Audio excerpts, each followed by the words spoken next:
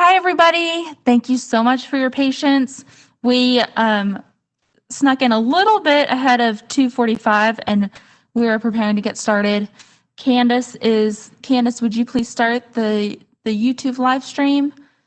And in about 15 seconds, I will turn this over to our chair to introduce everyone and swear everyone in. Thank you.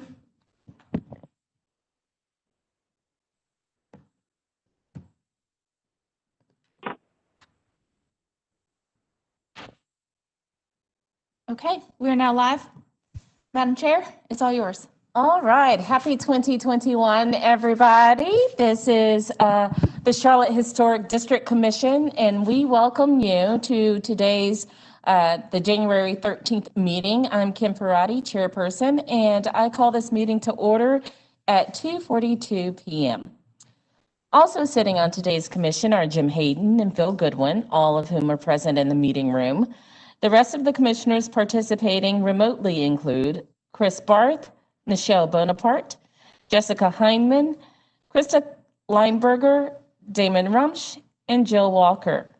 Also present are Christy Harps, Cindy Kohanek, Candace Leidy, Thomas Powers, Jill Sanchez-Myers, Linda Keish, and Candy Thomas. I'd like to start by acknowledging that we are conducting this meeting using a remote online platform. I ask for your patience today as we proceed. There may be slight delays as we transition from speakers, participants, and presentations. Participants in today's evidentiary hearings were required to provide a copy of any presentation, document, exhibit, or other material that they wished to submit during the evidentiary hearing prior to today's meeting. All such materials, as well as a copy of the city staff's presentations and documents, were posted online prior to this meeting and may be viewed by visiting the HDC webpage. No cases proceeding today in which anyone contacted the city to object to the remote online meeting platform. For everyone participating in today's virtual meeting, we ask that the following guidelines be followed. Please mute your audio when you're not speaking. Use only one source of audio, computer or phone. Do not put your phone on hold. Make sure you are in a quiet area. Please turn off or silence electronic devices and do not speak over the person talking, or you will be asked to leave the meeting. Please use the raise your hand tool. Please do not speak unless recognized by the chair or by staff. Because the commission is a quasi-judicial body, any speaker for or against an application must be sworn in. Due to the remote online nature of today's proceedings, any individual wishing to speak for or against an application was asked to sign up and provide any additional evidence in advance of the meeting. During the hearing, I will further open the floor to anyone who has joined the meeting today by telephone. When it is your turn to speak, please begin by stating your name and address. The review of each application consists of the presentation of the application and deliberation. The application is presented by the HDC staff. The commission will first determine if there is sufficient information to proceed with the hearing. The applicant presents their testimony for the application. Other parties wishing to speak for or against will be given reasonable time to present factual, sworn testimony based on the HDC guidelines. The HDC may question the applicant and HDC staff members. HDC staff and the applicant will be given an opportunity for rebuttal and final comments. The HDC shall close the hearing for discussion and deliberation. During discussion and deliberation, only the commission and staff may speak. An HDC member may request the hearing to be opened for further questioning. The HDC will craft a motion for approval, continuation, or denial. The majority vote of the commission present is required for a decision to be reached. A final vote by the HDC will end the hearing. If you will be addressing the commission today, please raise your right hand and respond "I do" to the following question. Do you affirm that the testimony and information that you are about to give is the truth and nothing but the truth? Do. Please be mindful that we have a court reporter present who is responsible for making an accurate and complete record of these proceedings. The reporter must be able to hear and understand. Everyone present must state their name before they speak clearly, loudly, and one at a time. The reporter will interrupt only when absolutely necessary to get clarification on what was just said or to alert speakers that they are having difficulty hearing or understanding. Are there any questions? Let's get started.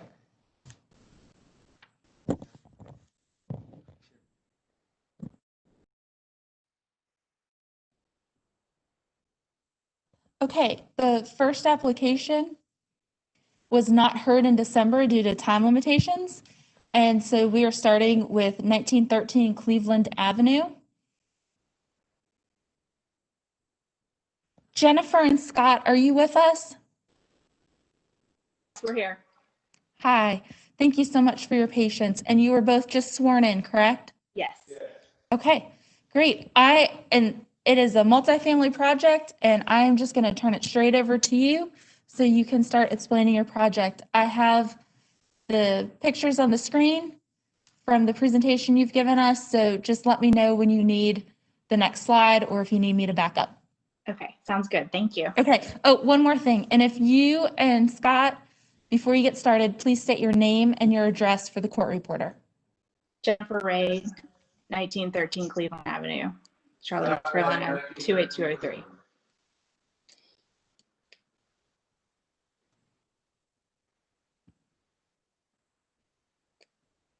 Scott? Scott, she can't hear you. Scott Ray, 1913 Cleveland Avenue. Okay, thank you. Okay, feel free to start where you would like to. All right. Good afternoon, everyone. My name is Jennifer Ray. As I mentioned last month during our demolition hearing, my husband Scott and I are the owners of Redwood Development Group, which is a commercial and residential construction company. We are very excited to share our vision and plans for the redevelopment of our property at 1913 Cleveland Avenue. We are proposing a 43-unit workforce housing apartment building. We feel our property is the perfect opportunity to blend the City of Charlotte's key initiatives around both transit-oriented development and affordable housing together in historic Dilworth. While we understand many sites in Charlotte's historic districts may not be well suited for a development of this size, we feel strongly that our location on the very edge of the Dilworth Historic District and our surrounding context of large multifamily housing developments, all approved through the Historic District Commission, makes our site very well suited for this type of development. A couple of notes I'd like to make before we dive into the details of our property and our plans. First, I think it's very important to note that this particular section of Dilworth got its start as workforce housing for the Atherton cotton mills, which were built in the late 1800s. Atherton Mills, a historic landmark property, is located at 2108 South Boulevard, approximately 2 blocks from our property. In the late 1800s, a village of mill homes housing workers for the Atherton Mills existed along Euclid, Tremont, and Cleveland Avenues. While discussing historic landmark properties, I think it is also very important to note that Charlotte has 4 historic landmark properties that were all originally multifamily properties. 2 of these properties are located in Dilworth and 2 are located in 4th Ward. These properties range from 3 stories to 9 stories in height and are all full brick as we are proposing for our development, and all feature flat roofs, as was both typical for apartment buildings in the 1920s and is still typical for apartment buildings 100 years later. Additionally, I'd like to share an excerpt from the Charlotte Comprehensive Architectural Survey, Phase 2, completed back in 2015 and currently posted on the Historic District Commission's website. This excerpt from the survey's recommendations section reads as follows. With rising land values and development pressures, Dilworth and other inner-city historic districts face challenges. Of particular concern for Dilworth, demolitions, new construction, and heavy alterations and additions are reducing the percentage of smaller dwellings, duplexes, and other forms of multiple family residences. More and more, these changes are creating a district of large single-family homes that obscures the mixed socioeconomic composition and variety of land uses that once prevailed and were expressed architecturally at the time of the nomination. Key point being that the mixed socioeconomic composition and variety of land uses that once prevailed in Dilworth and other historic districts are disappearing. We are here before you today hoping to counteract this and add to the socioeconomic diversity in Dilworth. Now to dive into the details of our property and our proposed project, I'd like to start on the slide titled Neighboring Properties. I think it's that next slide. I'd like to reiterate here that we are on the very edge of the Dilworth Historic District. The other side of the 1900 block of Cleveland Avenue is not in the Dilworth Historic District. One of the two lots we face is slated for a 6-story hotel. The other is now zoned TOD-UC, which will allow for a building up to 120 feet tall. When looking at our property, to the right of us is the Tremont, one of the largest commercial buildings in historic Dilworth. This is a 4-story mixed-use condo retail building that was approved by the HDC. Behind the Tremont sits several other large-scale multifamily developments, all also approved by the HDC. To the left of our property sits a 10-foot wide alleyway that, while we don't own, is legally deeded for ingress and egress for all properties adjoining it. Adjoining that alleyway are the rear yards of properties in the 300 block of East Worthington Avenue. The corner property is a vacant lot with a very large single-family home plan already approved by the HDC, which I will reference a bit later in this presentation. The next two properties are both used for commercial purposes. Please note that the zoning along the 300 block of East Worthington Avenue is not TOD. Our lot was the only property in our block to be rezoned with the city's TOD initiative last year. Next slide, please.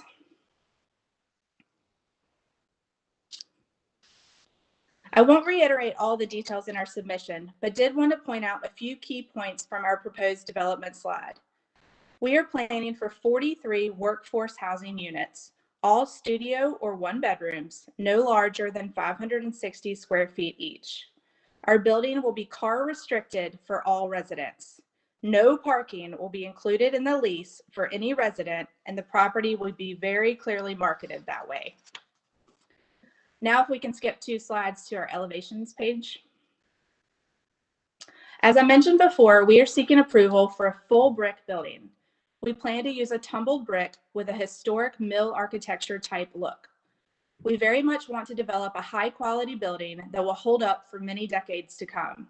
We strongly feel a full brick exterior is the way to do so. When we look around at many developments around Charlotte, including in neighboring South End and even the Tremont next door, we see so many examples of early wear and tear from the mixing of multiple exterior products, often with much less durability.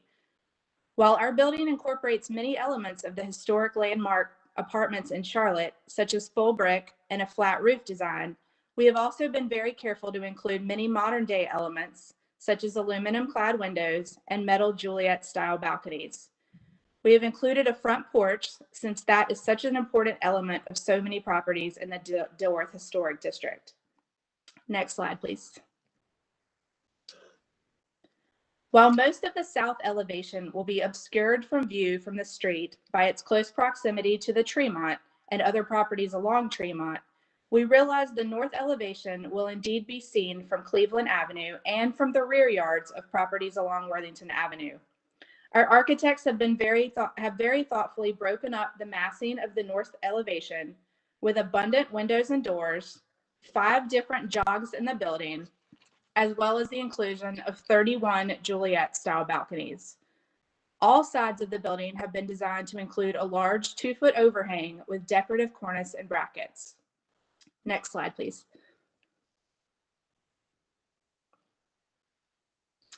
Now I'd like to provide some additional info about the size of the building. We have included a version of the Zootwell survey that shows how our building would relate to the Tremont, Bonterra Restaurant, and to the single-family home plan that has been approved by the HDC for the 300 East Worthington lot. The highest ridge of the Tremont is at an elevation of 786 feet. The high point of Bonterra is at an elevation of 792 feet. The high point of the planned home at 300 East Worthington is 770 feet. We are seeking approval for a height between that of the East Worthington plan and that of the Tremont. The right side of our building would be similar in height to the lower ridge of the Tremont. The roof will then step down over 6 feet for the rest of the roof, bringing it to a height less than 5 feet taller than the peak of the 300 East Worthington home. While we realize the properties along Worthington are contacts for our lot, we feel our primary context is our own street of Cleveland Avenue, and therefore our height should be allowed to be closer to that of the Tremont than to properties along Worthington. The last point I'd like to make regarding the height of the planned building is that we are seeking these heights on a building 43 feet wide. The Tremont is taller for its entire 200 feet of frontage along Cleveland Avenue, as well as its entire 140 feet of frontage along Tremont Avenue. Next slide, please. When looking at our site plan, I'd like to point out that our planned lot coverage is 79%. The 79% coverage is just for our lot and does not take into account the open space of the alleyway. Our new building would sit farther away from the Tremont than our current building sits. We would plan to line the front of our building up with the front of the Tremont. I would also like to point out that while our proposed rear yard is of course smaller than rear yards on single-family homes, there is a large wooded area directly behind our lot. Obviously, being in the historic district, these trees will continue to be a natural wooded buffer between our property and the property behind us. I know there will be lots of questions and comments, but before I conclude the presentation, just want to express again how excited we are about this proposed project. Our city is facing a housing crisis with a shortage of over 30,000 affordable units, and we want to help. We are not coming to you as a developer seeking to maximize units to maximize profits. We are seeking to combine two very important city initiatives around housing and transit-oriented development. We have lived and worked in Dilworth for over 10 years, and we love the neighborhood. We want to respect the historic district standards, be good neighbors to those around us, but make a difference in our city with this project. We hope we can work together with each of you to get this project to approval. Thank you for your time, and we would love to now hear your questions and comments. Thank you so much, Jennifer. So now we'll ask, I'm sorry, Madam Chair, if I may. please. Just want to make sure for purposes of the Historic District Commission Board, the presentation that was given referenced and talked about affordable housing, workforce housing. I do want to caution the board that should not play a part either in a favorable manner or in an adverse manner to the application of this project to the HDC guidelines. So I just want to make sure that no one's taking this in a manner that will be favorable to grant the application or to deny the application because you're basing this on just the guidelines in that regard. Only bit of caution. Thank you, Madam Chair. Thanks, Attorney Powers. Anyone here to speak for or against this application? Yes. We have a list of speakers, and Okay. there are 3 unknown callers that we will then seek if they are identified with this project. So first is Lucy Rayner and Ken Rayner. Okay. Lucy and Ken, are you with us?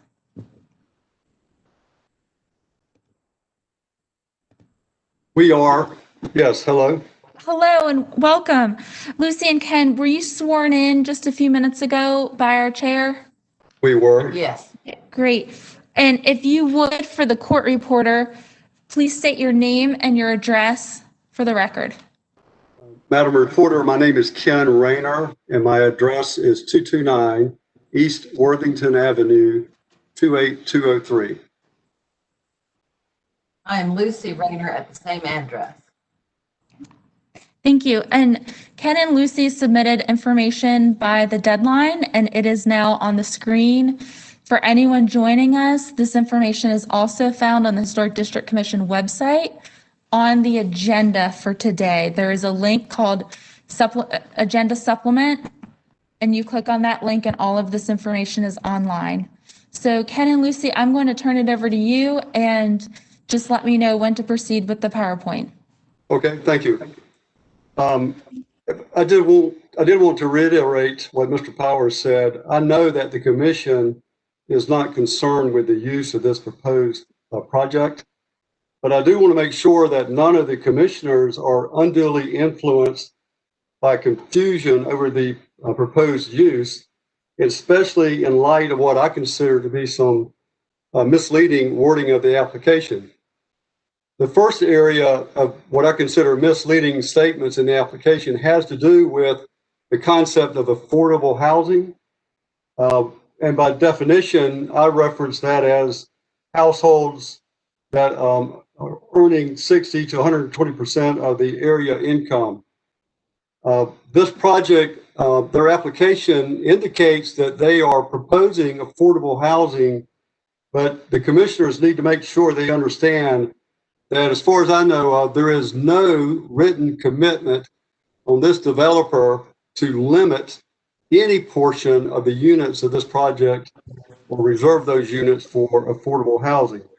Hey, Ken, sorry to interrupt you. Let me stop you right there. We are not taking into consideration the affordable housing issue pertaining to this particular project. We are only focusing on the design guidelines. So if you and Lucy will stick to the design guidelines, that will help us, okay?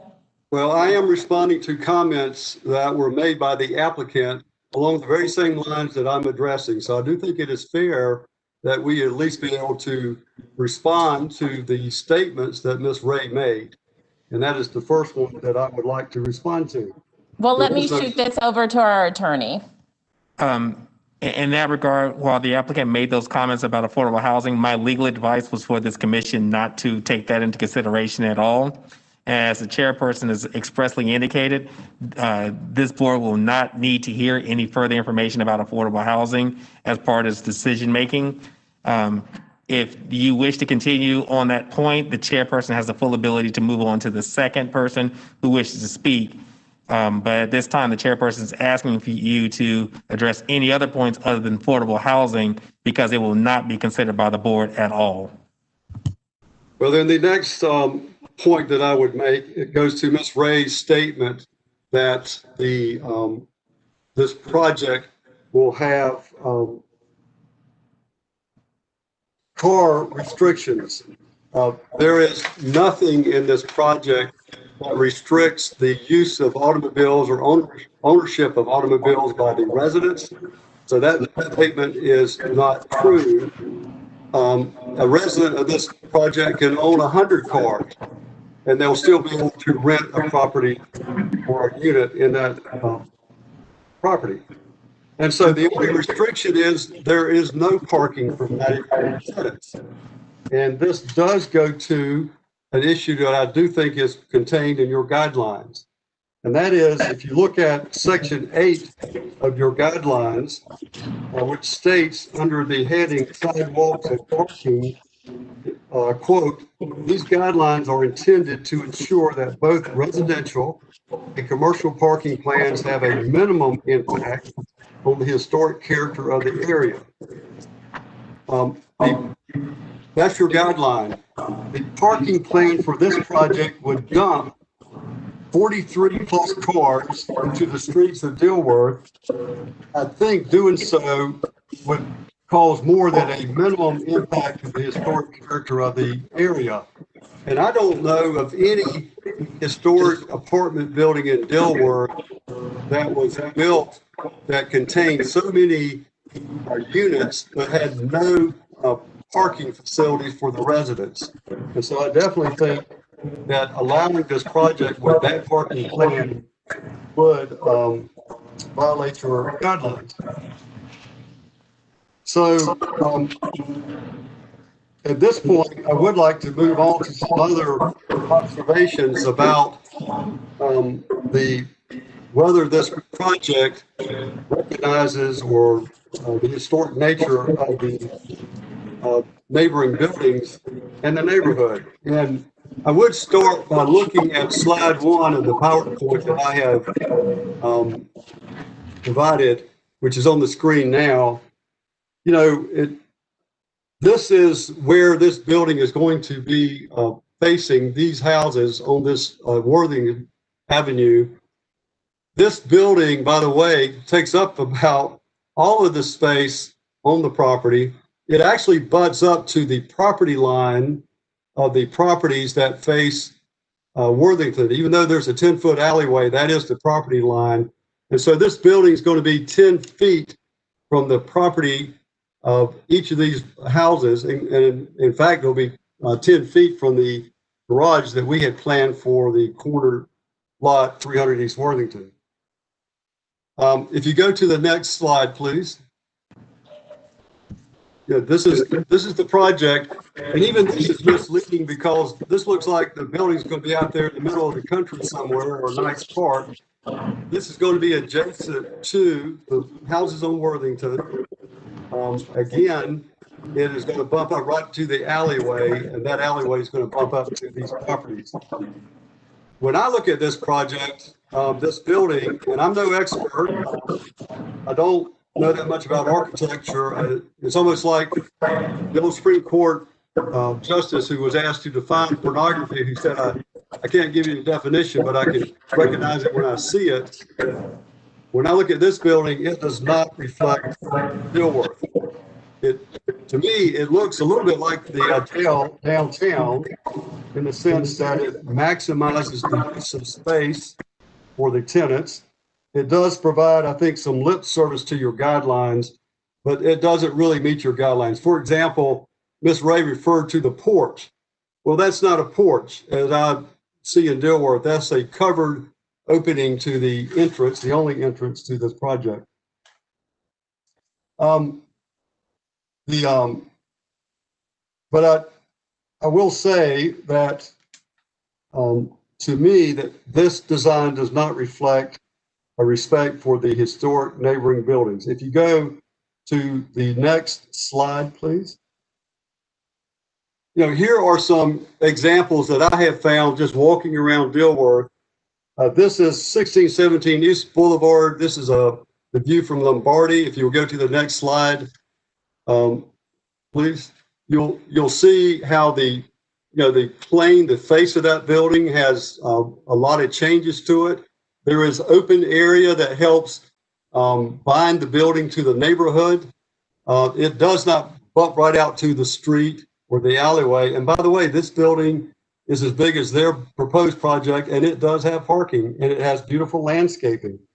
They sacrificed some space that could be rented when they built this to provide some open green space, which is consistent with all of the buildings that I see in Dilworth that were old apartment buildings.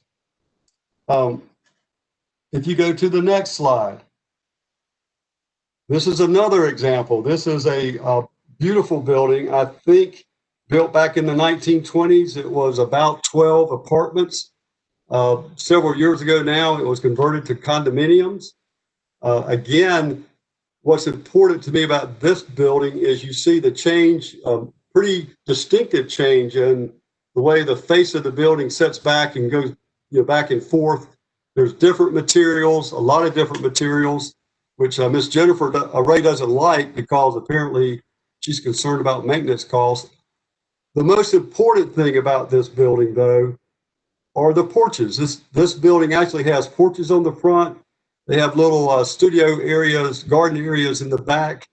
They do have parking associated with it. The porches are more than just a design feature. It is a design feature which encourages neighborhood and neighborness. In fact, we were just talking to one of the residents of this project yesterday who said he and his wife pretty much live on the porch, and it helps them connect to the neighborhood. The Rays could have done a project like this, and they couldn't have put 43 apartments into the project, but they certainly could have done something similar to this on their project. If you go to the next slide. This is another example of a historic apartment building in Dilworth. Again, you see porch areas on the front. You see plenty of landscaping, distinctive features, changes in materials.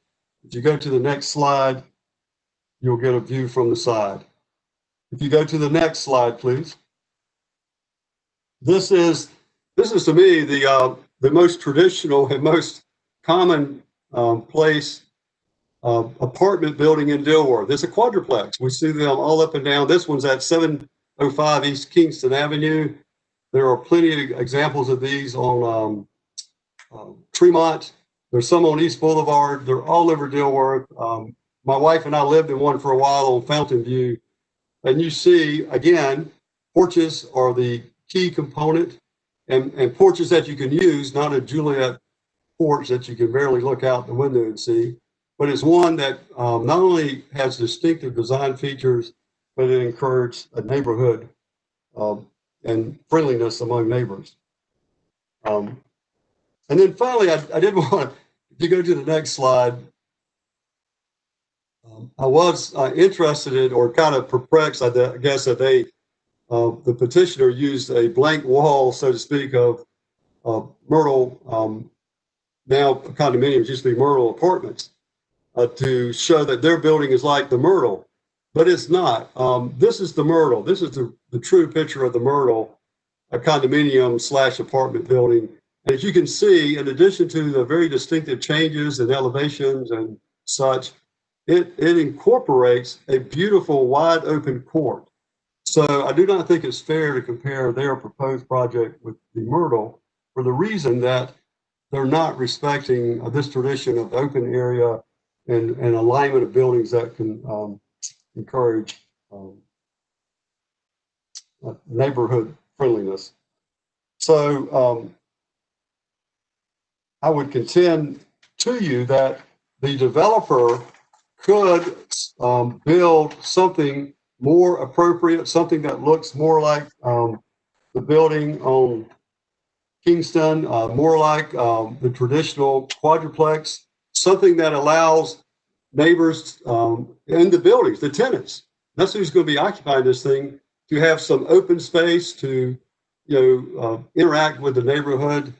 But doing so, I understand, will reduce the number of units that they have to rent, but it would make this building, I think, meet your guidelines and to accomplish the ultimate criteria, which is that the design process should ensure that the new design respects its historic neighboring buildings.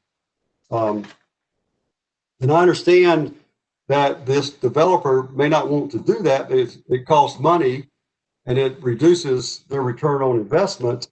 But that is something that everybody who's bought property in Dilworth understands, including Lucy and myself.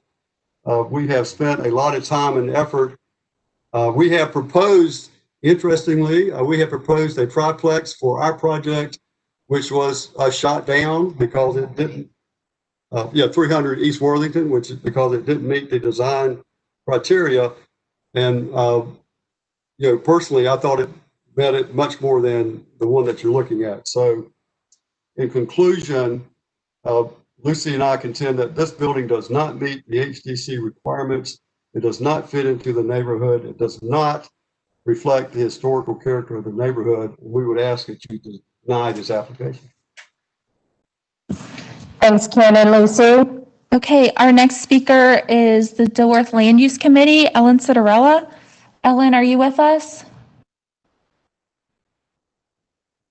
Can you hear me? Yes, hello. Hello. And hello, everyone. Hello. And were you sworn in? I was. Okay. And before you get started, if you would please state your name and your address for the court reporter. Let me just say this. This is a question for Thomas, I guess. I was sworn in. I was muted, but I raised my hand and I said yes. So long as you confirm that you said yes, or that you are subject to perjury at this moment, you may proceed. Okay. Thank you. Okay. I'm Thanks, Ellen Ellen. Citarella. I live at 322 East Kingston Avenue, and I'm the land use chair for the Dilworth Community Association. Okay. And Ellen, I have the letter that you submitted on the screen, it is broken up into 2 parts. So just let me know when you'd like me to move forward. Okay, so I have a little introduction. And there is feedback. I don't know what's going on with that feedback, but I am speaking today for the DCA on behalf of the neighborhood. The Dilworth Historic District comprises roughly 70% of the Dilworth neighborhood as a whole, and the edges of the district have been shrinking in for decades, mostly due to development and growth of our city.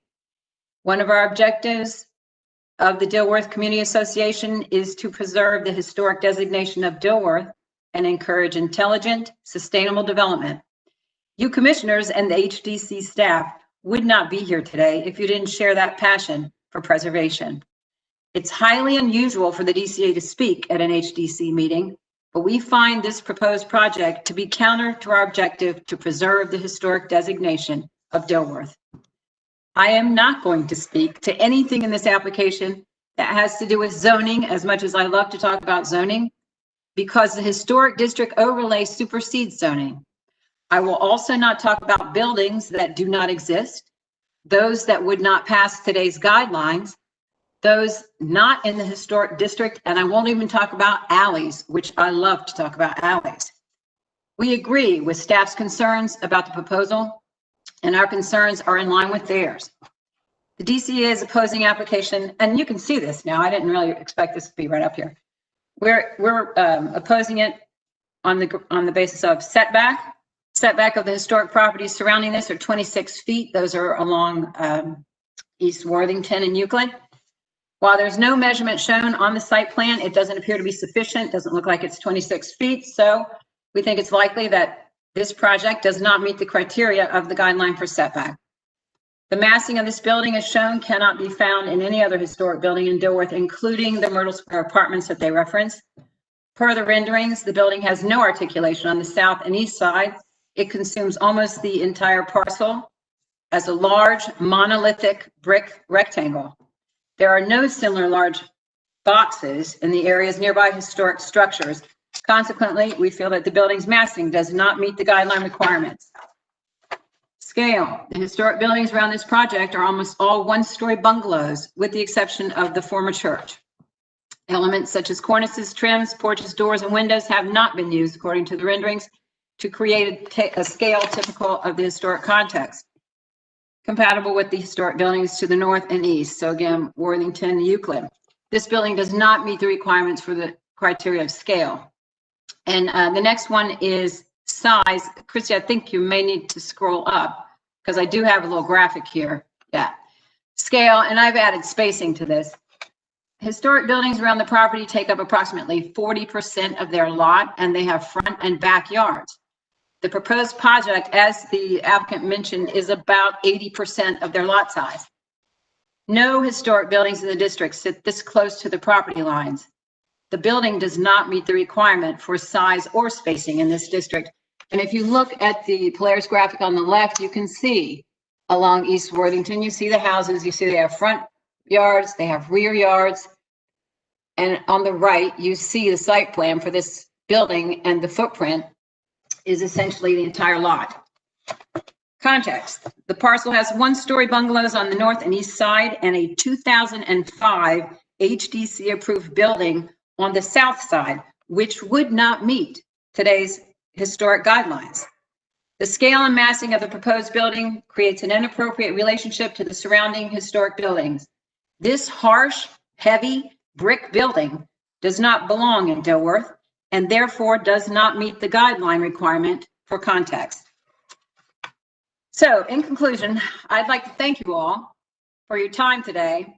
And I would honestly, I watch these meetings and I want to thank you for the time that you spend each meeting thoughtfully considering the preservation of our historic districts. Thank you. Thank you. All right, do we have anyone else? Yes, we have a couple of more people.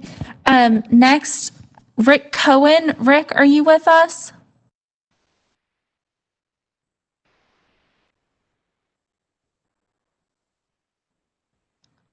Rick might have called in. Yes, I'm here. Hi, Rick. Can you hear me? Welcome. Yes. Rick, were you sworn in? I was. Okay, great. And I'm going to turn it over to you.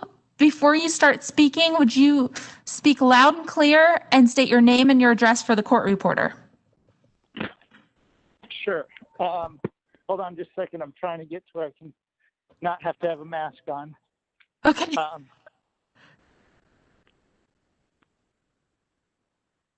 All right. Can everybody hear me still? Yes, sir. Okay. My name's Rick Cohen. I'm at 1912 Euclid Avenue. The back of my property is adjacent to the proposed project. I'd like to take just a minute to give a little history of kind of, you know, where I live and what's happened in my neighborhood. I think in my, you know, immediate neighborhood, meaning just all around me. So I think it's really relevant here, which is, you know, we bought the house in 2010, and we real, you know, what attracted us to Dilworth and that house in particular was, you know, the large trees, the greenery, and kind of the, you know, smallness of the neighborhood in some ways, and the small feel while you were, you know, close to downtown. In our backyard, because of, you know, the trees in our backyard and the adjacent properties, you know, we felt like we were living in you know, it would look like a forest almost in our backyard while we were really close to the city. Well, then just a, you know, short time, and you know, when we bought the house, we thought, oh, this is great. And we certainly didn't expect a radical transformation of our neighborhood, especially since, you know, we found that we lived in the historic district. And though I know a lot of people find dealing with the historic district and, you know, the restrictions on, you know, buildings and projects, we were actually really happy because we thought it was just another, you know, we liked the historic nature of the properties around us, and we liked, you know, kind of the feel of the neighborhood. We thought being in the historic district, it wouldn't radically change. Well, we were wrong, you know, because just in a few years, around 2014 or 2015, we found out that, you know, there was a proposal to, you know, build, you know, originally apartment buildings and what ended up being the condos along Tremont and all adjacent to our property. You know, and when you look at what has happened around our property, the 1900 block of Cleveland, as well as, I guess it would be the north side of Tremont. You know, when we moved in, I think out of the 7, if I remember the numbers right, there was 7 properties along there. 5 were contributing structures. Hold on just a second. Here, I can let you in over here. I can let you in over this way. I can let you in. You're here for 2106? Yes, I am. I'm trying to. I can let you in over here. Yeah. Okay. Sorry, I'm dealing with medical stuff here. But you know, there was 7 properties along those 2 sides of the street. You know, the property is kind of adjacent to ours. Of those 7 properties, 5 were contributing structures. It was only the Tremont and, you know, 1913 Cleveland that were not contributing structures. There are now no contributing structures along that strip, which I find to be just an example of, you know, pretty shameful for the HDC and their work in trying to, you know, preserve the neighborhoods. That we went from most of that block being historic contributing properties to 0. And, you know, I think, you know, the question is, how did that happen? And I was in, you know, I spent over a year trying to fight the 2 apartment or condo complexes that moved in next door. And the rationale for building such big buildings, even though it wasn't, you know, within the only thing that was there that was that large was the Tremont, which was clearly not a contributing structure. And we, you know, pressed the point that, you know, when they talked about the historic nature of the neighborhood and fitting in with the historic character, you should only look at contributing properties. But for some reason, it was apparently not clear under the former guidelines. My understanding of the current guidelines, thank you. My understanding of the current guidelines is that it was made clear under the current guidelines that that assessment of whether it fits in with the historic character of the neighborhood is made in looking at the contributing structures around.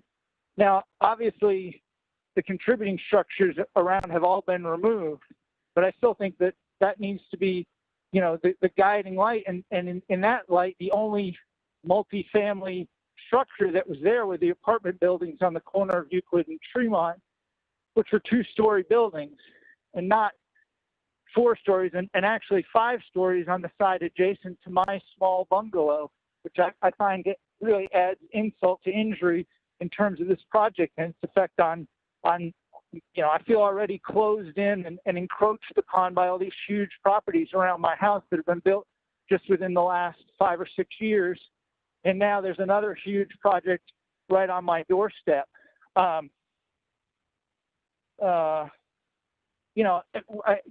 feel like when I've dealt with HDC the last time, it seemed like, you know, there was a lot of discussion of fenestration and architectural designs, when I think what draws people to Dilworth and what defines the neighborhood is the green space, the trees and the size and the massing. And it seems here that the size and the massing is not in line with the historic character of the neighborhood. When you look at the properties that the applicant cites, you know, 2 of them are not in the historic district at all. The other 2, one of them is not on a sort of quiet neighborhood street. It's on a 4-lane road. It's on Moorhead. The other historic apartment building they're talking about over on Myrtle is mostly 2 stories. There's one part of it that's 3 stories, but I believe it's mostly 2 stories. So again, it's not the character of the neighborhood is not to have, you know, large 5-6 story, you know, whatever it is, 700, 800 feet buildings next to small 1-story or 2-story houses. So I think that, you know, in summary, I think the size and the massing of this is not in line with, again, underlined historic character of the neighborhood. It's in line with a lot of new buildings that, in my view, were mistakenly approved because of the Tremont building. And again, people are citing the Tremont building, which should have never been approved and was a mistake. And this board should acknowledge that mistake and should acknowledge that they, you know, their failure in protecting, not only because of that property being there, but the other 2 condos that were put in that are not in line with the historic character of the neighborhood.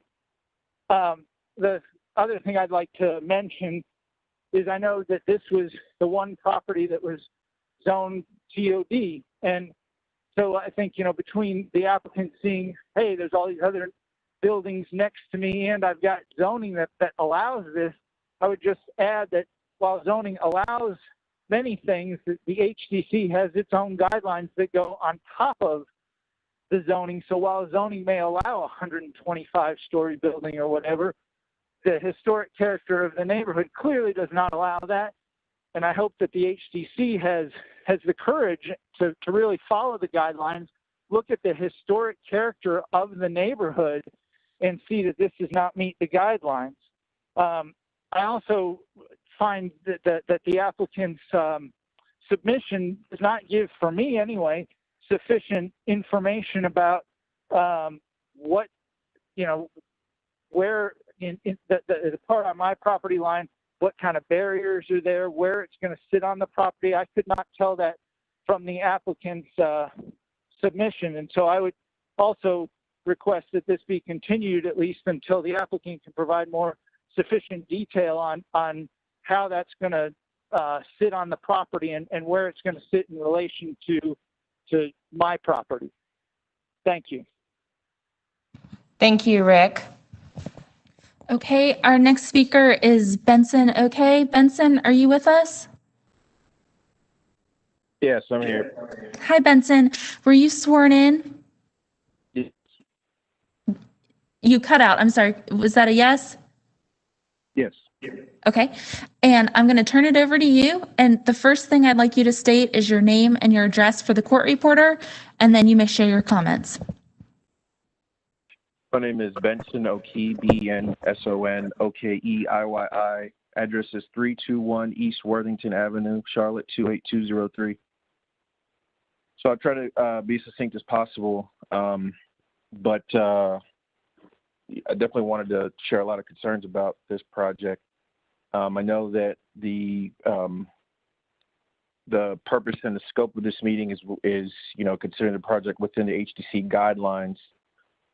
But I've noticed a disturbing trend when it comes to application of these HDC guidelines in my short experience with living in this neighborhood, which is that it seems like the HDC pays some lip service to considering those guidelines when it comes to massive developments in the area versus what they enforce with individuals.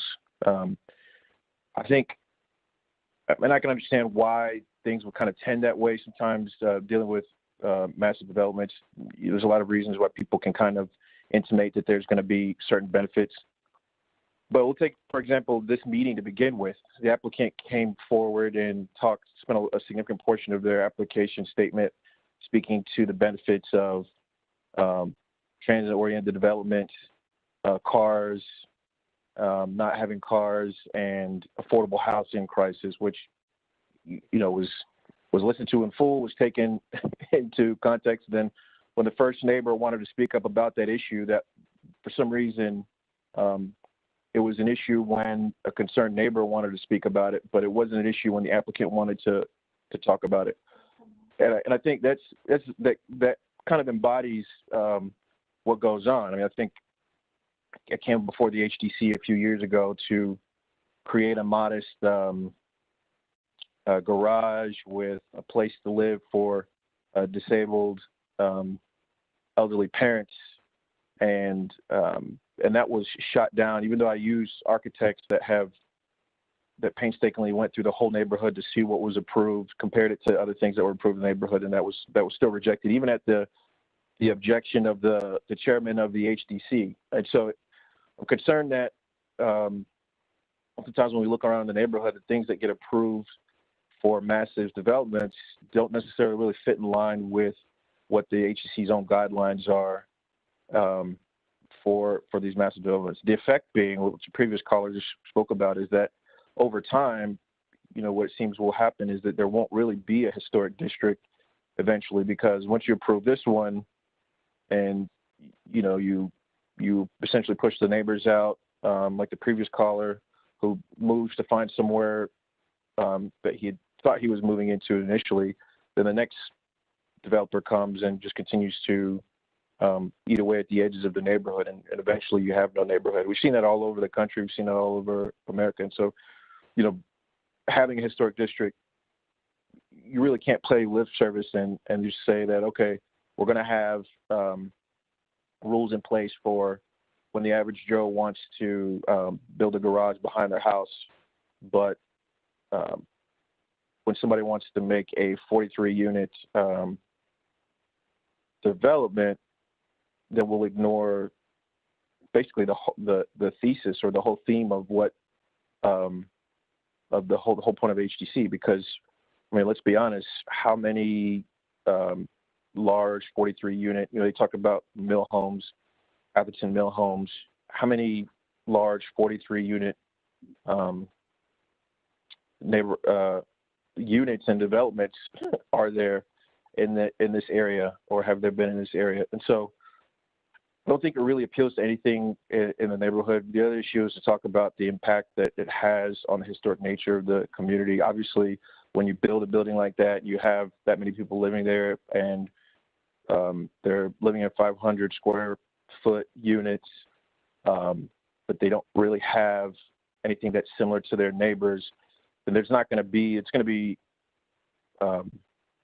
to have the same feel as the other surrounding neighborly projects. And so I respectfully ask the HDC to reject this project along those grounds. One, namely being that the building doesn't actually heal historically in any sense of its size and scope and the way it's set back. It doesn't really match any of the other, if they keep the talk about the size of the neighboring building, the Tremont, but it doesn't match in any historic context with the rest of the surrounding area. And so it has a negative impact on the historic nature in the immediate area, which is the whole point of the HCC, in my opinion. And then to talk about the, we'll talk about the affordable housing. I kind of take offense and affront to that. Someone who's grown up in with meager means and in affordable housing in the past, $1,000 units doesn't meet any definition of affordable housing defined by anybody in Charlotte or anyone around. And so the question is just, the developer really just put all that information in to be misleading? Is their goal just to maximize the profits, and at whose expense should that come at? Thank you. I'm done with my comments. Thank you, Benson. Okay, our next speakers are John and Karen Fletcher. I believe John had to step away for another meeting, but I'm not sure if Karen is still with us. Karen, are you still with us? I don't want them to go. Weren't they over at TJ's? Hello? Oh, okay. Yeah, that's a nice TV background. Okay. Not hearing from them. Stay before you move on to the next person wanting to speak. If I can just reiterate that whatever your comments are regarding this project, please try and keep them to the guidelines. Thank you. In lieu of speaking, John did submit written comments as well. And those are in your agenda supplement and available here to read. And again, unfortunately, due to the meeting delay, John did have to leave for another commitment, and it will be considered hearsay. But I believe it echoes some of the statements that others have already made. We also have three unknown callers on the phone. And so at this time, I'm going to ask Candace to identify those callers and see if they want to speak on this project. Candace, would you please unmute the callers? Done.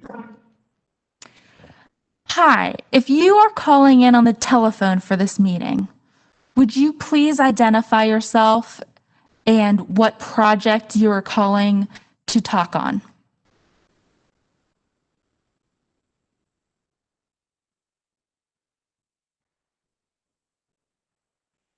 Hi, I'm Catherine Nicholson. I'm with Studio Fusion. I'm with Jennifer. I'm just listening into the phone. Okay, thank you. And I think there are two other people who are on the phone. If you would please identify yourself.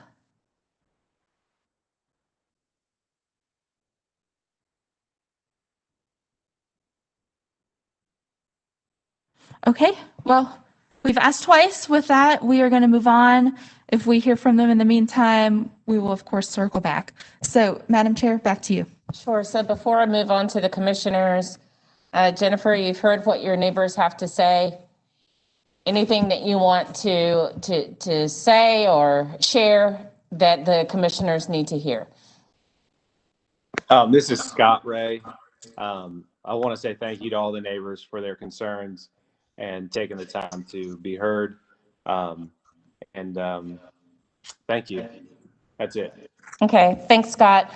All right, commissioners, thoughts, comments, questions for the applicant?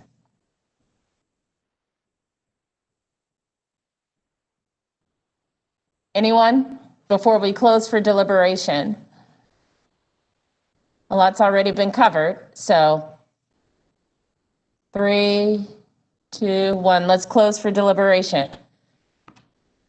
All right, where do we start? Commissioners, thoughts? Who wants to go first? We can do a round robin if. Yeah. So why don't we start with you, Jill? Okay. Yeah. Having been involved in this rezoning of several historic properties in the historic district to Todd, I would just like to point out from a macro level the importance of looking at this particular project very carefully, as it will be a precedent setter. I think the city has created a conflict, and we have a job to try to keep up to this, given that we have guidelines that did not anticipate this kind of an intense zoning placed in our districts. Having said that, I just think it's very important to look at this project in that regard. But I did want to point something out that I had a little question about, or a comment about, and that is guideline 6.6 number 1 speaks to in determining height and width and impact on the neighborhood to look 360 degrees. And I think if you were to do that, you would have to include the family residence behind this property and the impact this structure would have on that. So I would just like to point that out as something that needs to be looked at carefully. And I also think that the absence of parking for this number of residents with, a law-abiding restriction, which certainly can't be done, does have an impact on surrounding residences. The other point I'd like to make is if you look on page 7 application, talking about context, if we could go to that.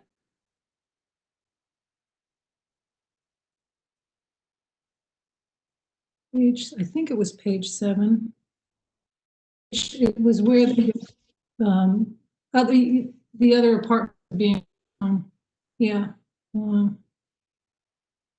Is this the slide 11? That's it, and that kind of shows it. The Frederick Apartments, the second one from the top. That evidences to me a situation where you have an apartment building adjacent to a single-family residence that has a little bit more of a contextual sensitivity to it, being that it is adjacent to it. And I think as an example, that's kind of something perhaps to keep in mind. And that's all I'll have to say. Thank you. Thanks, Commissioner Walker. Commissioner Bonaparte? Yes, I was just, there's some feedback, by the way.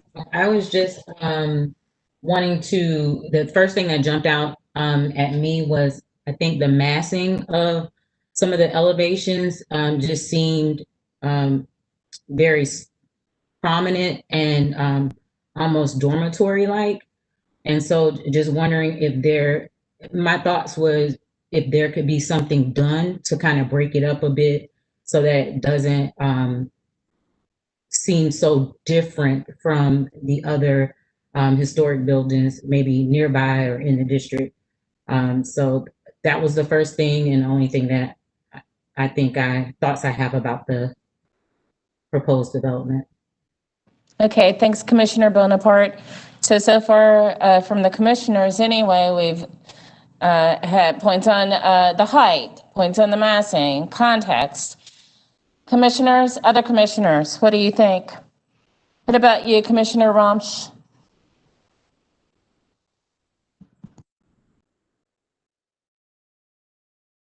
If you're talking, I can't. No, yeah. I used to be that I could use my space bar, but it doesn't work, so I'm used to mouse.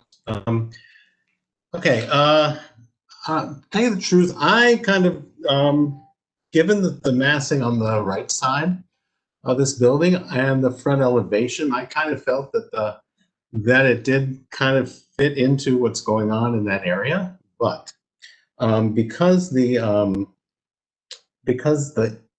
elevation that faces Cleveland, which faces the alley, is so visible from Cleveland, I think that elevation needs to be considered as strongly as a streetscape elevation. So, I think the size of the building probably can work, but I think the left elevation, which is a very prominent elevation, needs a lot of work. It needs, and so to explain that, the massing of that elevation is just too solid, given its exposure. Thank you, Commissioner Ramsch. Commissioner Lineberger.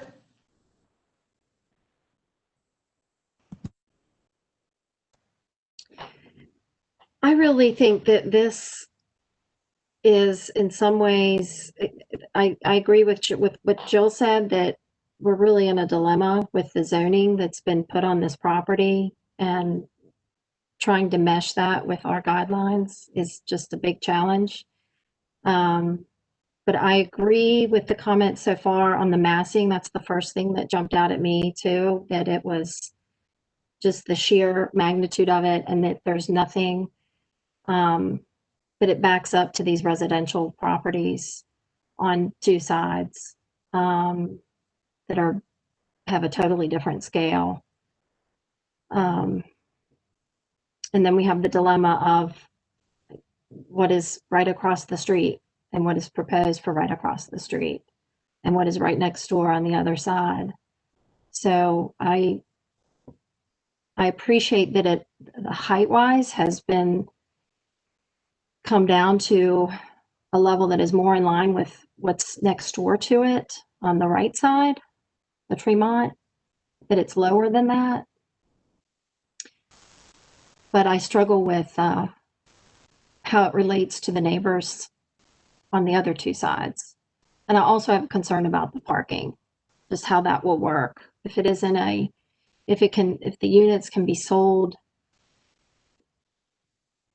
to where people can purchase these units without committing to having any vehicle. I don't know how I know that's not really in our purview, but it doesn't seem feasible, I guess. Just some thoughts. Thanks, Commissioner Lineberger. Christy, will you confirm this for me? It's zoned Todd, but the HDC guidelines supersede that, correct? Correct. So what we should do is focus on the HDC guidelines, because even though it's zoned Todd, our guidelines trump all of that. Commissioner Barth? If I may. Yes. We also don't consider anything outside of the district. So the hotel that was referenced, nothing across the street from this is considered. Thank you. Thank you. Commissioner Barth? Yeah, there are a few things that stick out to me, mostly a few things that people have mentioned in previous comments, but I think the massing is an issue, particularly because this property is adjacent to some single family parcels, and in relation to their scale and the things around it, I think that can become an issue. I appreciate their reference to its height relationship to the Tremont next door to it.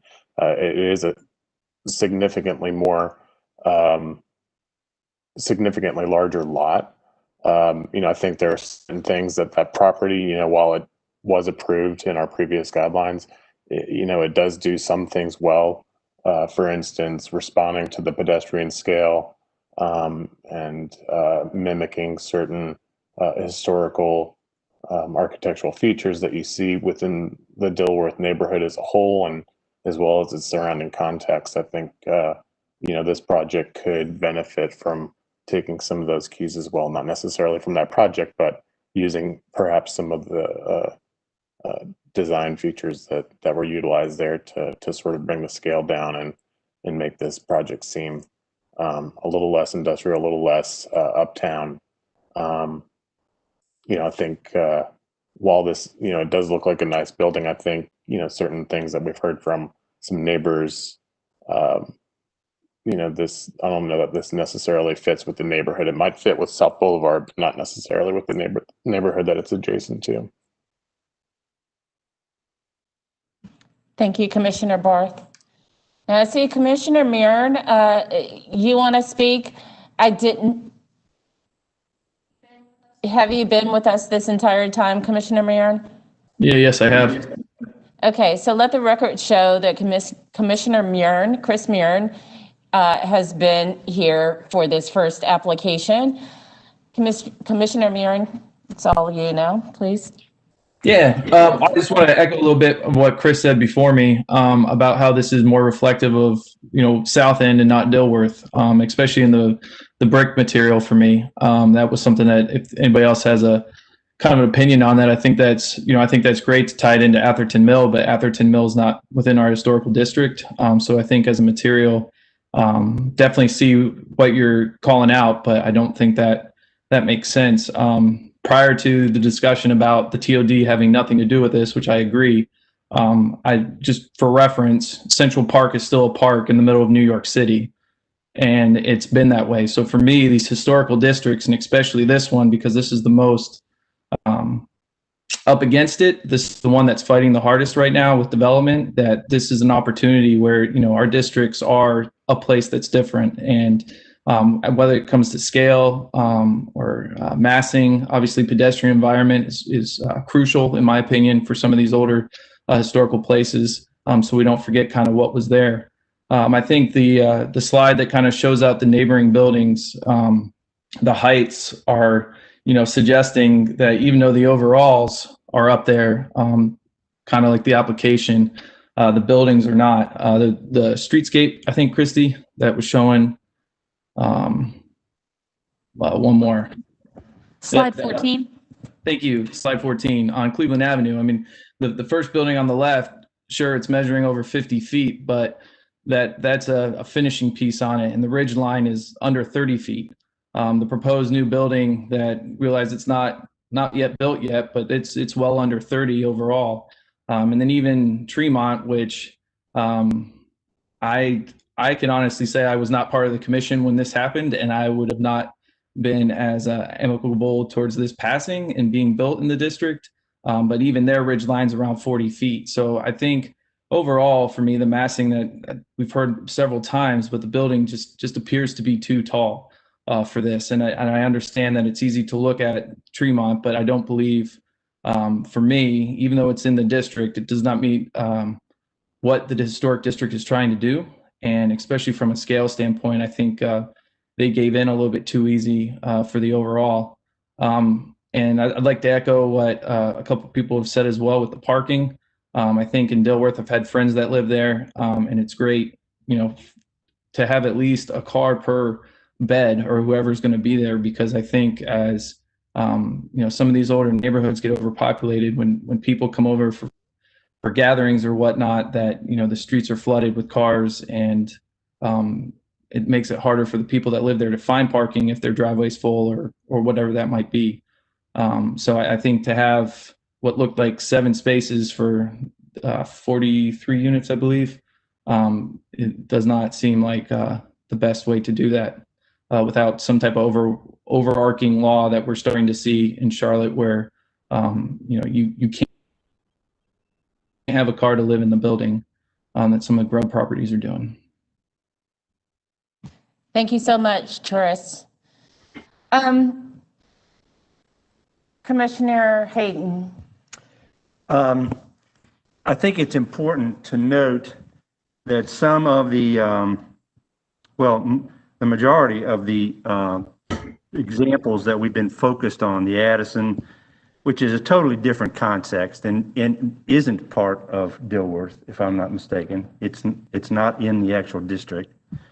The Frederick and the Poplar are located in 4th Ward, and it is an urban ward. And those buildings have been there for a long time. There were buildings bigger than them around them. Some of those buildings have been torn down and replaced with even bigger buildings.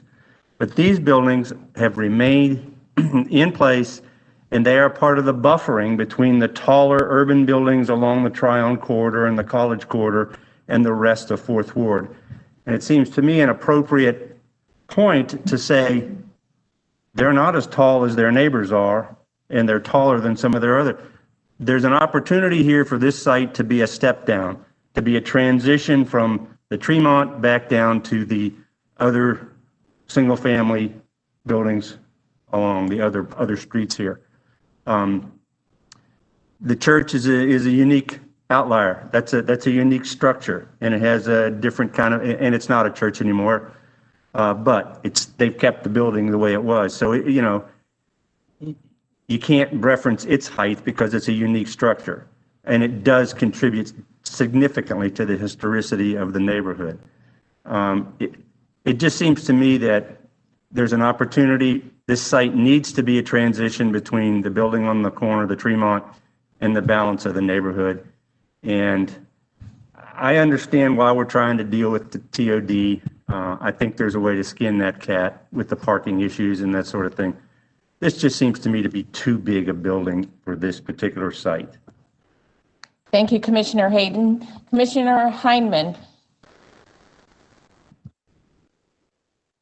Hi, most of my colleagues have, I think, had similar notes, so I will be brief, but my comments have to do essentially with the connected quality of the height and the massing and the scale of this project as it relates to its context. I think one of the things that's important to note is that, first let me start by saying I think sometimes this mill language it does disappear in its context. It has a really quiet, unpretentious quality about it often, and so I may not object to that as much as my colleagues might, but I might be in the minority on that, and so that's okay. And I do think the expanse of brick is more than the context would support. I will say when it comes to the height, I think the flat roof works okay with the mill language. The issue is that the buildings that are in the context here, they don't express themselves as 4 stories. And when we add a flat roof on it, it contributes to the expression of 4 stories. I mean, even the Tremont, which is so massive in this context and not historic and, non-contributing and not compliant with the current set of guidelines, it expresses itself as a 3-story building with these clear stories on the corner. I mean, it definitely has, that half-story set back in those shallow little gables, but the expression in the context is a 3-story building with a cornice line at the 3rd story. And the church, it expresses itself as a 2-story building with its cornice lines at the 2nd story. The house next door the unbuilt house expresses itself as a 1.5 story on the side, a 2-story on the back and on the front. And so I think when it comes to height, we're not looking at just, the math of where we are relative to each other. We're really looking at the expression of the height in the context. So I would say the context is that the Tremont is 3 stories, that the church is 2 stories.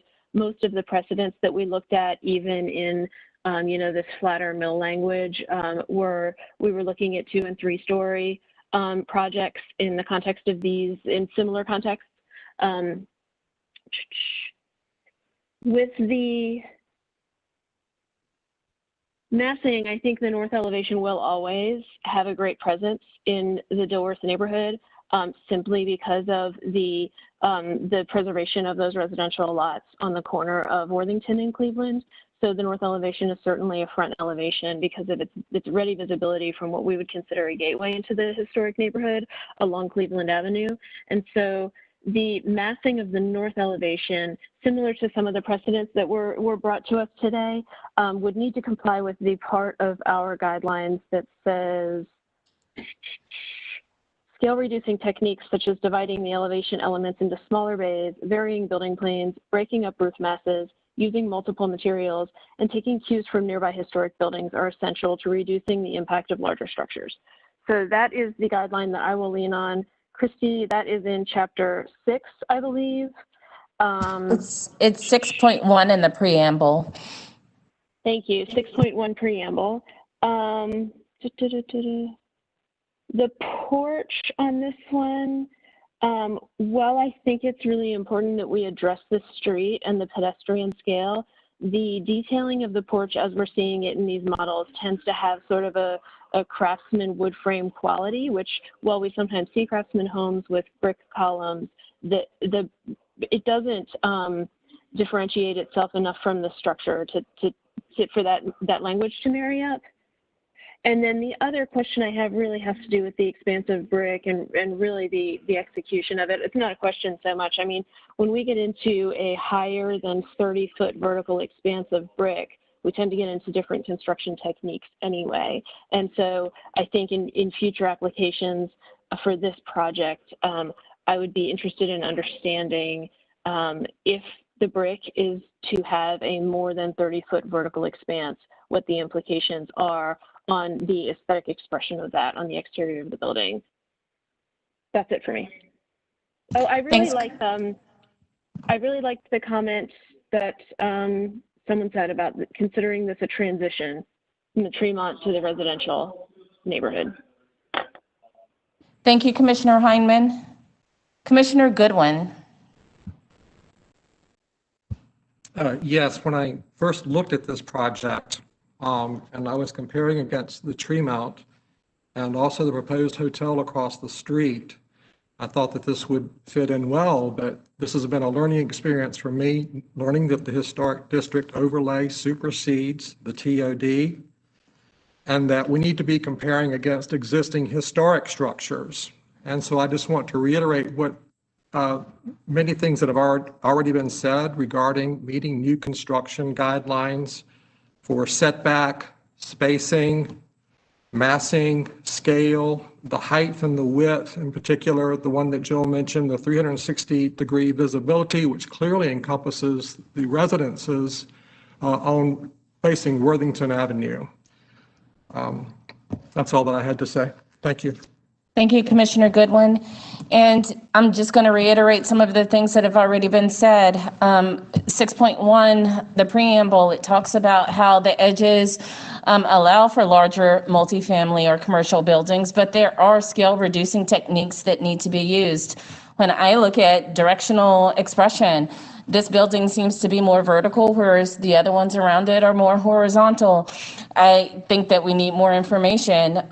You know, the lot of this particular project is smaller than the ones that it is using as precedent for why it can be so large. Driving down East Worthington, you will see nothing but a wall adjacent to these single family homes. And our when it comes to height, our guidelines specify that you do a 360, but that you also do an apples to apples comparison. So it shouldn't be, this building should not be larger than the other historic multifamily homes in this area. I'm not quite sure, and maybe you can help me with this, Christy.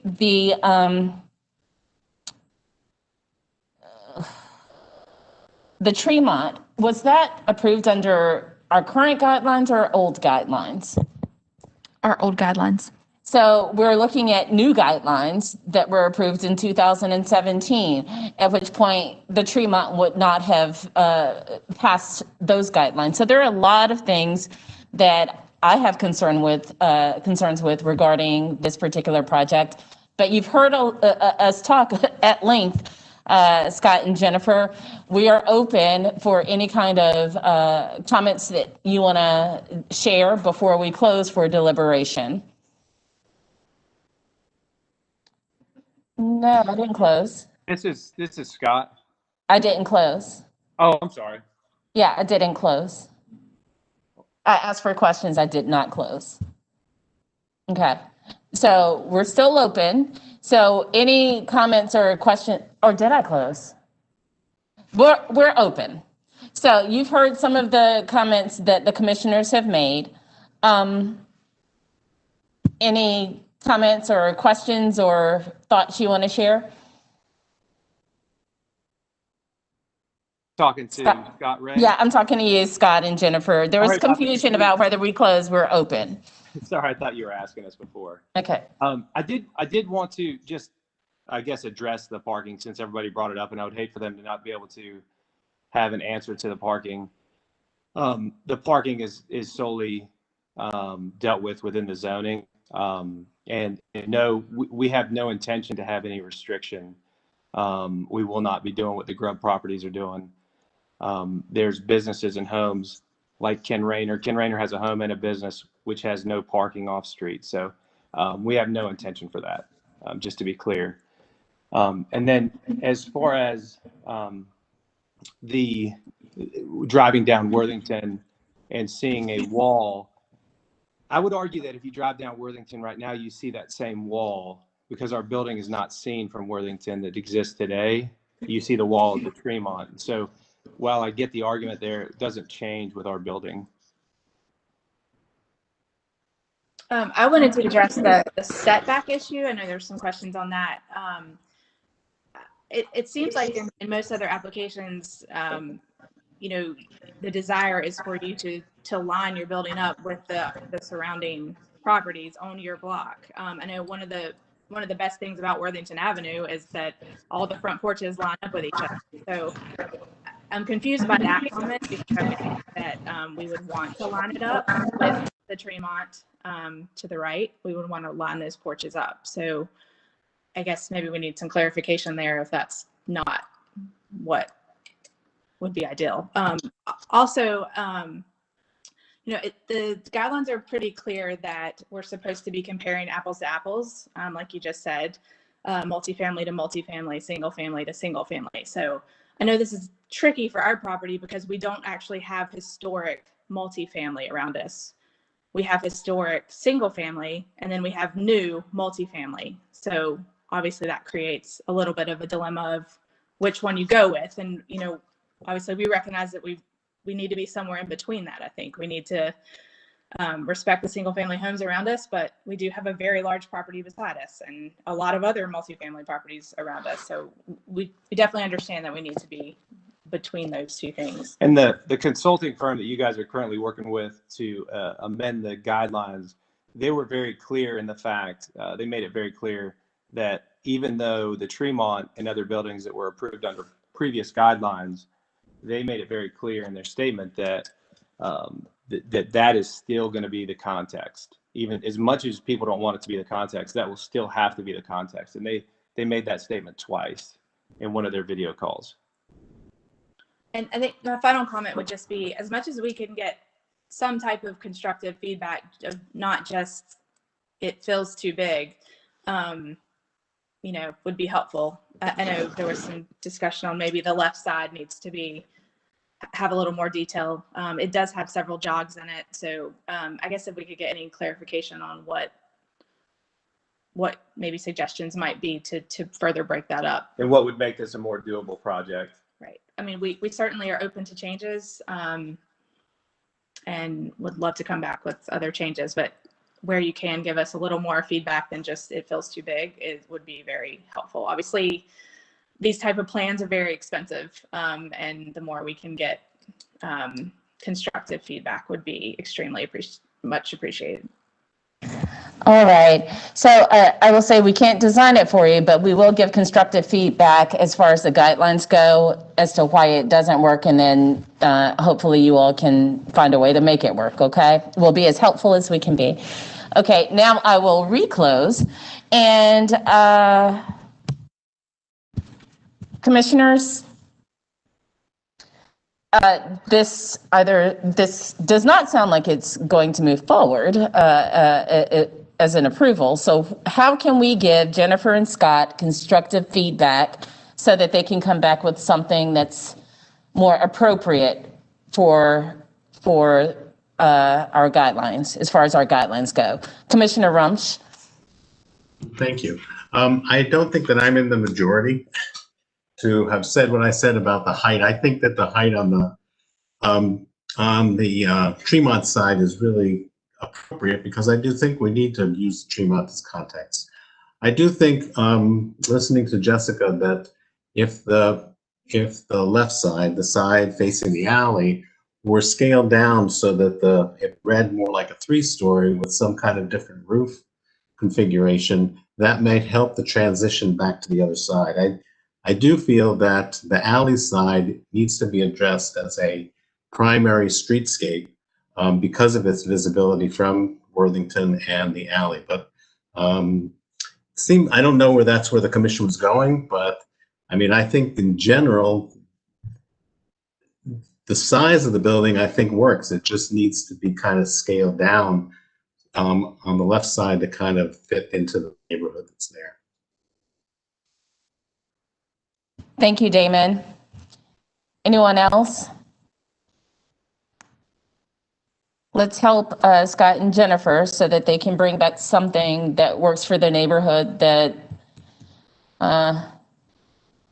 that's helpful to the neighborhood. Commissioner Barth. I think something that may be helpful, and we've mentioned this to other applicants in the past, is looking at like historic buildings within your district that you're applying for. So look at other multifamily, whether it's you know, a quadplex on East Boulevard or anything like that, to draw some design cues and massing cues from, just to help you do that. I mean, I sort of agree with Damon that, you know, the height and scale of Tremont does need to be addressed, but you know, we can't ignore all the other facts and context around it too. So I think it's going to be a complex solution here. So we would love it if you all took a holistic approach to it, meaning that the guidelines work together. We don't just go one by one. Commissioner Walker? I think two commissioners had some good feedback to the applicants. Jessica speaking to, I'm sorry, Jim speaking to viewing this more as a transition, and then the other issue being this definitely appears as a solid 4-story. So it just might simply be that it has to be lowered and appears a 3rd story, in fact, even be a 3rd story. You know, there was a Todd zoning called Todd Transition, which the city's planning department probably should have used instead of the one they used, which just creates, you know, greater opportunities for development. But I do think those two issues should be considered by the applicant. Thank you, Commissioner Walker. Commissioner Lineberger? I certainly reiterate several of the other comments about the transitional aspect and paying attention to that 360 view. But I also wanted to reiterate that the Cleveland Avenue elevation, and even though we cannot, the Tremont was built under different guidelines and would not look the way it does under our current guidelines, I think that it is sensitive to the pedestrian friendly and residential approach that is consistent with the rest of the block. So I think taking cues from that for that front elevation and paying attention to that would be really important. Thank you, Commissioner Lineberger. Commissioner Barth? Commissioner Barth? Okay. Sorry, I forgot to put my hand down. So some of the scale reducing techniques that some of the other areas, other buildings seem to be using are porches, various roof forms, bays, so that it doesn't look like one wall, it's broken up. I don't remember who said, Chris Barth said, look at some of the other houses and buildings in the neighborhood and take cues from that. So hopefully that's helpful. Commissioner Rumsch? Yeah, thank you. I have not addressed the Cleveland Avenue elevation at all, but I think it would be a mistake for this building to look like the Tremont building in terms of the way it addresses the street. What's nice about Dilworth and a lot of our districts is the variety of shapes and architectural styles. So for me, it actually is pleasing to have a different type of facade for the front of the building than what's next to it. So, I mean, what I hope doesn't happen is we just completely duplicate what's happening for the Tremont building in this building. So it just looks like another Tremont building, but it has a distinctive character of its own. Thank you, Damon. I don't know about the other commissioners, but I think it would be helpful. The 3D mock-up looks good and it's helpful. I think seeing the building in relation to the other buildings around it would also be helpful in that regard. We need to create some kind of motion so that we can at least put to paper guidelines that Scott and Jennifer should be really considering when they go back to the drawing board and revise the plans they have. I can't make a motion, so is anyone else ready to do so? Just some of the things that we've mentioned. We've talked about scale reducing techniques. We've talked about landscaping. We've talked about addressing the parking. We've talked about the building in relation to the other buildings. We've talked about looking at other historic multifamily buildings. So who wants to move forward in putting something to paper that we can use to help Jennifer and Scott? Yes. Madam Chair, members of the commission, as I've sat here and listened to the commission's discussion, I do have one area of concern in regards to your deliberations. The question of parking is not something that I believe you legally have the ability to actually require and or dictate in this instance. I have asked Christy whether or not there's any particular guidelines that are in your HDC guidelines that will cover the issue of parking. If there is not a particular guideline that you can reference, then it will have to default back to the underlying zoning as being the applicable actual measure for their requirements. You may, again, the terminology has been used, supersede the underlying zoning if you do have guidelines that conflict with the zoning for that particular property and those development rights. But if you do not have a particular guideline, then the zoning that is underneath the property would then be the requirement for the applicant and or developer to meet. So I do know there's been some discussion about this overall, but unfortunately, I don't believe you have the legal authority to acquire additional parking or to approve or deny it based on the aspect of the parking number itself. Now, you may consider how all of that may go into the situation of the orientation where the parking spaces may be located. I'm not going to say that's not a possibility, but you may not be able to approve it or deny it based on the number of spaces. But I will turn to Christy to weigh in. That's exactly what I was going to say. Guidelines for sidewalks and parking and guidelines for private sites starting on 8.2. And then for non-residential projects are on 8.3.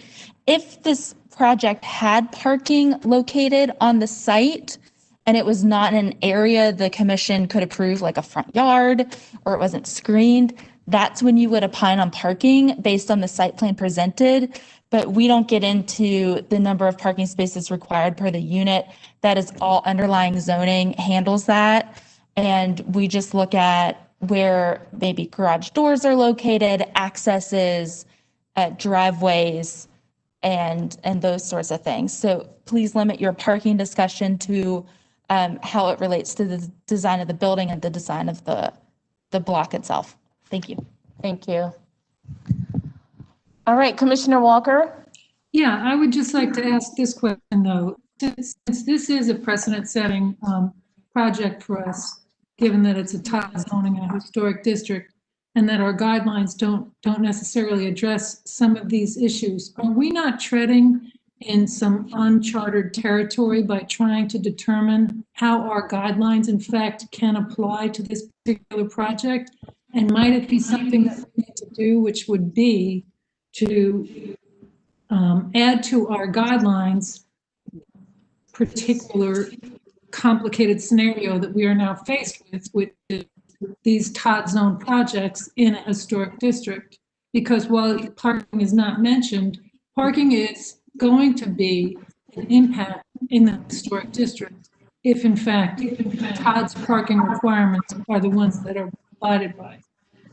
So, no, like everything else, we have done multifamily projects before. We just looked at one on West Boulevard in Wilmore. We did a townhome that looks like a quadruplex on Kensington and Plaza Midwood under these guidelines. You're gonna use your guidelines the same way you would for anything else. Do not even, my advice is, we don't consider the underlying zoning. We consider the design and how the building fits in contextually. Todd should not even be being discussed by this body because it is just, it's like how we don't discuss R5 or multifamily or anything else. Todd should not be discussed. We are just looking at the building itself. And I believe, yes, and I believe Thomas has something he wants to add. If this board wishes to move forward and consider those ideas for Todd and your guidelines, please be aware, being that you are appointed by the Charlotte City Council, and the council is, again, the governing body for the entire organization and the city, they have the full right and full ability to amend their Todd ordinance guidelines to say that you have no ability to supersede them in any way, shape, or form. So I do want to make sure that I kind of highlight to this commission that if you want to go down that path, it does not prevent the planning department or the council from overriding your ability to do such plans going forward. So I would be very cautious in that regard because the council has established that this is the path forward that they wish to take in regards to that type of zoning. And the council has decided to rezone the properties that they believe were appropriate in that regard. So as Christie's alluded to, that is the underlying zoning. That is what council has designated. You are charged with looking at and reviewing the design and specifications under your guidelines. Thank you, Thomas.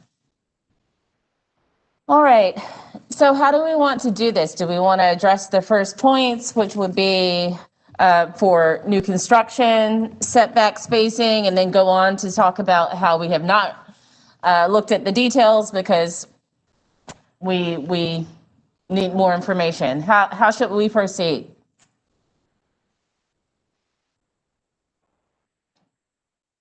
I think that's a reasonable approach.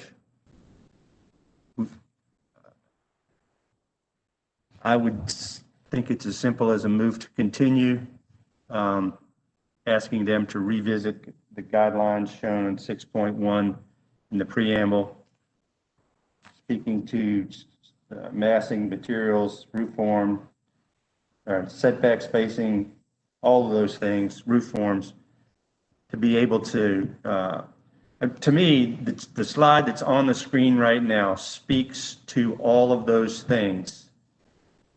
I mean, we have two enormous plain walls, 4 stories plus of building that has very little fenestration, very little differentiation. It's all the same. There's very little detail. There's very little fenestration to it. And I realize it may be a function of what they're trying to achieve, but the reality is it's not working for meeting our guidelines to fit into a historic district. This looks like it could go anywhere in Charlotte, particularly places that aren't historic districts. I would just like the record to reflect that we are talking about slide 13. So, I mean, that's my thought. It's a simple move to continue based on 6.1. Okay. Commissioner Barth? Yeah, I just wanted to clarify something that Jim said, that I guess the 2 largest facades didn't appear to have a lot of fenestration on it. The north elevation, I think there may be a graphical error in the drawings. I think all the darker squares and appear to be Juliet balconies as well as windows. and some of them are showing up as blue. Maybe that might be a little bit of confusion there. Thank you, Chris. So I want us to be as helpful to Jennifer and Scott as possible, and being helpful to them, we're being helpful to the neighborhood. So Jim has said that he thinks we should continue for 6.1. And he listed the things that we should be looking at. And then we could say that we have not, we did not delve into some of the more finer details because we want to handle the bigger things first. Jim, do you want to make a motion on that? Do you feel comfortable doing so? And commissioners, what do you think about Jim's motion?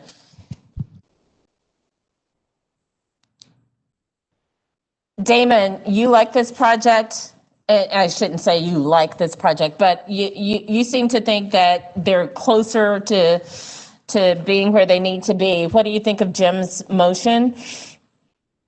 And would you add any friendly amendments to it? I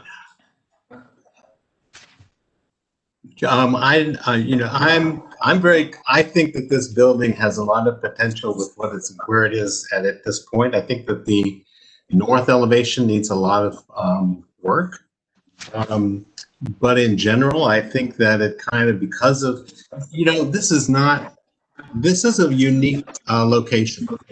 And I think that we've got to consider it as a unique location. That's why these are guidelines and they're not written in stone. So because of its location, I'm sorry, We can hear you. Okay. You're hearing feedback. I'm gonna mute while you talk, okay? All right. So I think because this is a unique situation, when we look at the guidelines, they're guidelines. And, there's no question that the north elevation needs some work, and the east elevation, which also faces residences and which is a visible elevation, needs some work. But I think in all, the size of the building, it works. If the fourth story becomes a roof line, and I'm not sure what it needs to look like, but to make it look like something that's already there. One of the things about Dilworth is the variety that's there. And this kind of suggests a historic past. That's why I think I'm in the minority. So I don't think that to ask me about a motion to give these people direction is the right thing, because I don't think the commission's going there. I think we need to hear that other side. So thank you for speaking up, Damon. Jill, your thoughts? Christy, you had sent out that talked about infill buildings, and one of the things that it talked about was that they need to respect their context. So if the applicants would consider that, and the fact that there are two sides of this building that front on residential. And I guess the only other thing I don't think we got a better understanding of was the way that land is graded. It slopes down considerably to the back end of the building. And my concern would be the impact of the true height of the back of that building on the residents behind it, or the ones that face Worthington as well. It's considerably higher in reality than it is in Cleveland. So we want some kind of document showing. Yeah, what the height is back showing there. how the topography affects the building. So that's something that we want to include. Commissioner Heineman, what are your thoughts?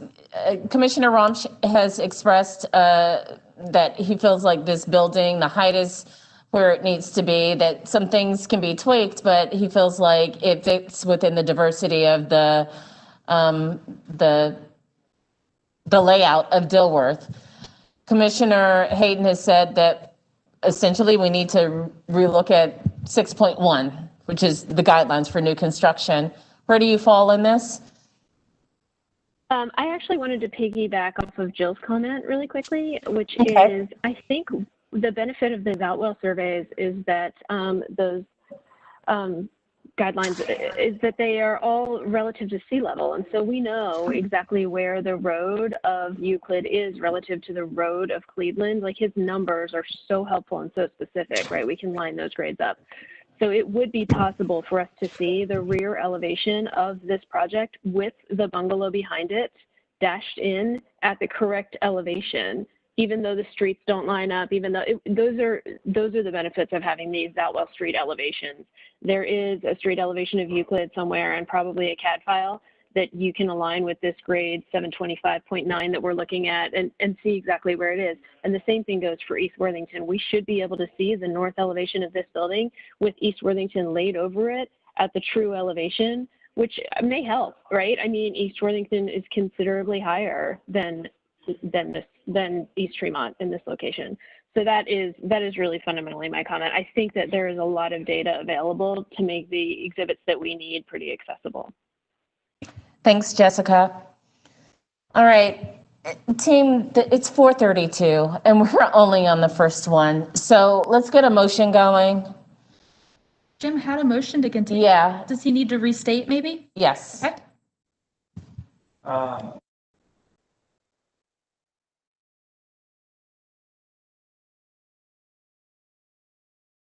Construction 6.1. Jim, you're not on mic. Sorry. I make a motion to continue the application because the project does not currently meet our guidelines for new construction 6.1. Ask in particular that they revisit massing, roof form, and some of the architectural fenestration, particularly on the major facade sides, the north side, the Cleveland side, and the Euclid side. Thanks, Jim. Do I have a second for Jim's motion? Second. Okay, seconded by Commissioner Bonaparte. Commissioner Romsch? In order for direction for the applicant, in the motion that Jim just made, my comments would be satisfying that motion.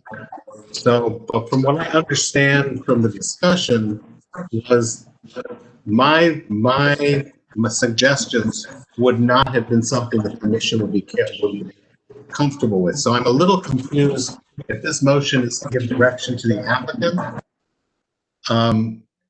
If this motion is specific enough. I mean, for me, I agree with that motion because they could come back with the suggestions I've made and it would satisfy that motion, I believe.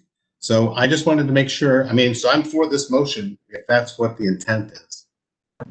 So what you have done in the past on big projects like this is you've incorporated the discussion that you've had into the motion by stating that one statement, and you can feel free to do that.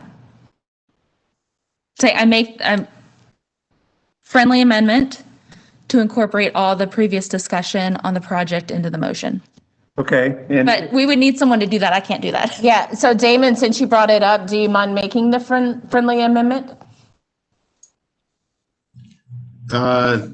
This is, if it follows the motion, then if it follows the discussion, then I'm not in favor of this motion, and I would probably not be the one to make that friendly amendment. Okay. Does anyone else feel strongly enough about the discussion we've had regarding this project to make a friendly amendment? If not, that is fine. Then I want you to talk more in your motion and expand upon your motion for the benefit of the applicants. So it looks like Commissioner Bonaparte has some comments she wants to make. Commissioner? I was just going to add the friendly amendment to include our discussion. Okay. All right. So Commissioner Bonaparte has made the friendly amendment. Do you accept? I do. Okay. Are you still good with seconding the motion, Commissioner Bonaparte? Can I do that? Sure. You can do that. Yes. All right.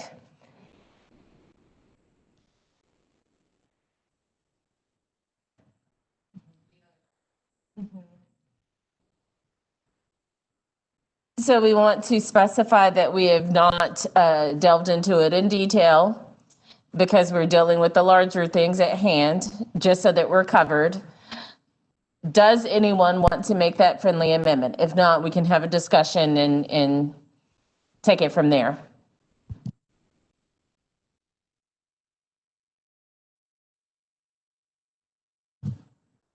Anyone?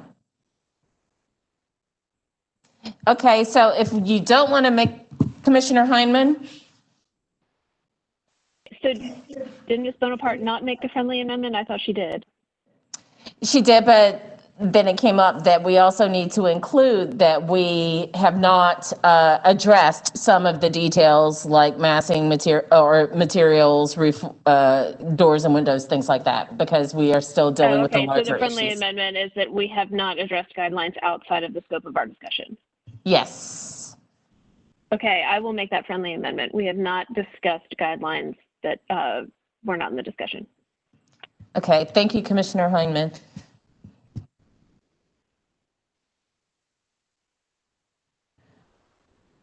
Jim is writing feverishly, and when he's done, we can restate the motion for Candy.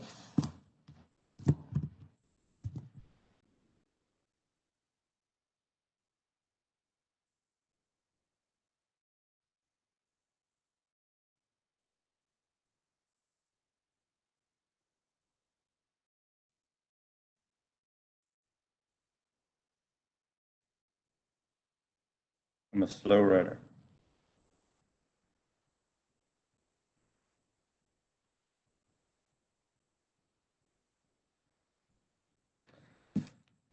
Okay.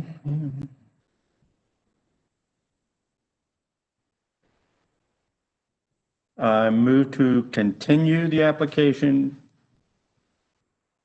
because it does not meet our guidelines for new construction 6.1 with regard to massing, roof form, height, width, that we incorporate all of the discussion, the at-large discussion regarding our concerns and desires to see what happens with this building, and a recognition that we have not reviewed other elements and guidelines, solely those under 6.1 related to overall massing and overall design. We're not reviewing details. Do we have a second? Second. Seconded by Commissioner Bonaparte. Any discussion of the motion? All right. Let's take a vote. Commissioner Goodwin? Yes. Commissioner Hayden? Yes. Commissioner Barth? Yes. Commissioner Bonaparte? Yes. Commissioner Heineman? Commissioner Lineberger? Yes. Commissioner Rumsch? No. Commissioner Walker? Yes. Commissioner Murin? Yes. Commissioner Parati, yes. So 9 yes, 1 no. The motion passes to continue. Thank you all for your patience.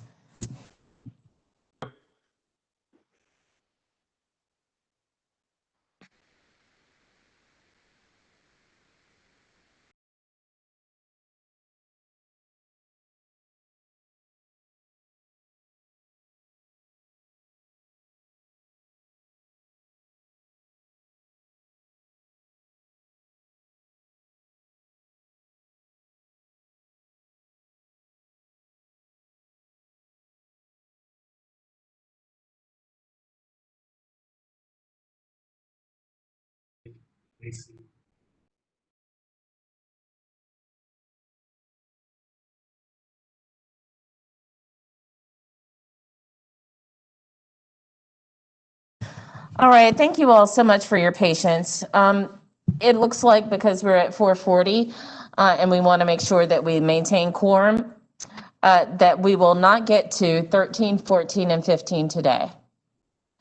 We will reevaluate and see if we can do 10 through 12 today later on, but it definitely seems like we're not going to get to 13 through 15. So thank you. That will be pushed to the next meeting. All right, let's move on to the next application. Okay, the next application is 2010 The Plaza. And this is a continuation from the November 18th, 2020 meeting for townhomes surrounding the Van Lanningham estate. And at this time, I'm going to ask if Panchali, Tim Finan, Rusty Gibbs, and Shad and Paul are on the line. Are any or all of you with us? Paul's. Panchali's on the line. Rusty's on the line. Okay. Okay, so Rusty, Tim, Panchali, Paul. Did I hear Paul? Yeah, Paul's here. Oh, Paul. Hi, Paul. Okay, so have y'all been sworn in? Yes. Perfect. Yeah. Okay, I'm going to turn it immediately over to you. Before you speak, if each of you could state your name and your address for the court reporter, and we're going to start with Panchali. Panchali Sal. And your address, please? 2041 Bay Street, Charlotte, 28205. Rusty? 2909 Virginia Avenue, 28205. That was Rusty Gibbs. Rusty Gibbs. Happy Paul? New Year. Happy New Year. Paul? 1125 East Moorhead, 28204. Paul, you cut out. Could you just state your last name for the court reporter? Yes, Sagaden. And 1125 East Moorhead, 28204. Thank you. Tim? Yeah, Tim Finan, 826 Hawthorne Lane, 28204. Thank you. Is Shad with us? Shad's here with Paul. With Paul. Okay. Is Shad going to be speaking? I don't think so. Okay. All right. The floor is yours. Okay. I think I'm going to start out, and Paul may come in at some point here. So from the previous revised application, we mainly focused on the comments from the previous application. We wanted to condense the presentation to kind of allow the drawings to better show what we were proposing. During the previous application, the main kind of comment or the theme that you guys kind of left us with was the Van Lanningham estate should be the star of the property, which we agree with. We took this to heart. We took the approach of allowing our project to become the backdrop to that show. So if she's the star, then we're the backdrop, and that was the approach we took, and that was the goal in our redesign of our project. Overall, our goal for the project is to create a high-end development, a well-designed project, also paying respect to our setting, our surroundings, and we don't want to overpower the estate or the grounds that we share with it. Moving to the drawings here, you can see on this first slide, I believe this is this is the second slide, I believe. If you go back one, should be the existing conditions. This shows the site plan that shows the tree save areas. So we actually, in our project, are saving quite a bit of the trees and some of the hedges along the property. So we did go through, and there's actually quite a bit of landscaping that's remaining. In addition to, we're also restoring a lot of the landscaping and adding to it. So if you go to the next slide, you can see the combination of the existing and the new landscaping here.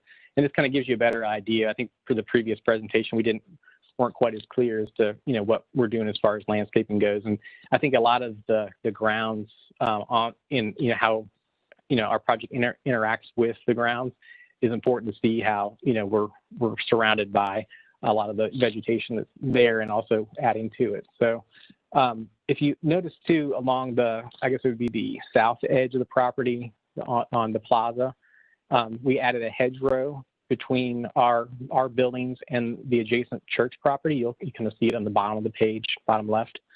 That was to create kind of a filter between our project and the church. So when you're coming down the plaza, you don't see our building quite as prominent as you're coming up to our development. And that was one of the comments last time on the application. Also, in the middle of the site, we added the proposed commercial building. I know that's not approved yet, but that is the size of the commercial building that they're proposing to put there.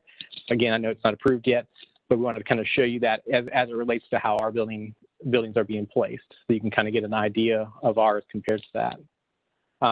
Additionally, if you look on the Thurman side, which is kind of the right side, right upper portion, you'll see these kind of long hedgerow pieces. That's an existing hedgerow right now, which is quite a tall hedgerow. It's almost in some ways kind of overgrown, but we are required to maintain that by the rezoning documents. And so that really does create a big screen on that side of our buildings, and kind of blocks a lot of the visibility into our site and into the building. So it really does kind of make our buildings kind of be nestled into the woods in a way. And we have some drawings that you'll see in a few minutes that kind of show how that looks. Move to the next page with the revised elevations. We focused on the interconnectedness of the guidelines. That was something you guys talked about. So we put together design. I showed you here the previous design and the new design here. What we tried to do is, per some of your suggestions, is we tried to lower the roof lines and add various heights to the forms and create and kind of keeping the surrounding context and create a complexity of forms so that it wasn't just one continuous roof line. So it really does get broken up. It steps down with the topography.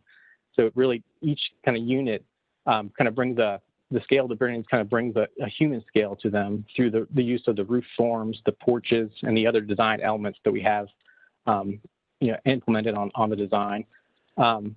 We kind of look at these buildings as a collection of homes. It's more, you can kind of see each individual piece. And by doing that, it's in some ways, it kind of, we've jogged the floor plan to allow the mass of the building to be broken down.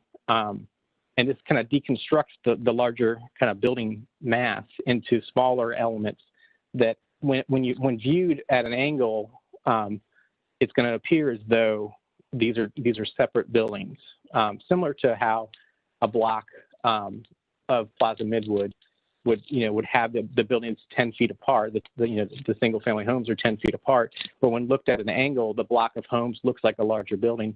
But they're, by jogging in and out, they kind of, allow them to kind of separate themselves.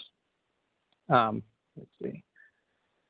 And if you kind of move through the rest of the elevations, I kind of show you, these are the, you can kind of see each elevation. This is a continuation of the private drive elevation.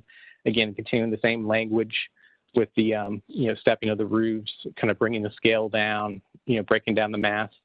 Move to the next elevation. Again, kind of turning the corner, these would be the buildings that are kind of down by the pond on Thurman and Nassau. And then you go one more slide. And this is the larger of the building, which is, just to note, this building is only is 155 feet long, which is shorter than both the church adjacent to us, shorter than the proposed office building, and also not as long as the Riviera apartment building up the street, which is kind of our only real local context in the neighborhood for multifamily. Move to the next slide. I think you can probably move to the next one. I want to go to the ones with the vegetation. Yeah, right here.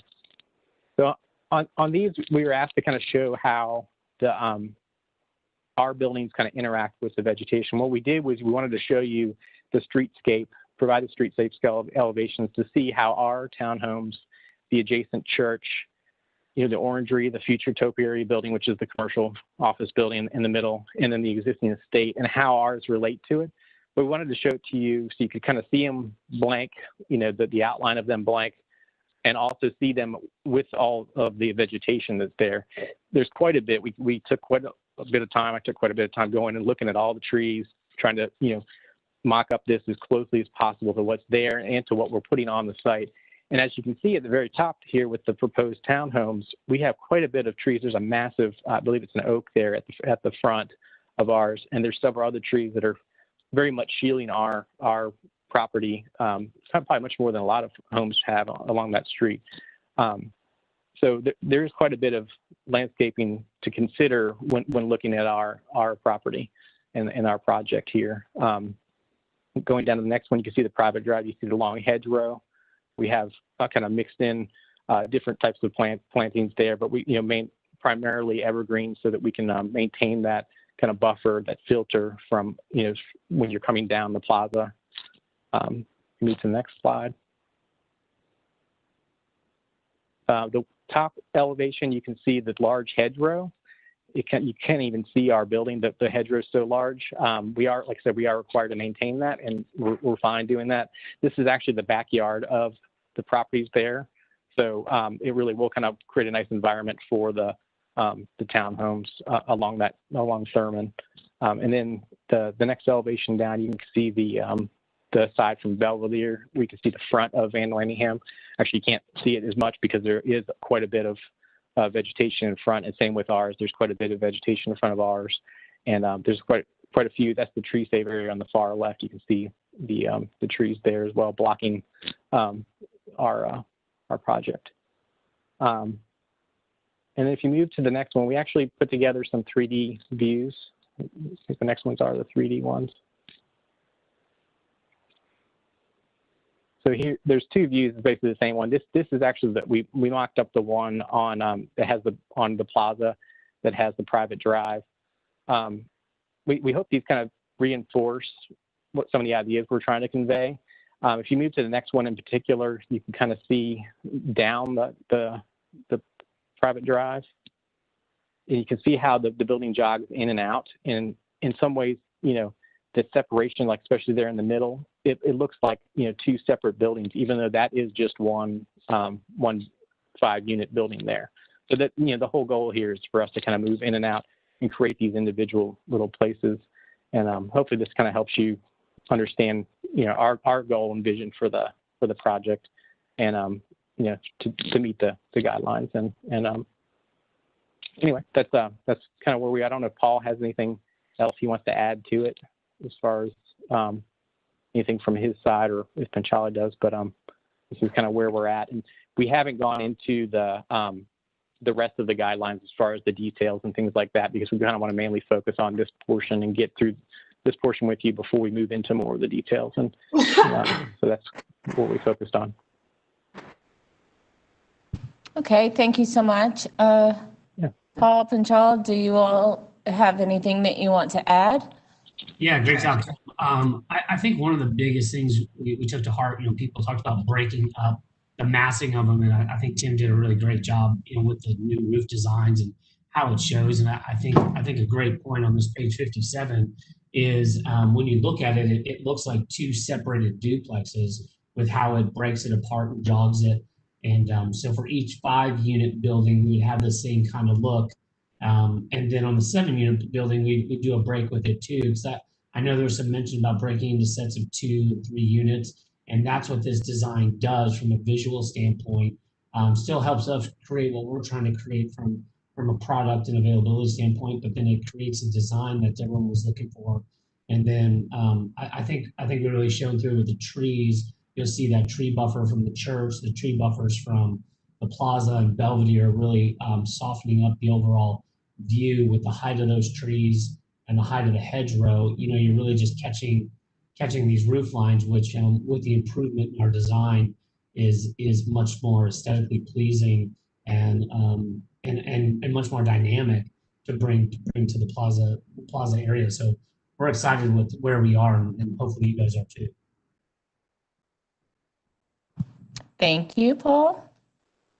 And Charlie, do you have anything you want to add? I do actually want to add something. At the last presentation, some comments came up about, making sure that the Van Landingham estate remains the star of, the entire property. And I just want to mention that, the Van Landingham is its own unique, historic, glorious house that sits on quite a bit of acreage. It's, shrouded in a lot of beautiful landscaping and a lot of that we are maintaining Whereas, you know, the townhomes that we're proposing, they sit quite a ways, you know, away from the main estate. They're not crowding it. They're not doing anything to take away from its stature and beauty.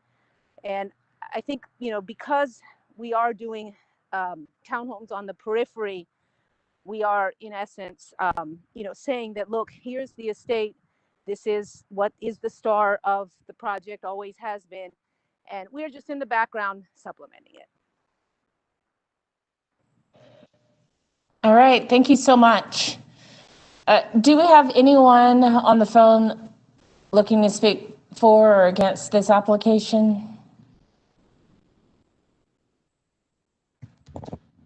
Candace, do we have anyone on the telephone? We have no new callers. I can open it up if you'd like. Yes, please. It's open. Existing callers? Message viewer. Hello? Yes. We can hear you. Did you say the email about Chris Fonzie? Take them off, Candace. Thank you. Okay, well, callers, if you have called in to talk about this project, then you need to let us know. Otherwise, we're going to assume that you are just listening in for listening purposes only. If you do want to speak, you need to email myself at khartst@charlottenc.gov. Thank you. All right, commissioners, let's ask questions of the applicants. Commissioner Murin. Yeah, thank you. I just want to start this by saying that I really appreciate what you guys did, some of the moves that you made, and obviously your presentation is definitely shows that you guys were listening and were able to kind of get some of the things there. There's still some things we'll talk through, I guess, but I just wanted to start with that. The biggest thing, since this is on, you know, slide 57, did you guys actually look, I guess, Tim, you're and your team, about breaking these up into a true duplex? Because I definitely see the strategies that you're doing with the change of material and some of the bump outs and take backs, and then obviously the jog in the road, that's all helping you. But to me, that, you know, the roof line is still one roof line and one continuous roof. So I think as unfortunately the proximity that this has to the plaza and the ability that, you know, it's a long stretch, that you're still going to see this as one giant unit, even though you've got some strategies in the elevation and in this perspective on slide 57 that does that. I was just curious if you guys had a chance to see how, you know, a true duplex with, you know, separation of these buildings would possibly work on this, at least for this front site that we're looking, not throughout the whole project, but as it pertains to the relationship to Plaza, the road.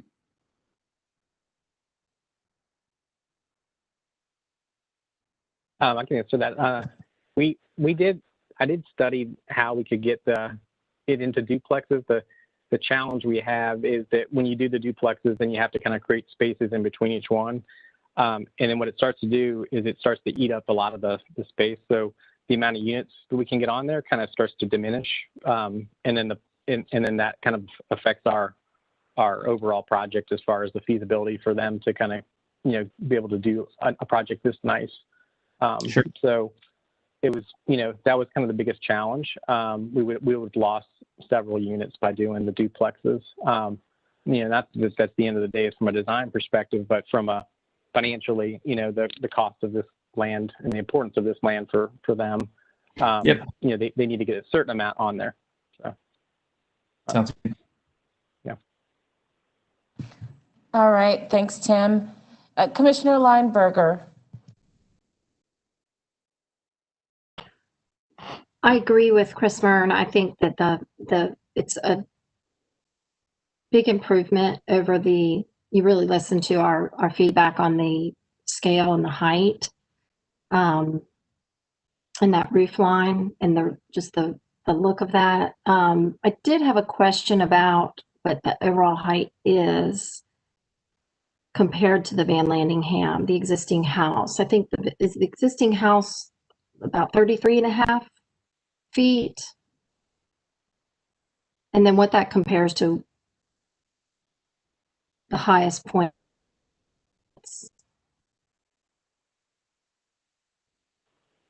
It should be, if you look on the drawings where the overall elevations, believe the Van Laningham is at 35 foot 10, and I can double check this for you, but ours is at 35 foot 6. So we are below, close to it, but below the height of the Van Laningham. And another consideration is that our property, even the highest point of our property, is still below the Van Laningham. So no matter what, we would be lower than them. So and it would only get lower as the grades kind of go down around the property. At no point is the whole building ever going to be close to the height of the Van Laningham elevation height. For benefits of the court reporter, Tim, do you know what slide or what page that is on that you referenced? It should be on the elevations would be several sheets. So let me see here. 49 through the 53. Yes, 49 through 53. Thank you. Okay. Jill Walker. I'm just doing a round robin at this point, you all. Anything to say at this point? Okay. Damon Ramsch. I agree with the comments that have been said already. The improvements are great. The scale has been brought down, and so I'm really comfortable. And this perspective is a real nice way to kind of view it. I would like to talk about Thurman. It's great that we no longer have garage doors, but I think now we have back doors. If you'd show that elevation. So this is the streetscape, and I understand that there's a lot of heavy vegetation along there. And what you have right now is a wall, like a green wall. So you don't really even see it. But the truth is these,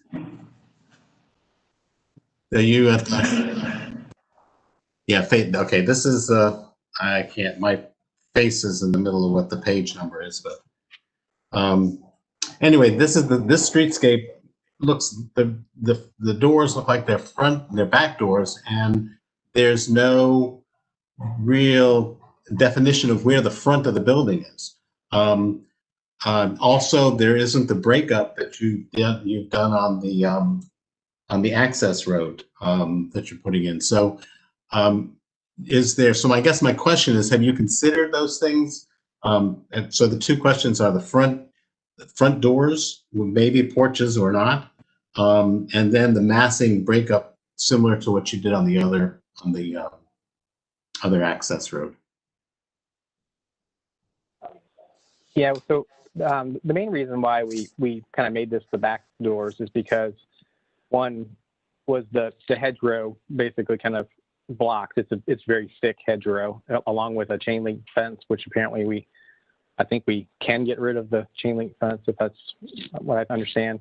But it was kind of difficult. If we were going to put the front doors on that, then it was going to be counterintuitive to kind of the pedestrian access to it. So the other side facing Van Laningham was the kind of more front door approach, which was what similar to the rendering you see. That would be the feel. Would you show that elevation? I thought those were all garage doors. Yes, they are. Yeah. Okay. So that side would be the side that faces the Van Laningham behind all the landscaping. So there was no way to get the garage doors on the other side along with the front door. So it's kind of like logistically there was no way to do it with the hedgerow. You have to not have them then. So. Well, so would you go back to the Thurman elevation, please? So I think the front door would really be an architectural detail as opposed to having a whole, it doesn't have to have a front, it'd be nice to have a front porch, but remember, this is the streetscape of the neighborhood and a very important piece of it. And so for it to be considered the back of the building facing the street kind of goes in, is is not in keeping with what our guidelines are asking. So, So if you can Christy zoom in real quick to that bottom elevation? I kind of want to show, in a lot of ways, even though I say it's the back door, there are actually ins and outs and porches on each unit. So if you can kind of see how each one has a unit. In some cases, there's a larger porch there in the middle that has a little railing. Most of them kind of have more of a more simple porch piece. And then the end one actually has a wrapping porch around it. That whole piece wraps around it because that's the most visible one because the hedge kind of stops at that corner. So in some ways we did that, but we didn't create big, huge porches on each one. They're kind of smaller ones. But it's something we could look at possibly making larger. There. Okay, I think just more attention to where the front door is, and also there's that. Well, you did a great job of breaking the scale up on the access road where you talked about it kind of looking like duplexes, where you didn't do any of that kind of treatment to either one of these buildings, and one of these buildings is very, very long. Yeah, well, I think what we could do, and I agree with you on that thing. I think what we could do is create some more dormer elements there. If you see there's two kind of, if you're kind of taking, you say 2 and 1 and then the middle, we could probably create some more dormers and lower that roof line down even more on this one. I do agree with you. I think this one the scale could be brought down a little bit more without compromising the building itself. And that would probably help with kind of making it more feel like that other one as well. So, Thank you. Yeah, I agree. All right. Thanks, Damon. Jessica Heinman.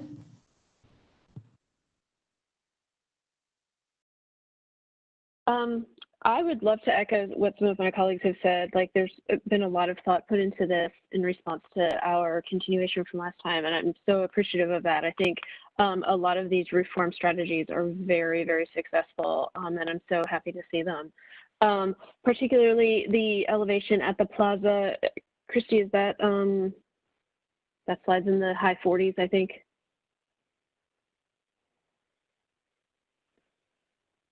$49.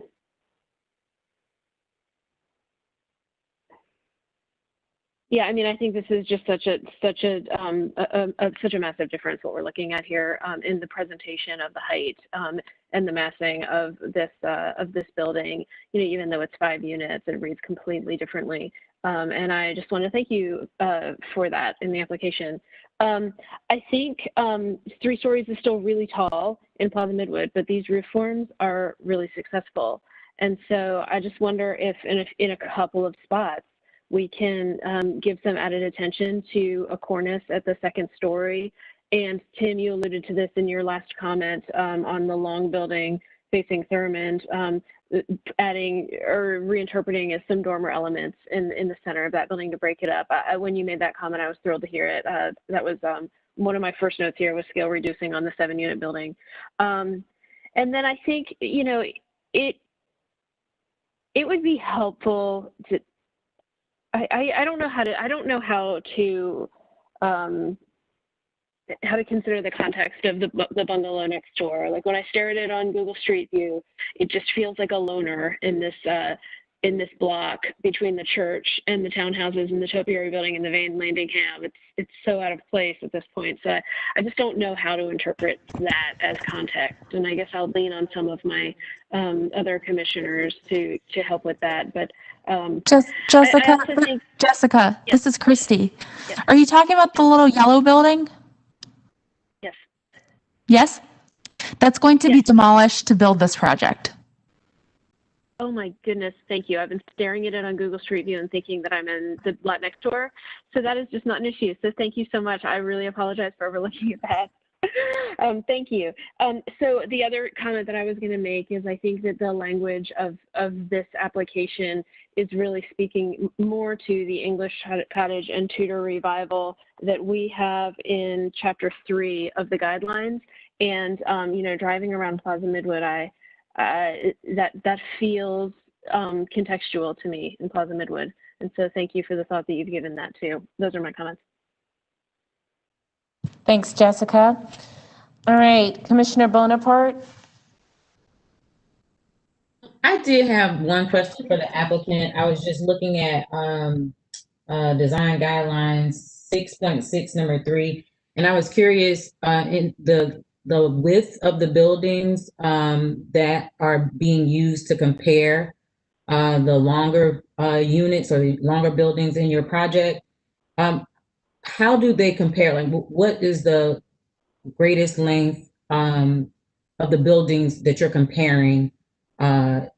The Thurman Street, and I think it's the Private Drive buildings. What's their comparison to the longer buildings? I think you're comparing it to the church and maybe another office building. How do they compare? Yeah, so our the biggest building we have, our 7 unit, is 155 feet long, and that one is less. The church is 180. The Riviera, which is the only larger multifamily apartment building in context, is 200 feet long. Okay. And then I believe that the office building, the proposed office building, what we can tell, is 200 feet long as well. So we're quite a bit less than 70% or so less than those. So. Thank you. Yeah. Okay, Commissioner Barth.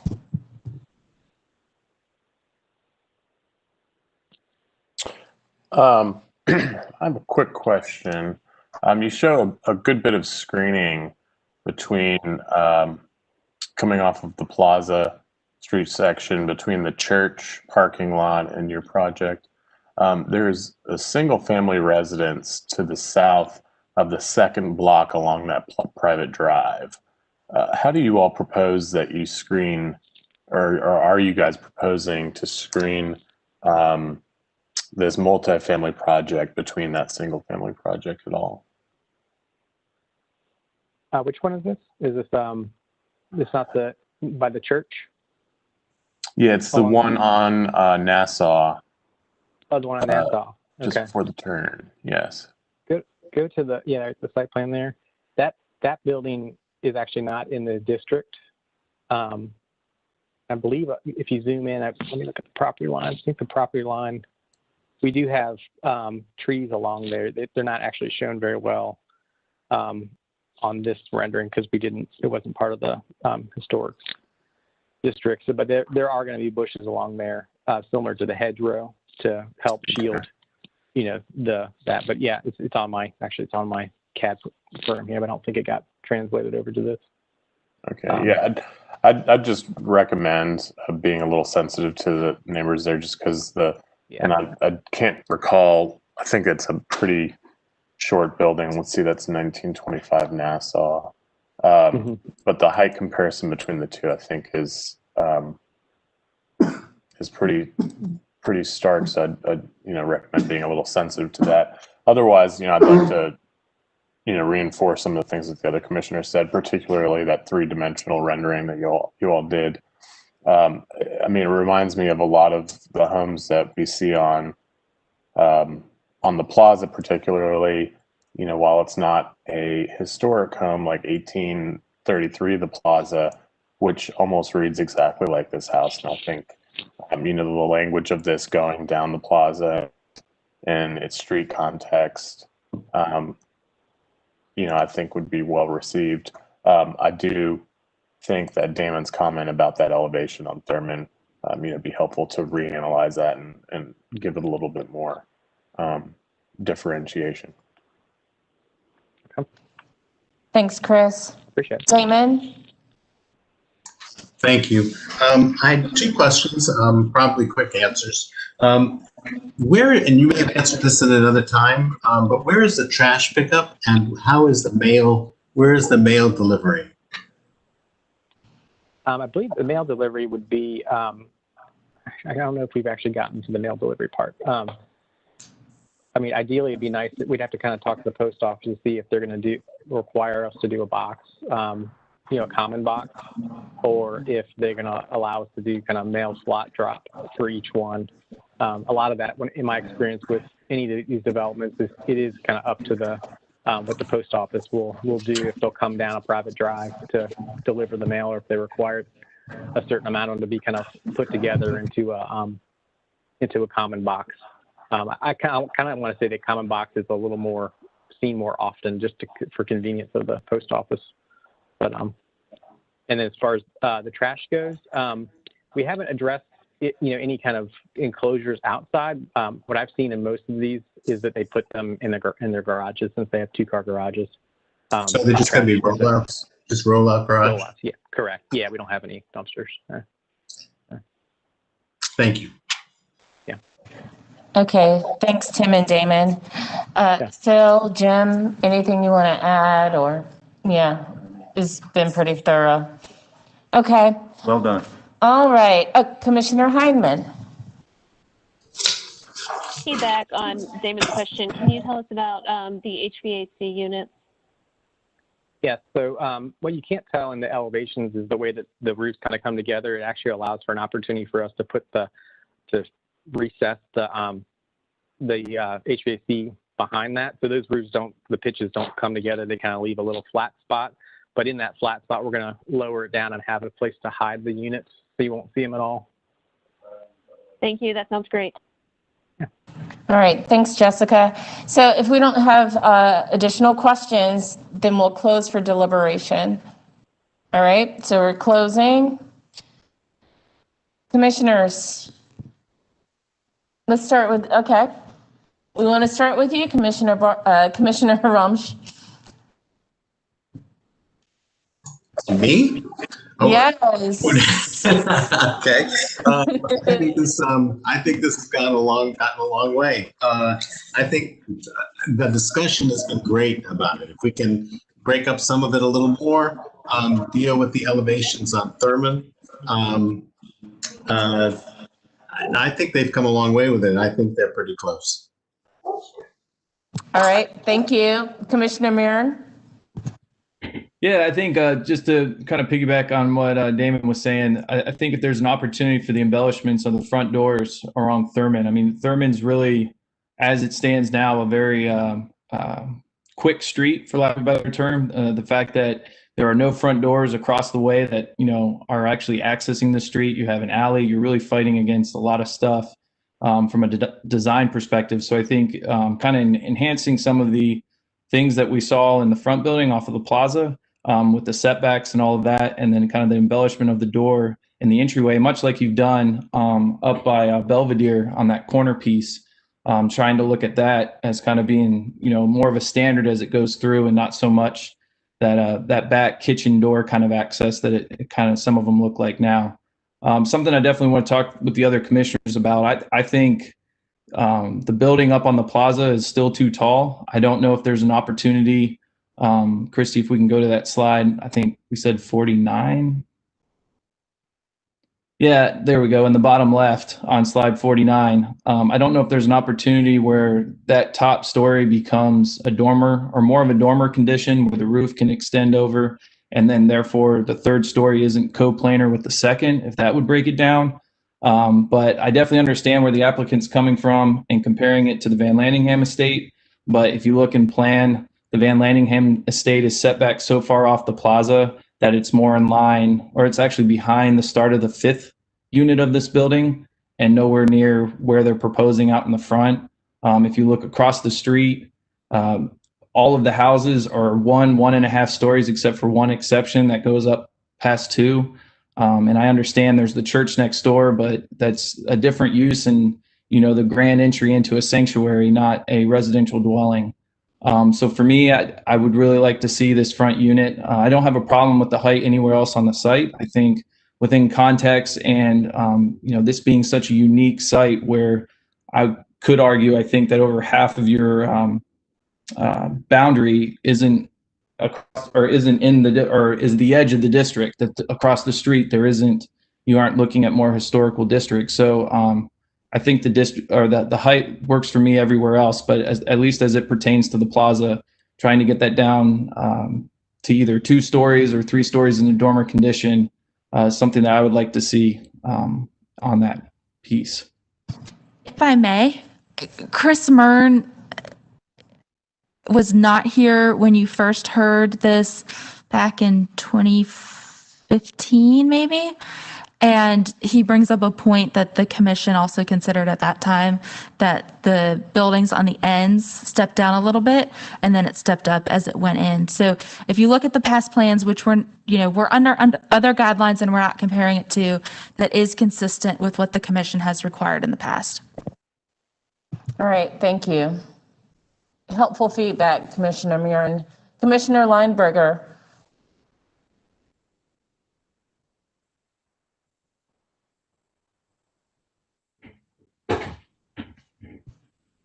Commissioner Heineman. I'd like to piggyback on Chris Mune's comments because I think it's insightful. I think I sort of alluded to it with asking for more second level cornice, but it does still feel like a 3-story building on the plaza, which I think is going to give it some dominance that maybe is what we're trying to avoid. And I really would love to see the second-story cornices come across so that those read as dormer and not as wall.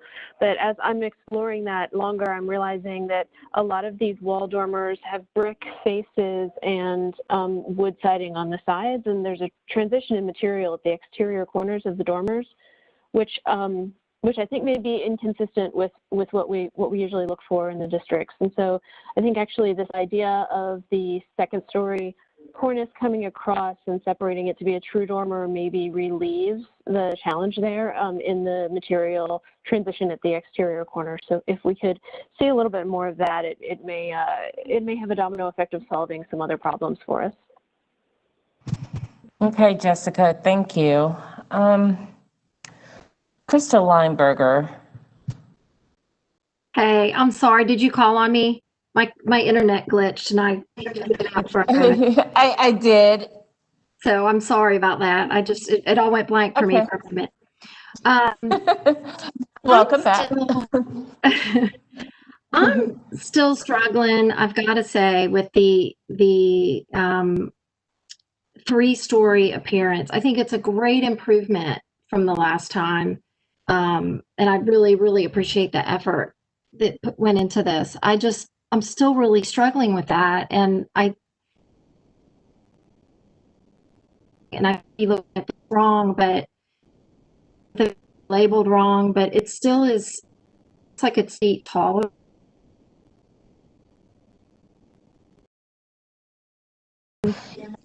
Spoke to this. Krista. Krista, you're breaking up. And what you were saying was really helpful because I'm right there with you. So will you repeat that, please? Okay. Can you hear me okay now? Now you're great. Yes. Okay. I'm so sorry. I don't know what's going on.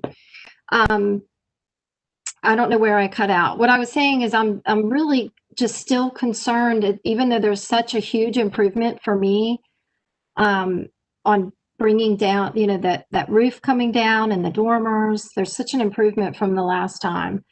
It still reads as 3-story. It is 3-story. And it is still, as I said, I might be reading this wrong somewhere, but the Van Landingham on that plan says that it's 33.5 feet tall, and this is 2 feet taller than that. But the Van Landingham should be, that main house should be what the Q is, as we've reiterated multiple times, and it's a 2-story building and it's a 2-story home. So I understand that it's set back from the street, making that elevation right there closest to the plaza so important.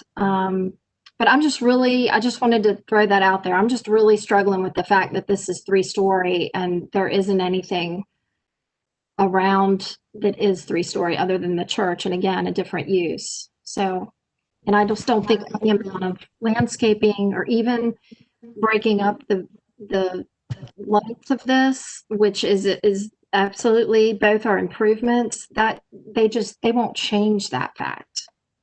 So Yeah, Krista, I agree with you. And I know it's a challenge because we want to see good things happen on this property. And yet, in the past, we've said that we can't take the vegetation into consideration. So there's a hedgerow there. If that hedgerow wasn't there, would we be okay with it?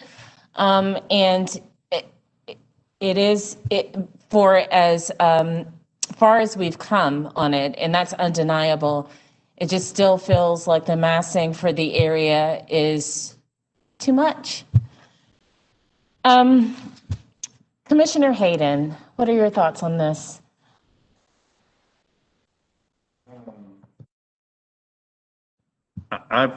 I'm seeing such an incredible leap forward from where we were the last time. I do have some concerns about the one building that faces the plaza. If there can be some adjustment to that, to make that seem a little more two-story like, I think they've really done a great job of pulling it right where we want it to be. So that I hear what everybody's saying. To me, it's that one corner that needs a little bit of adjustment. Okay. Phil, any thoughts? Yeah, just a quick question. I thought that I had heard that the Van Landingham estate was taller than the townhomes. Was I mistaken? They mentioned, I think Tim said it was in its here. It's 33. And actually, I think he said it was taller, but it looks like these are a little taller than the Van Landingham. And then he went on to talk about how the position of the Van Landingham set back gives it a different feel than the ones than these townhomes. So they're either comparable in height. The townhomes might be a smidge taller, but I think what Krista was saying is that they're still taller, and the Van Landingham should be, as we've said before, the star.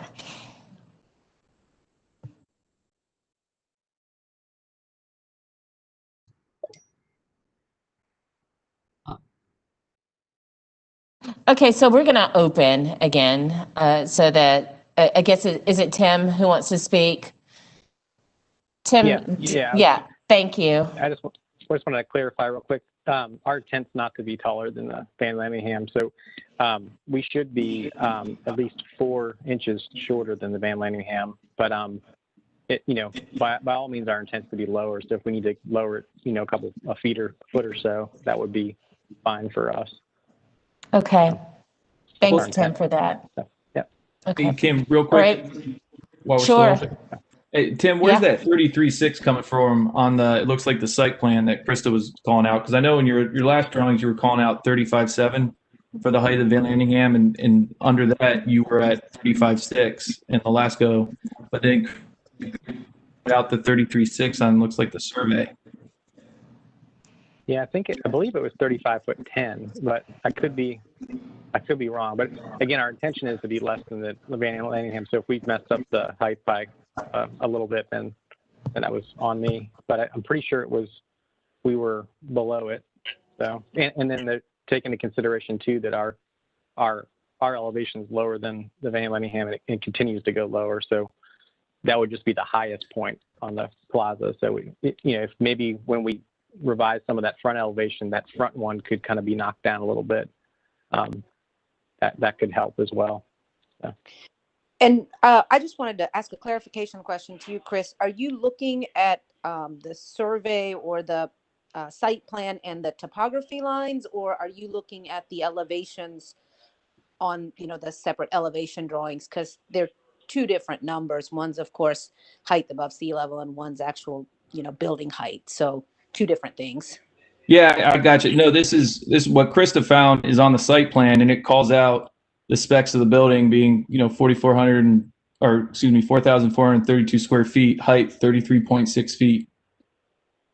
I think the one that was done by Zatwell showed that's where we got our information from, because I think Christy had ordered a separate one for that, showing the section through. And that's what we were going off, but we were trying to be below.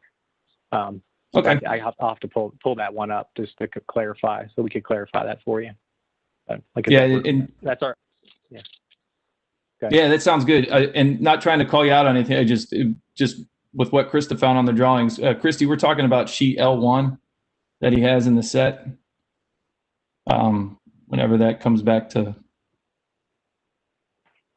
of this presentation, Gotcha. of this current presentation. From January? Yes. Yes.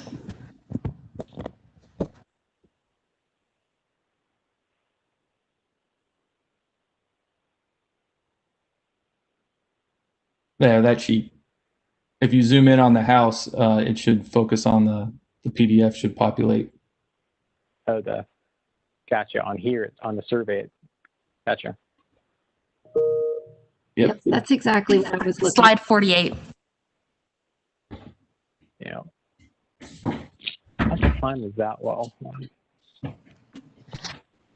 Okay, we're gonna move on to Krista. Krista, did you have a question for Tim?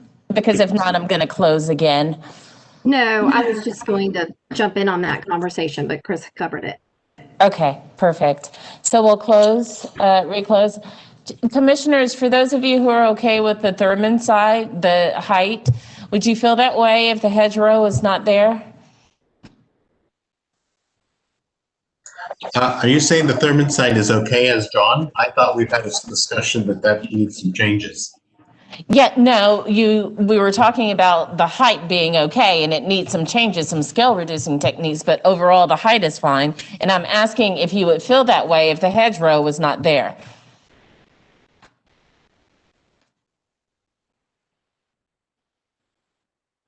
Would you show that elevation again?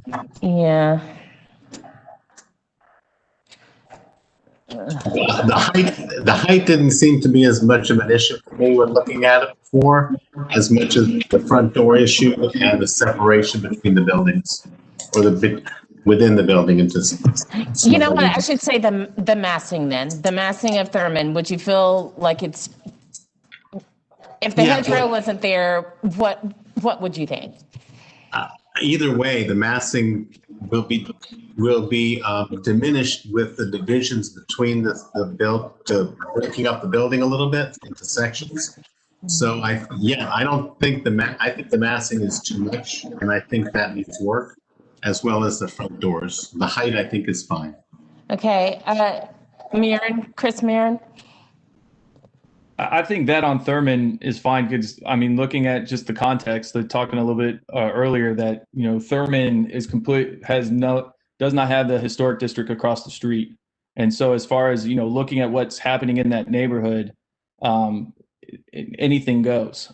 So I think having that with the strategies that, Damon outlined, I think to me doesn't bother me. To me, the relationship of the what's going on with the building on the plaza, and therefore what's across in the context, according to 6.1 and 2.5, that to me is where that front building is kind of missing a little bit. Thanks, Chris. Jessica? My response is going to be the same as Damon's. I feel like we've talked about scale reducing techniques to deal with massing on the Thurman elevation, and I feel like the applicant has expressed a real willingness to look at that. So do you think that that is still in play? But I think the applicant has expressed a willingness to visit that. Okay, so we're at 5:35, and it sounds like we have a general consensus of how to move forward. So who wants to make a motion?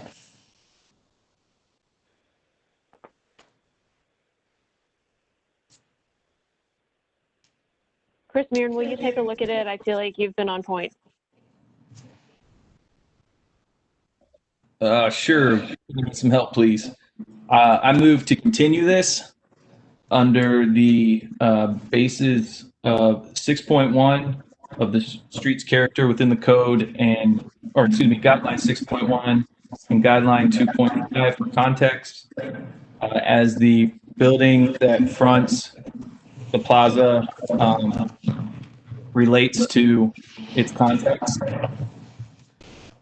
And then,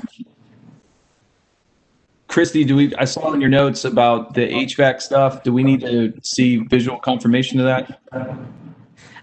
I think you would just ask for a note on the plans and then mention anything you want to mention about the front doors on Thurmond and the Thurmond building. Sounds good. All right, and please note up the plan for HVAC locations that was discussed to be in the roof or hidden by the roof parapets. And then also look into further development of the building along Thurmond as it pertains to the stepping of the facade and other embellishments around the front door of the individual units. I second. All right. Motion made by Chris Mehren, seconded by Damon Ramsch. Any discussion of the motion? All right. Why don't, wait, Jessica, okay, Jessica? I'd like to add a friendly amendment about separating the dormers and providing additional second-story cornice line and eliminating the transition of materials at the exterior corner of the dormers. Accepted. Me too. Okay, Jessica, will you restate that for the benefit of our court reporter, Candy? Sure. Friendly amendment to separate the dormers so that they are true dormers and to provide a continuous cornice line at the second story and to eliminate any material transitions at the exterior corners of the dormers. Thank you, Jessica. Jill? Did we want to bring up the 3-story on the plaza?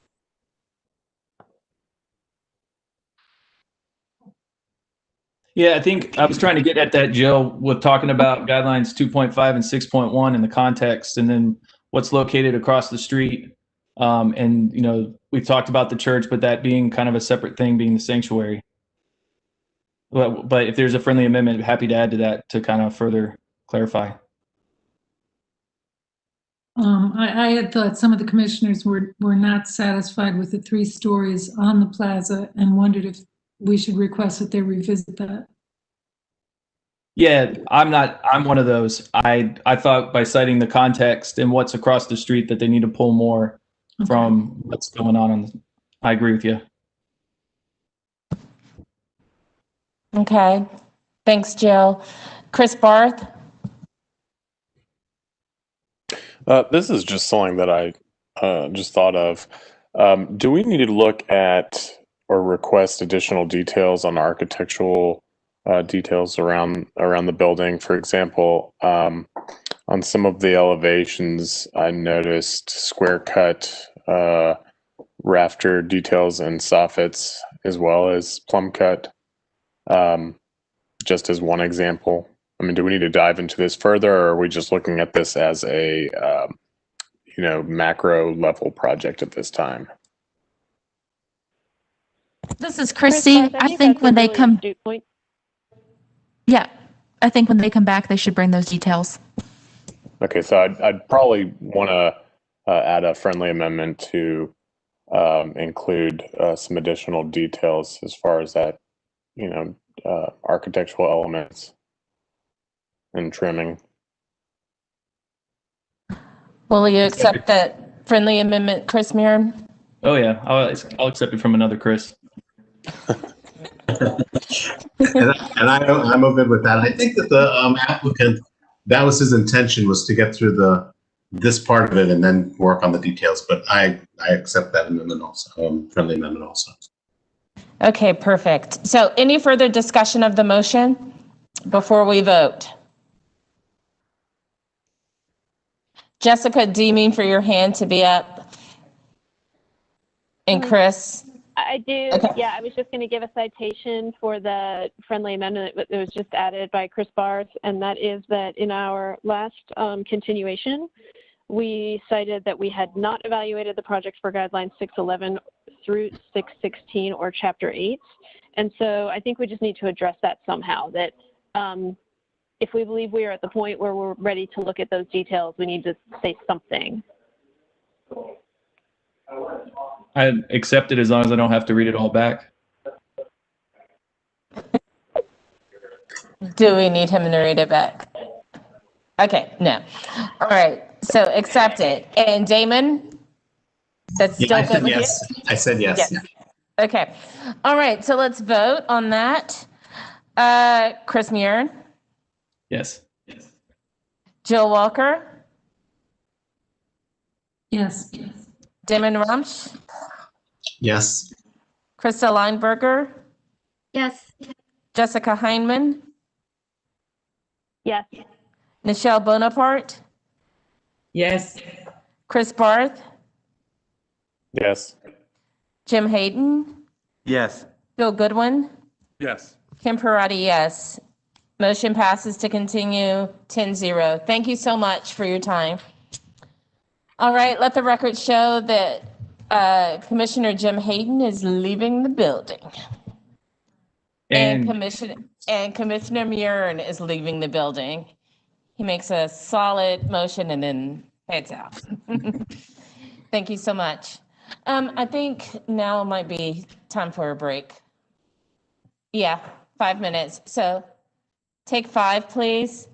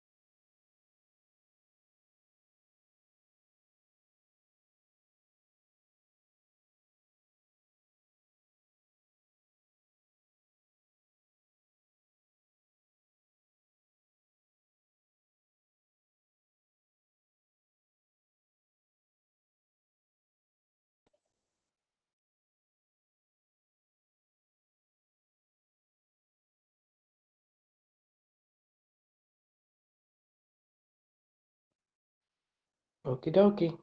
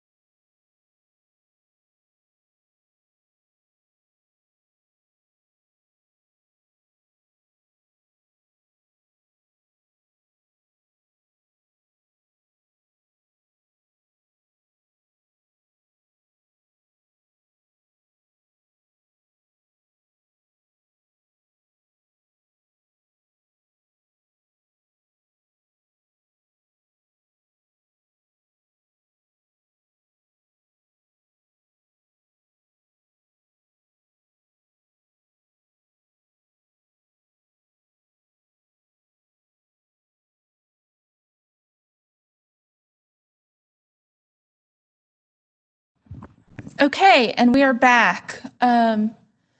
We are moving along to the cases that were continued from November, and the first case up is, we'll get to it soon, 216 South Summit Avenue. And so I believe we have Maggie Pollard with us, or Margaret, are you with us? Hi, Christy. Yes, it's Maggie. I'm here and also joined by our architect, Peter Brooks. And Peter Brooks is here. Okay. You all have probably not been sworn in. Is that right? That's correct. Okay. All right. If you'll raise your right hand and respond, I do, to the following question, please. Do you affirm that the testimony and information that you're about to give is the truth and nothing but the truth? I do. I do. Thank you. Okay. In the interest of time, I'm turning it right over to y'all. I believe you've addressed all the issues in the continuation, and so you can walk the commission through it. Before you start, please state your name and your address for the court reporter. Great. Margaret Pollard, 1721 Layla Avenue, Charlotte, North Carolina, 28208. And Peter, do you want to do the same? Peter Brooks, 5501 Robin Hood Road, Charlotte, North Carolina. All right, you ready to rock, Christy? Go for it. Okay, cool. All right, if we proceed forward, thanks everyone for hanging in there. Over the past few months, I've worked closely with staff on the 3 items that we had for being continued. And so we'll start with we'll walk quickly through the materials, and then we have the drawings. So starting with the tree, the recommendation was to review with the architect, engineer, arborist to explore alternative means to save the tree, and then also provide other examples. So we did work with our engineer and architect and the arborist. So we have a tree protection plan in place to save the tree at the front of the lot, the mature cedar. We have engineer plans that reflect methods that will preserve the tree, and so that's included in these materials. Second piece is around the window. Commissioner Heidman made a motion around the head height of the 2nd-story window. We've addressed that and have an example from another home in Wesley Heights of what we used to kind of go off of there. And then around the ADU, there was commentary around the massing. And so our architect, Peter, has done a really great job breaking up the massing and also adding windows. And so we're excited about that. And then part of staff's recommendation was to really bring that to life, to demonstrate that we are adhering to 8.9 number 3. We did make a large investment into 3D renderings so that you could see that more clearly, so that it would come to life and be easier for you guys to view that. So, and then in the appendix, if there's any questions, we talked about other ADUs and precedents in Wesley Heights. Hopefully we don't need to get to that. So if we move forward, and I'll just hit on this quickly. So this was another conversation with staff. There was a discussion around reviewing setbacks, set the house back, not an issue. We have the tree protection plan now, but this was just to demonstrate that the setbacks in Wesley Heights are very, very consistent. Your setback to your neighbor, to your peers is very consistent. So that's what the blue line is showing. And then we have an example of how inconsistent it would look if we push the setback. Not an issue though, because we have the tree protection plan. Next up, then there was a suggestion around exploring other designs. We have 2 examples that were explored. Continue forward, please. All right, and then here is the mock-up from the engineer around the alternative methods, and so recommending a helical pier if necessary, and so we have that on file. And if we keep going. All right, so around Commissioner Hyman's recommendation for the window, you can see how we've addressed it. Obviously, what I've pasted into PowerPoint, not to scale, we'll get to the official drawings, but that'll kind of show we use 703 South Summit as the inspiration, and had showed a few examples to staff prior to finalizing it and making sure that we were addressing that comment. So if we move forward. All right, so here we get to the exciting 3D renderings to demonstrate that the ADU is explicitly complying. So we were able to collect a number of them and then worked with staff to kind of pare down into ones that to show today. So this is kind of takes the front street elevation, so you can see a view here. If we go to the next slide. This is if a 6-foot tall person was standing on the street, so you can clearly see that the ADU is not visible. And this also borrows from another 3D rendering example from a previous meeting per suggestion of staff. So if we keep moving forward. So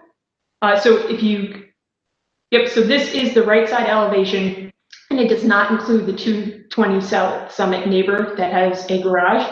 And so this is just 216 South Summit with the ADU. You can see the massing that our architect had addressed in breaking that up on the ADU. And if we proceed forward, now you can see what it looks like with the 220 South Summit neighbor. Okay, keep moving. All right, this is the left side elevation. Again, you can see how the massing was addressed. Keep going. All right, and then this is the front elevation without the 220 South Summit neighbor. And keep moving. And then this is a front view area. All right. So I think that concludes the 3Ds, and then we have the drawings. And I think for the purposes of tonight, we can probably just flip Christy to the ADU, so the commission can see how the massing was addressed from the last meeting.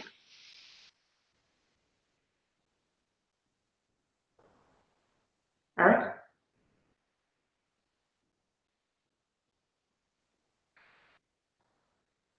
Okay, I think that was it in terms of what we wanted to show to demonstrate that we addressed the items that were continued. Margaret, Peter, thank you. Anyone on the line to speak for or against this application? All right, Jessica, you want to kick this off? Wait, Where? there are not, but there was a neighbor submitted additional information. It is hearsay evidence, but it is in your packet in the supplemental information submitted by the public.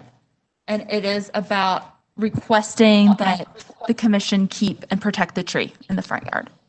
So the neighbor wants to keep and protect the tree, as do the rest of us, and as does Ms. Pollard. So gotta love the win-win.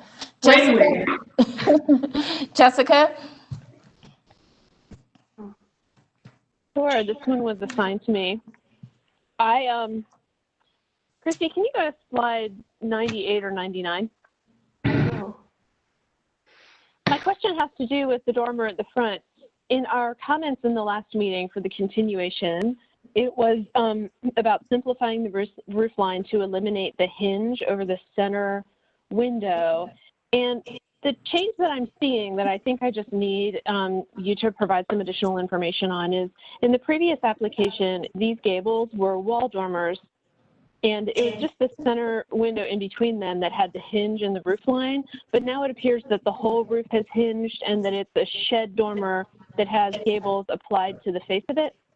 And so I'm just wondering if you could elaborate on that change, because it appears to have gotten more complicated instead of less complicated.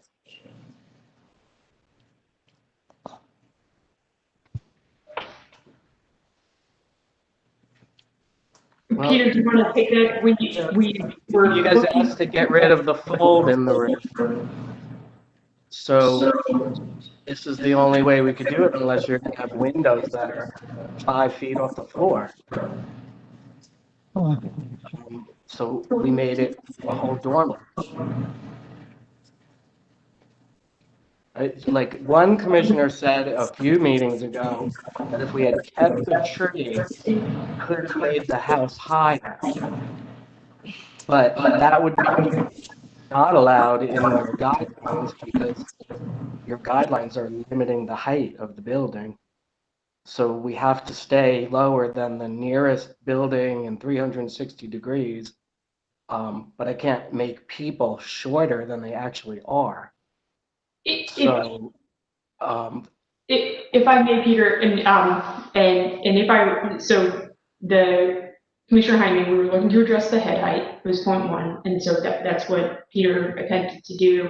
And we shared the examples with staff prior to finalizing. And then the second piece that I believe our builder had made a comment around there's some type of code requirement in terms of how far off the window needs to be from the ground. I'm not a builder, so I don't know what the requirements are, but I know that was something that we were also contending with in terms of the trying to address your comment as well as comply with code. Yeah, that's right. If you put windows too close to the floor, then you would need some kind of fall protection, or the windows wouldn't be able to open. There was a project we just looked at that had folds in the roof, so I'm not really sure. I mean, if I went back to the original submission, it in a lot of ways looked better than this, but this one, I believe, meets all the requirements.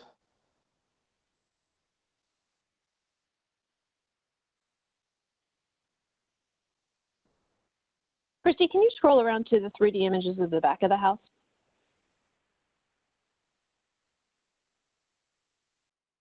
Now, again, you'd never see this house from those angles that are shown. And you'd never see the house there either because there's a house in the way. So the only place you're ever going to see it is the one before this. Not a bird. You're never going to see that angle. Where's the one that you peek in between the houses? You're never going to see it from that angle. You're never going to see it from that angle. There. And you can't see it from that angle either. You can't see it from any angle.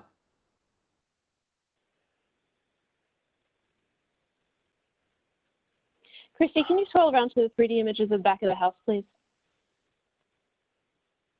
Thank you. This is good, 99. So the shed dormer that's coplanar on the sides and the back with the applied face gables on the back of the house, is this fascia on the rake of that shed dormer coplanar with the fascia on the rake of the gable on the side of the house? Go to the rear elevation. It's at the end of the whole set somewhere.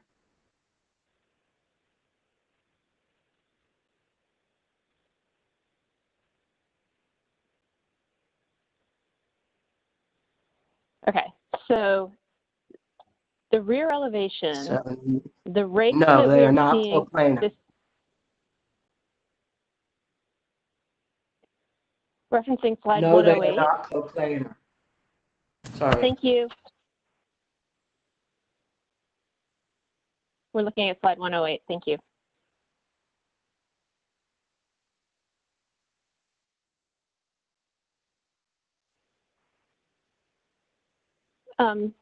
Chairperson, maybe you can move on to someone else. Sure. Commissioner Rumsch?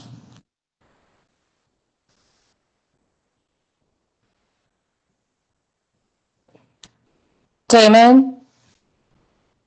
Sorry, I didn't unmute myself. Sorry. It's okay. I was talking. You just couldn't hear. It's okay. We can hear you now. Thanks, Okay. Damon. On the front elevation, if you would, Christy. Okay, or that one's fine. I'm a little confused because I think what Jessica was referring to on this front elevation is we have kind of a shed dormer with some gable end dormers. It's kind of a conglomerate of something. Now, what happens with that window?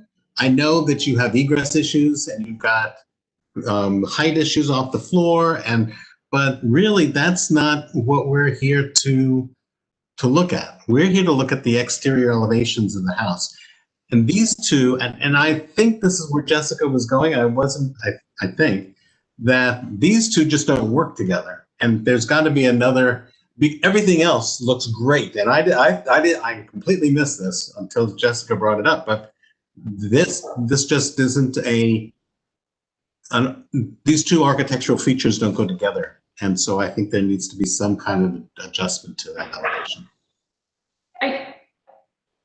I guess so we had provided examples to staff in advance of submitting in December. And so what we changed this to was in reaction to that. And so that's why we ended up here and wanted to find precedence. So then we found 703 South Summit as an example. And so, we're doing everything we can to address. We found an example and also then resubmitted to staff, not in advance of the final package, to say, hey, does this address? And they said, thank you for clarifying and including the example. So the example that you're referring to, is that the 703 South Summit Avenue? Yes, sir. So where is that detail where you have a shed roof that has, or a shed dormer that has two gable end dormers in it, or a gable end dormer in it? See how the one you're showing, the gable end on the right, there isn't one. See, it's all proud of everything, but this one kind of comes in the middle. Back up a little, zoom back out so I can see the two together. Yeah, I mean, for some reason that one works, and the one that you're showing me that doesn't work, and I'm not sure. I don't know why. This one it's the symmetry of it. It's the fact that the proportions on the lower larger gable kind of offset that detail. It looks like I can't tell whether it's proud of the other two, but either way, it doesn't seem to architecturally doesn't seem to work for me. And you know, other commissioners may feel differently. Okay, so Commissioner Barth.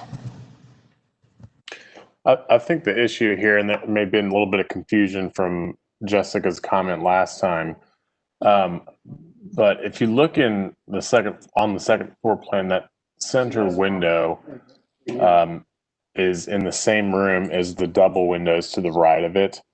So essentially, if you're looking for a solution without designing it for you, that window does not need to exist for egress. You have your egress windows as the two next door. And I believe what Jessica was saying is that we don't want that hinge condition marrying the two dormers together. The dormers need to read as independent. So what you could do is either eliminate the window or have a smaller window that tucks up underneath the eave that, you know, assuming that the eave comes down and is part of the main roof line versus being a separate roof element that marries the two dormers together, if that makes sense. I don't know if that helps or anything. I just thought I'd provide my 2 cents. That's what I was seeing and able to explain. Thank you. Peter, what are your thoughts? I wish I could go back to the drawing I had before this, but I did try something where I took the window out in the middle and then it looked kind of blank on top. But yeah, I mean, we could try to take out the one in the middle and then make 2 dormers. There's probably 1,000 things that could be done. It just won't do anything. It's been 8 months and. Thank you. So you're open to it. Okay. Let's take a step back. Peter's the architect. He's not the homeowner. Okay. Correct. Margaret. You should speak on this. Yeah. Sure. Commissioner Parati, we met in November. We had it's been 2 months. We took the time. Staff was very helpful, right? What I thought was very helpful, right? We went back and forth. We had a dialogue. We sent examples. And so my expectation would be that having a dialogue with staff in preparing for something that was submitted back in June was that we would be able to come here today and quickly knock through it.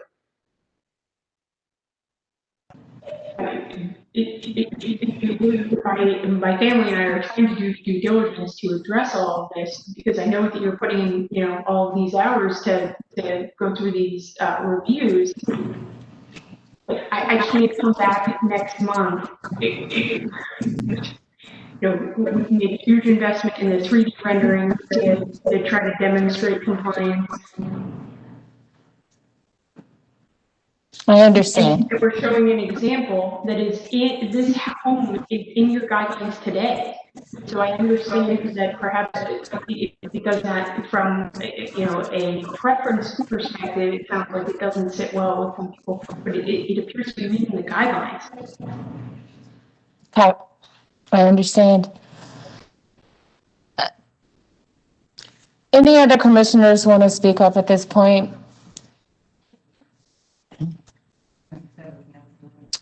Damon, did you want to speak or did you forget to take your hand down? Oh, I forgot to take my hand down. I'll do that. Sorry. Okay. All right. Jessica. I'd like to reference page 6.1 of the guidelines, which has a photo of 703 South Summit Avenue, and submit that this gable is an independent roof form, which is a gable. This dormer, shed dormer, which is a wall dormer, is a separate roof form which intersects that gable. What we are looking at in 703 South Summit Avenue on slide 96 and on page 6.1 is not what the applicant has submitted in the elevations. Thank you, Jessica.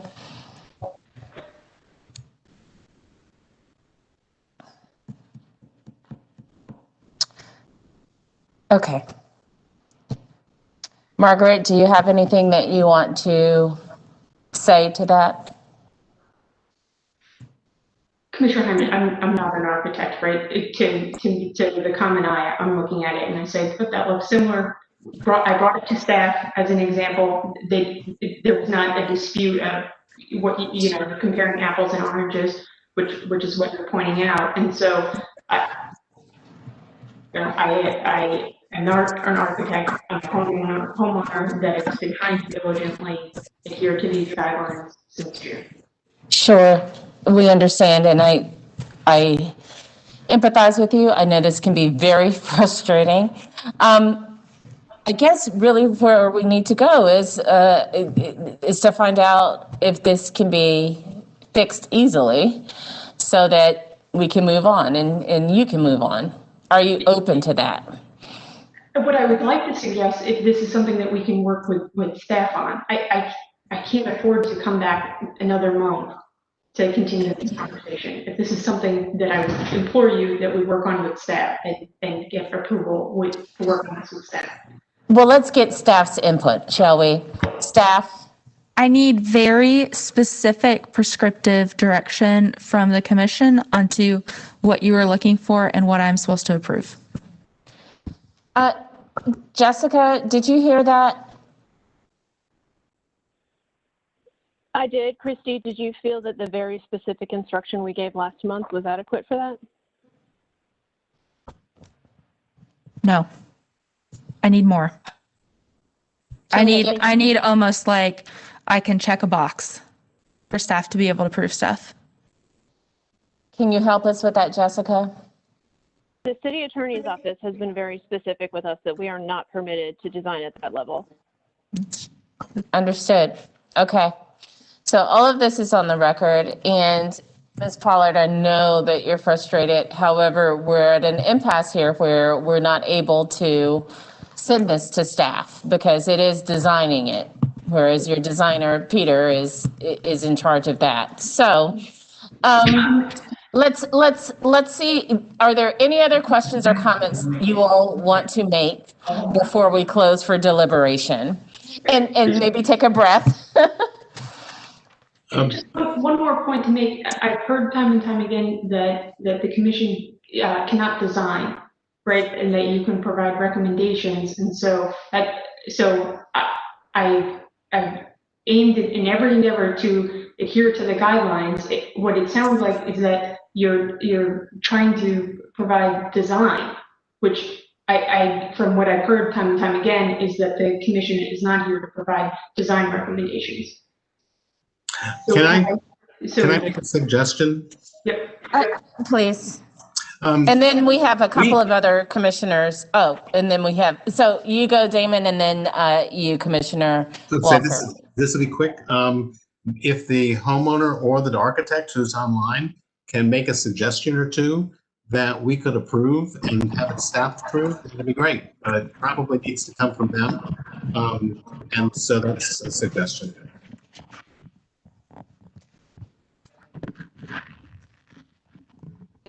May I please speak? Yes, please, Peter. Thank you. What if I just take those two peaks off and it's just even more basic? It's just a dormer like that house is in the picture next to it, like the left side.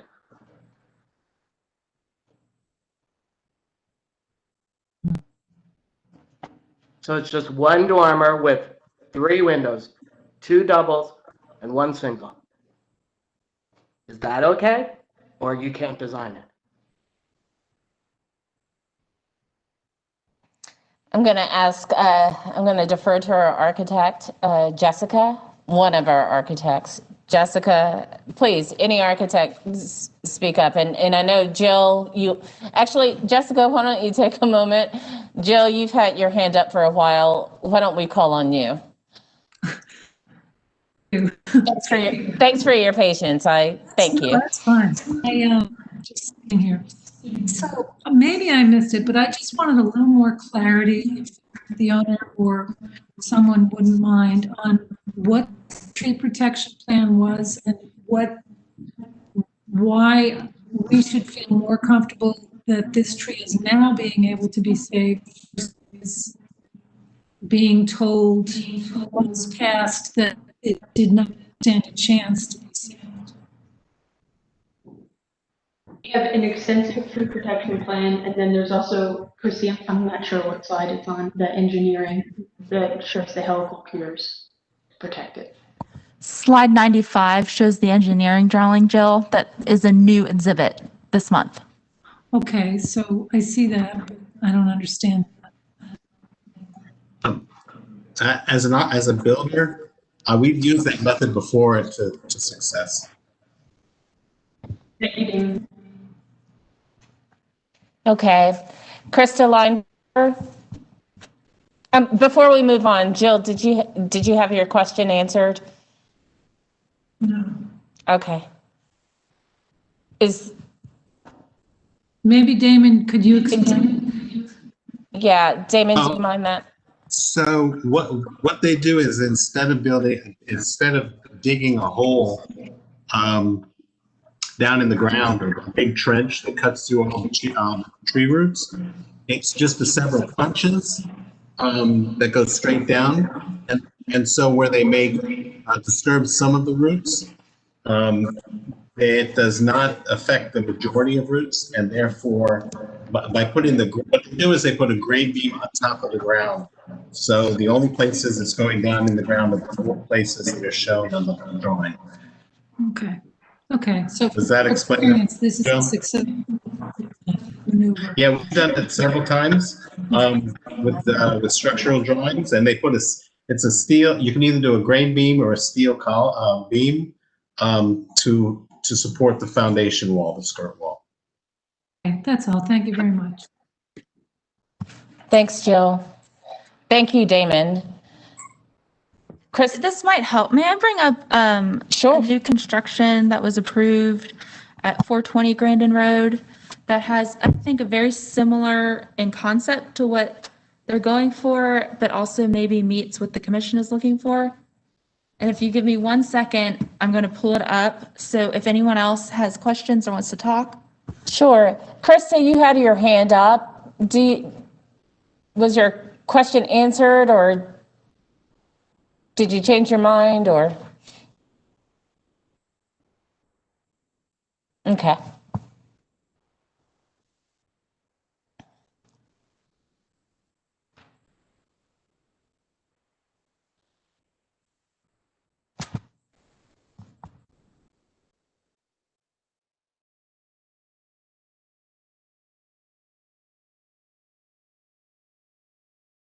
You asked me a question? No, not yet, Peter. Let's see. I'm sharing my screen right now, and this came to mind during y'all's discussion about dormers and wall planes. I am simply putting this up here as an example of a new construction approved under these new guidelines in hopes that maybe it helps with the discussion between the project architect and the commission to get us to a point that we can figure out something staff can approve. Okay. Thank you. Jessica? This is exactly what we asked for last.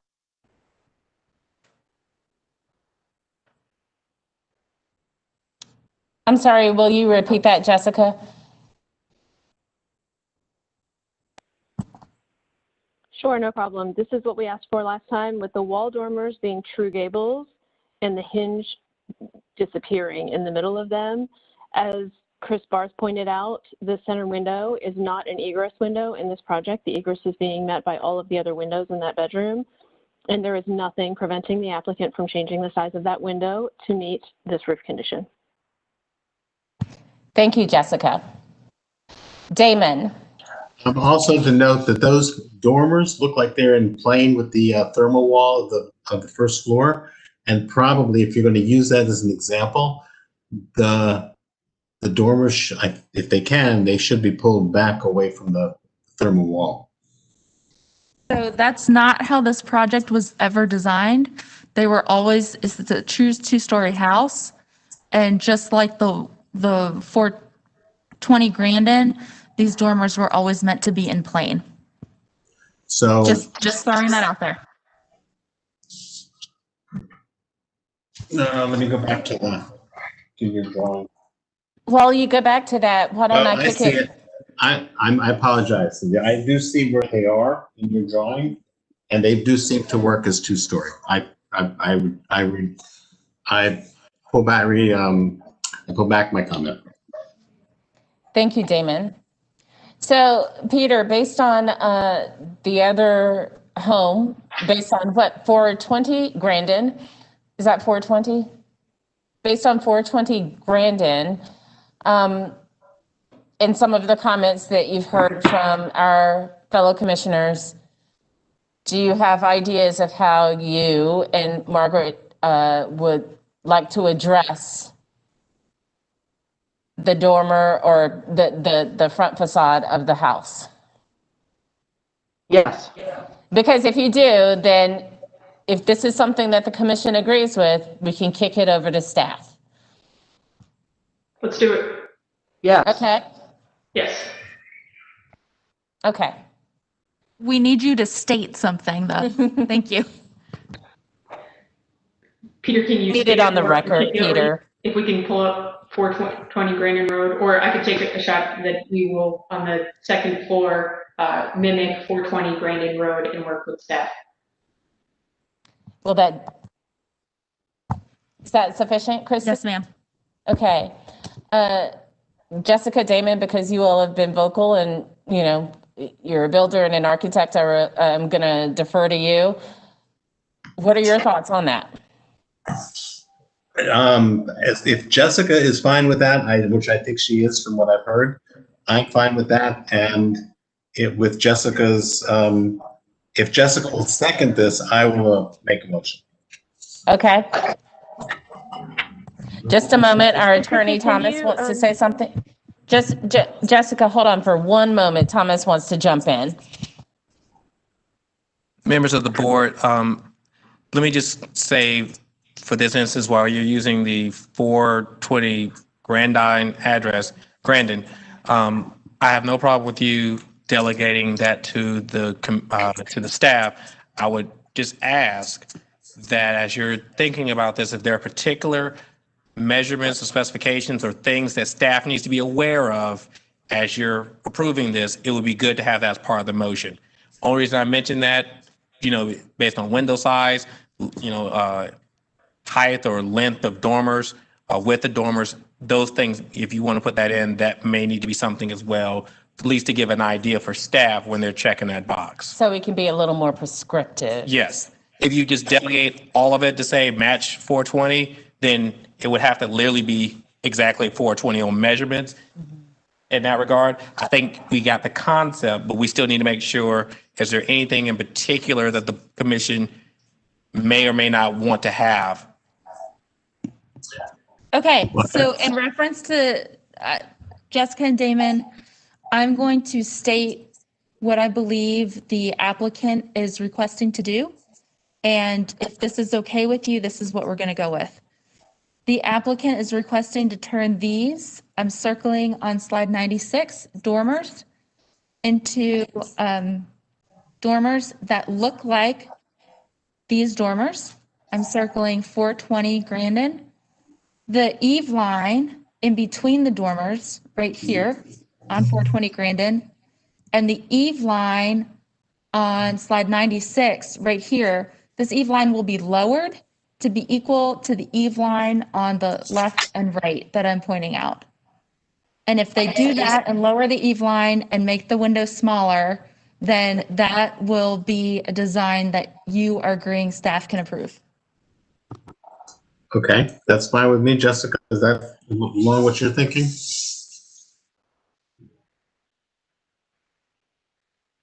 Christy, can you go to the front elevation from last month, from November?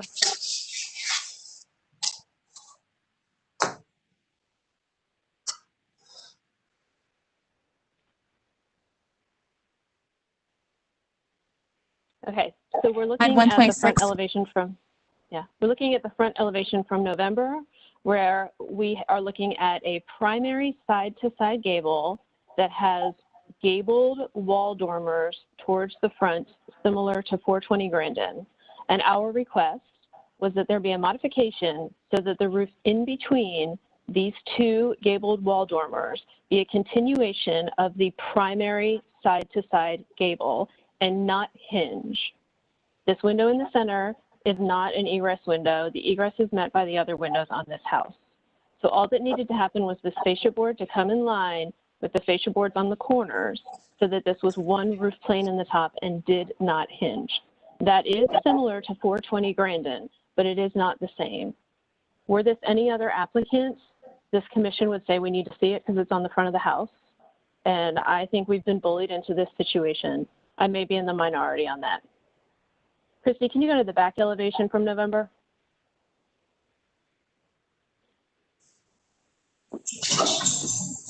This is the back elevation in November, and I would submit that this is completely different than what we're seeing in this January application, and it ought to go back to this November rear elevation instead of the combination shed gable face.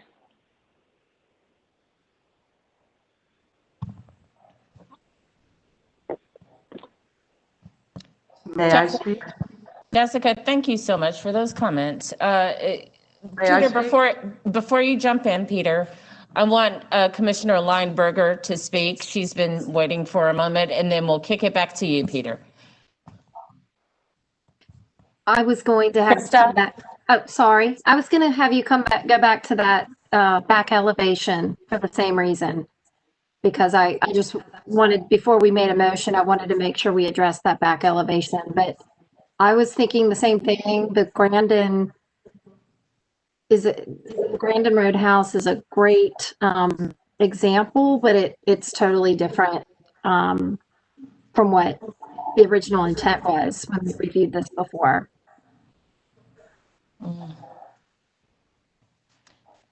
Thank you for that, Krista. All right, Peter. So if we went back to the elevations we're looking at now, and I just lowered that center window or even took it out, and that would eliminate the hinge in the roof, then we could do this with a motion like that? Commissioner Hyman, I believe the way that you just articulated it, at least clarified it for me. If we can go, Christine, may we please go back to the front elevation? Peter, that's what you're referencing, right? Yeah, just that middle part, just bring it down. Maybe I just put one little square window there, or I could take it out and move the two double windows a little closer together.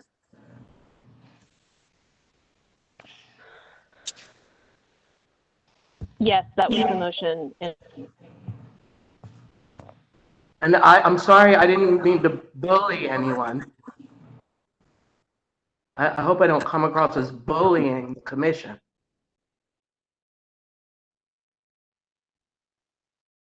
We could even make the gables that are over the double windows a little bit wider, take the middle window out, move them slightly closer together, and get rid of the hinge in the roof. I think for Hyman, there was confusion. I think we walked away with the assumption that there was much more that needed to be done, and so I believe that's what Peter was there. So our attorney, Thomas, wants to interject. Members of the commission, the statement I gave earlier about the delegation to the staff, based on this conversation that has happened and the two exhibits and the information, I do think if the commission wishes to move forward with delegating the staff with those changes, it would be permissible to do as such. I think staff has adequate information to abide by the commission's decision in this regard, and it's very clear that they're checking the box on certain items. But I'll leave it to you in your purview as to whether you wish to vote on this or not. Thank you. Thank you. All right, so we're at 6:31 and we're on case 3. Yeah, so we're going to close for deliberation. Jessica, you made a very strong point. And, any commissioner who wants to speak up regarding this, please do now. Do we think that that if this were any other application, we would continue it, or would we be amenable to staff working with the applicant based on specifications we've made? Is it so involved that we need to continue it, or is it a simple fix?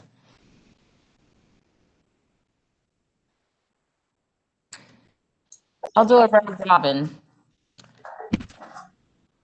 Commissioner Walker. This is a tough one for me. I am not an architect.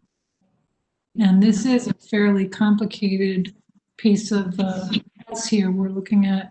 Additionally, are we all okay with the ADU as it is? Is that off the table? Are we okay with the what, Jill? ADU in the back? The building behind the house? Well, we haven't discussed it. Jessica, we still need to discuss. Okay, just throwing that out there. Yeah. You know what, Chris Barth, will you jump in here, please, and give us your feedback?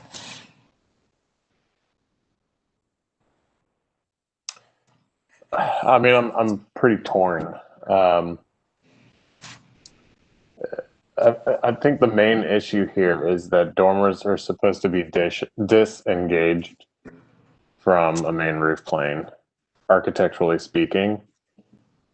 And the problem that I think we're seeing is that we're just playing around with that level of engagement in some sort of way. And I don't know how to articulate it in a way that can be helpful enough to the applicant or the project architect. I personally, I'm fine with, speaking to Jill's point, I'm fine with the massing of the ADU as it relates to the primary residence. Yeah, I definitely think the 3D images help with that. Commissioner Bonaparte, what are your thoughts on this? Well, I think just in our conversation that we've had thus far, it sounds like there are considerable amount of changes, or there are some design elements that need to be rectified. I think in my short time being a part of the commission, we probably want to see an example of what changes need to be made. And I think we should be consistent in what we normally do. And so that's my position on what we've discussed so far. That's incredibly helpful. Thank you, Commissioner Bonaparte. Commissioner Goodwin, thoughts?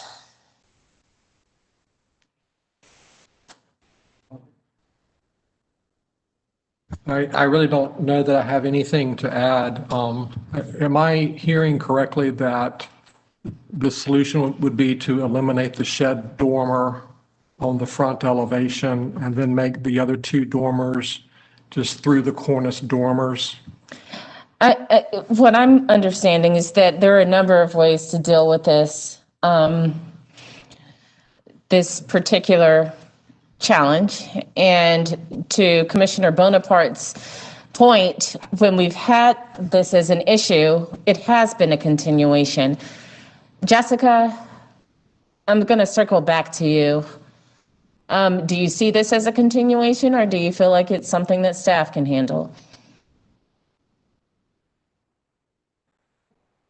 I mean, I very much appreciate Commissioner Bonaparte saying it that way. I think that we owe it to the district to provide consistency. Okay. And to be perfectly honest, I think the solution is very straightforward, and I think we have provided a ton of feedback in that manner. And I think that the applicants would have to draw it to get a building permit anyway. And that's going to take more than a week. So bringing it back as a consent agenda item, if it is as we've discussed today, really should not harm anyone. All right, thank you. Commissioner Lineberger. Two things. I just wanted to agree. I've just been really torn because I agree that if this were any other application, we would continue this. And I really wanted to take a look at we haven't discussed the ADU at all, and I think that it's important we get to that. All right, what are some of your thoughts on the ADU, Commissioner Lineberger? I actually would like to go back to, if we could go back to those slides and just have a discussion around that. Mm-hmm.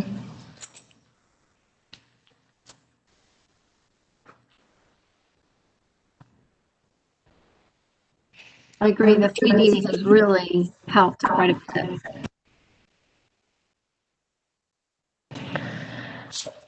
Personally, I'm fine with the ADU. I think that it is comparable to the house. It's secondary to the house.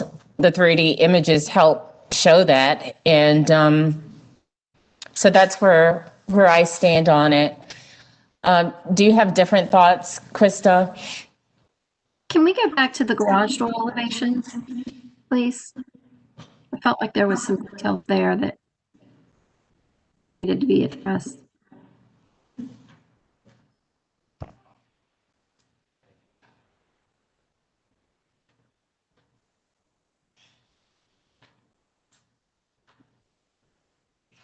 My only comment on that, oh, there you are, is on that garage door elevation. I feel like that does not reflect the guidelines. I guess it was, I think it's 6.2 maybe. That the doors should read as independent doors. I'd welcome other feedback on that. Maybe no one else sees that like I do, but that to me does not look like independent doors. It reads as one continuous door. I have a comment on that with regard to that. Okay, why don't you share it with us? Is that Barth, Chris Barth? That's Chris Barth, yes. Yeah, hi, Chris. What they've shown here is the appearance of two independent doors. They're not separate, but Christy, correct me if I'm wrong. I think what we're trying to avoid is a door that looks like just one wide door. These have, have decorative elements that give the appearance of two doors. So while they're not two independent doors completely, they have that aesthetic that provides that and breaks up a facade versus having, one wide two bay door, roll up door that doesn't have any articulation. Okay.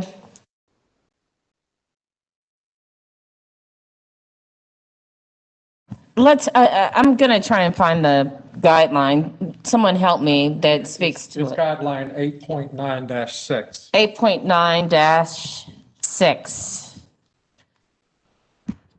Garage doors shall either be authentically separate, single bay doors, or designed to give the appearance of separate doors. So that speaks to what you just mentioned, Chris Barth, which is that it should appear to be separate doors. So that is something that we'll need to address. 8.9, number 6. Thank you, Phil. And thanks, Krista. Commissioner Peretti, would it be acceptable to open? We will open.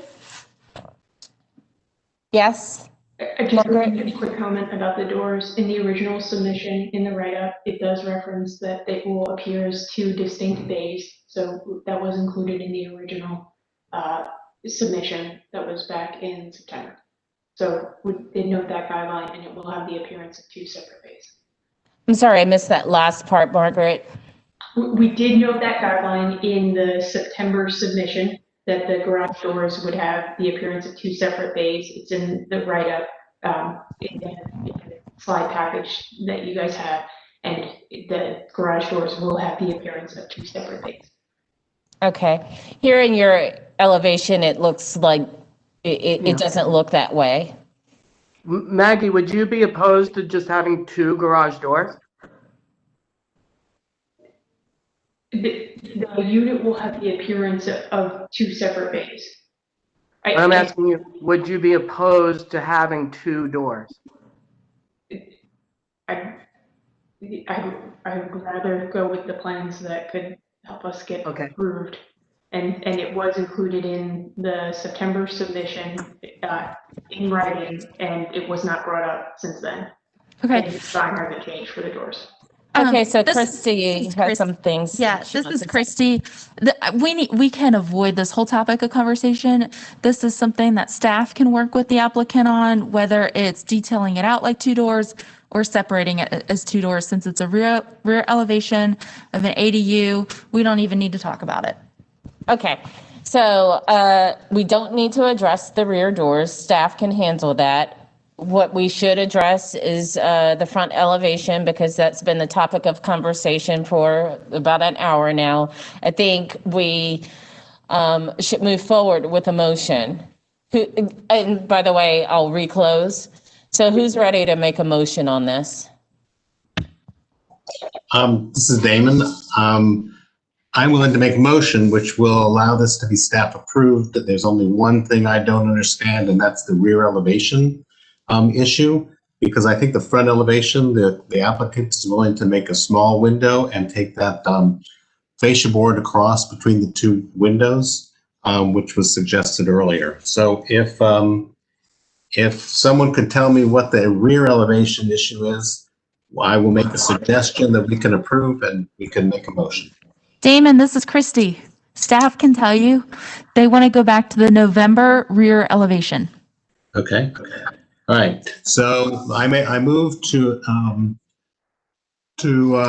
let's see. I guess it's a continuation for staff to approve. It's an approval with conditions. Okay. This is an approval with conditions for staff to approve the front elevation. For the center window to get smaller, which will allow the fascia board between the 2 dormers to be in line with the fascia board on either side of the 2 dormers. The rear elevation to go back to the previous elevation, and the rear garage doors for staff to approve for that to conform to our guidelines. All right, Damon has made a motion. Who wants to second it? I'll second. Krista, seconded by Krista. Okay, any discussion of the motion? All right, well, Jessica. Damon, I'd like to add a friendly amendment that the intention is for the side-to-side front gables to have a single roof plane. So yes, I accept the motion. Bring the motion.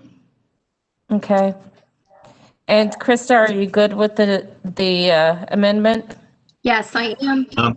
And Krista, Christy, does that satisfy you in terms of being able to approve that staff on the staff level? Yes.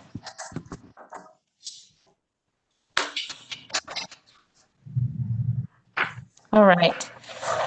Let's take a vote, shall we? Jill Walker. Yes. Damon Rumsch. Yes. Krista Lineberger. Yes. Jessica Heineman. No. Nichelle Bonaparte. No. Chris Barth. Yes. Phil Goodwin. Yes. Kim Parati. No. So we have 1, 2, 3, 4, 5 yeses and 3 noes. Motion passes. Thank you. Thank you very much. Thank you. Yeah.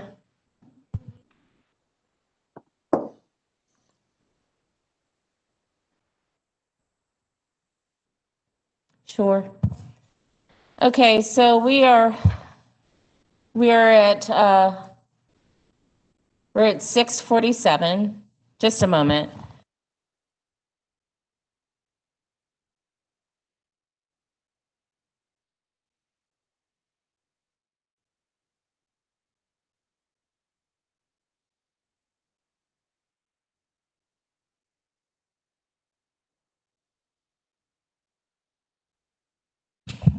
All right, so today was a special day. And so we apologize, but it looks like we will not be able to hear case number 4 and 5.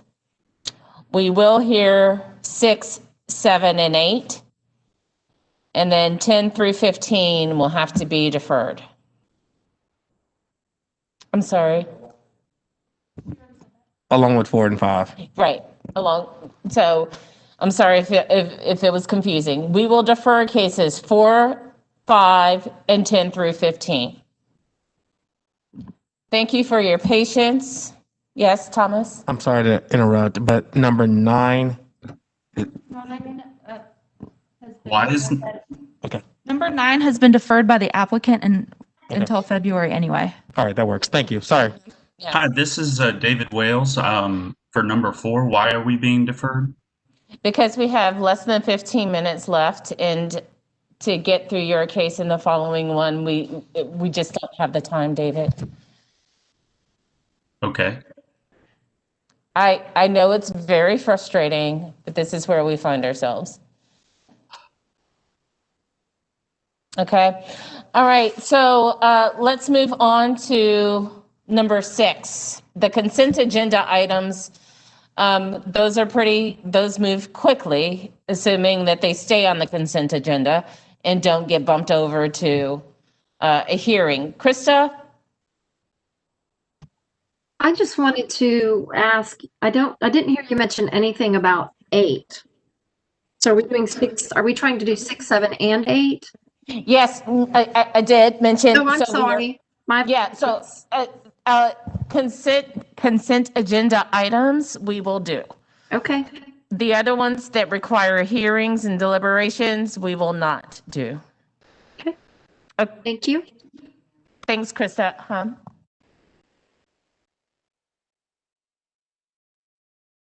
We have to move on. Okay. All right. So let's move on to consent agenda item 2128. Okay. Park Road. 2128 Park Road. This is for the reason staff can't approve it. It is an existing side porch that is far back on the property. It is a later addition, and they're hoping to enclose it. And you can see all these pictures. It was never part of the original house. You can see from these pictures, it has decking. You can see the screens. On slide 271, it shows the location of this. It's towards the very back. It was added, I believe, in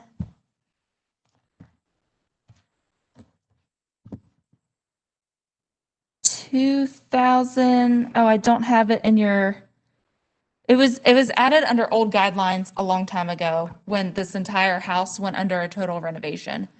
And outlined on slide 272 are existing conditions, and outlined on did Linda take it out?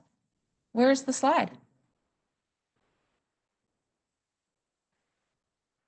Which slide? Linda took it out of the. Which slide?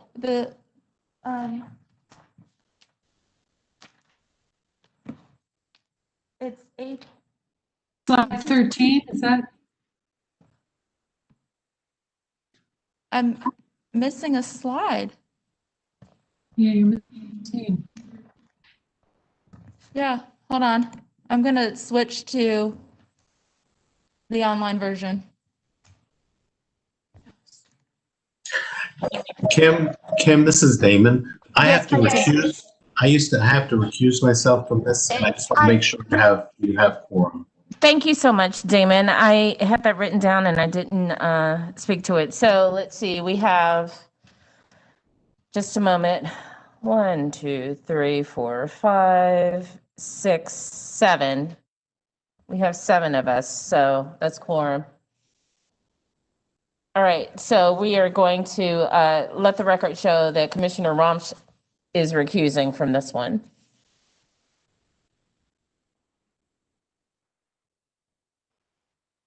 Okay, my apologies. We are looking at the online agenda.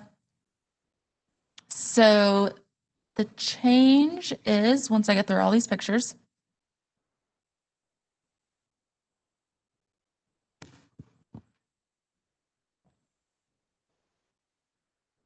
So on sheet A 2.1 is the existing conditions.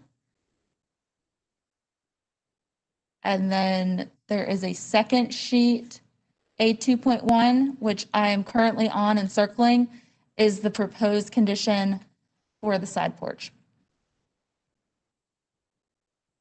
And that's it. All right. Anyone have any objections to this remaining on the consent agenda list? Commissioner Lineberger, I see where your hand is up. I'm sorry, I just forgot to remove it earlier.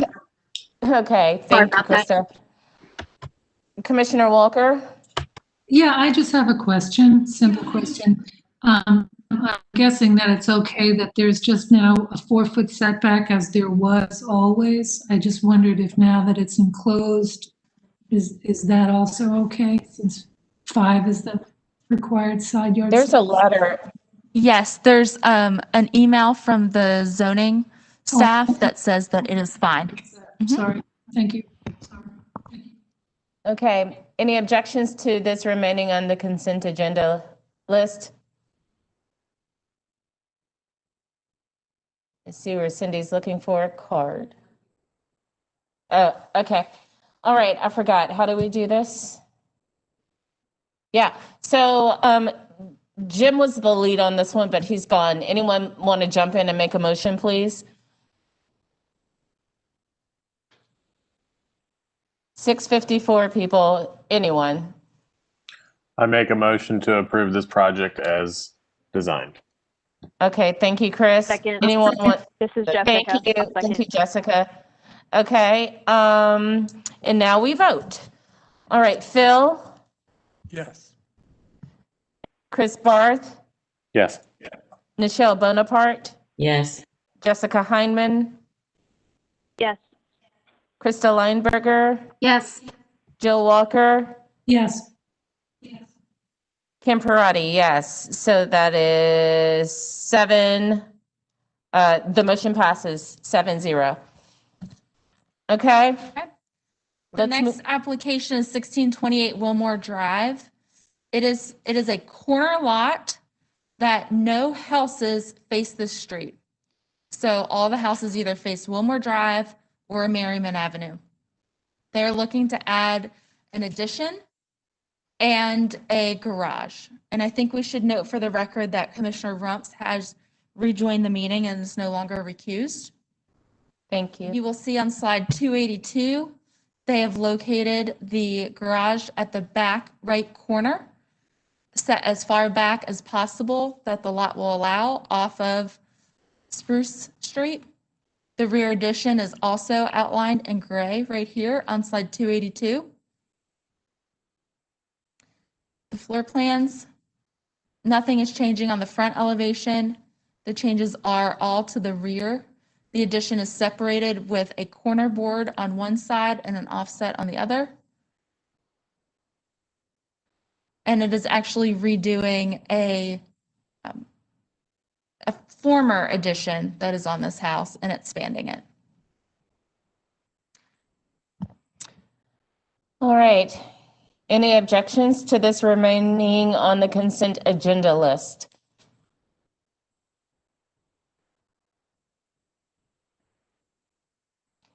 Damon, do you mean to have your hand up? You're muted.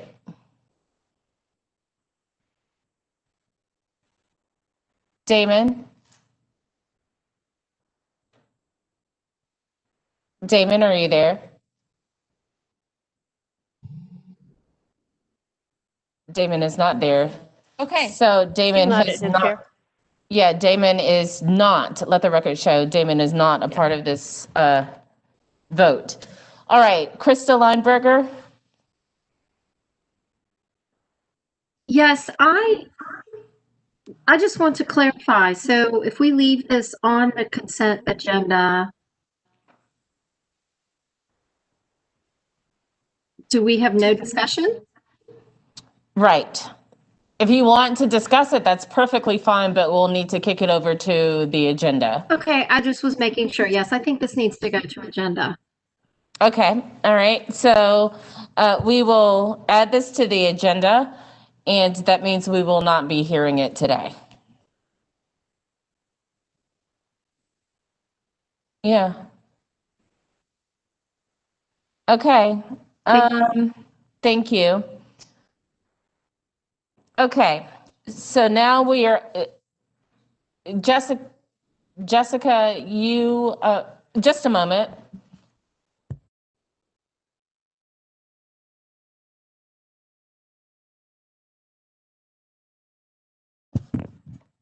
Okay, Hey, Jessica. Kim, this is Jessica. Yeah. Can I say Yeah. something really quick?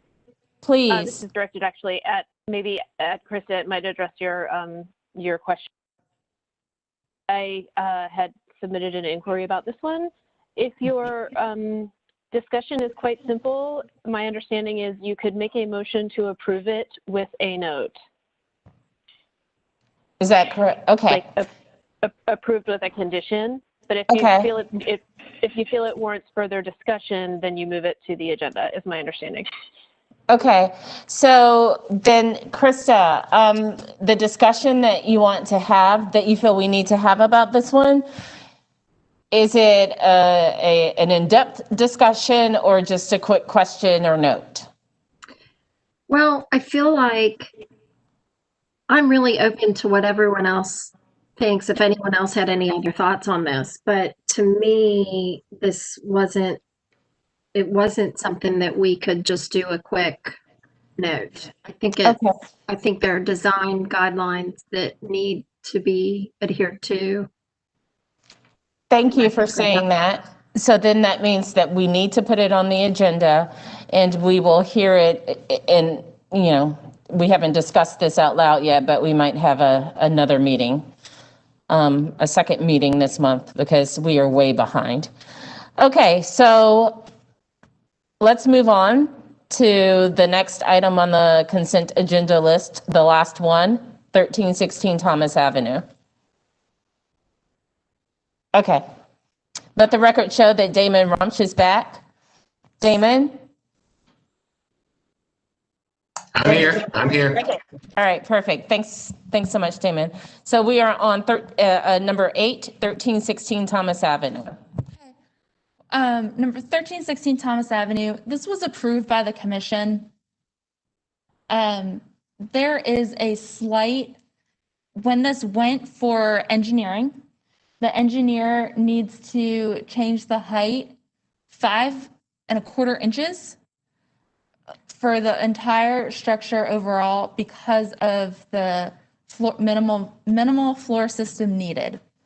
And since the commission is the one who makes the decisions on the height, staff couldn't sign off on that change.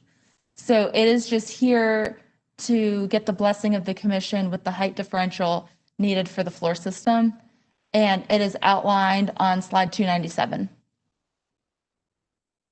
And with the change with the approved elevation and the proposed elevation. And that's the only change. Thanks, Christy. Jessica? I think this is such a common thing that we run into where we make our best educated guess at the floor ceiling assembly thicknesses, and most of the time it works out and sometimes it doesn't. And I felt that this application had a buffer on their height relative to the Veltwell surveys. And so I moved to approve this consent agenda item. All right. Do we have a second on that? Second. Seconded by Commissioner Goodwin.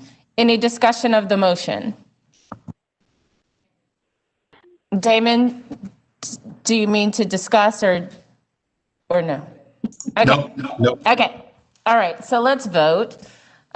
Commissioner Goodwin, Yes. Commissioner Barth, Yes. Commissioner Bonaparte, Yes. Commissioner Heineman, Yes. Commissioner Lineberger, Yes. Commissioner Walker, Yes. Yes. Commissioner Rumsch, Yes. Commissioner Parati, yes. Motion passes 8-0. Now, why don't we do minutes? Thank you all. We have 2 people who looked at the minutes this time. Okay, just a moment. Cindy, there was 2 individuals whose hands were raised. If we could quickly just address those issues before we go to minutes. Okay.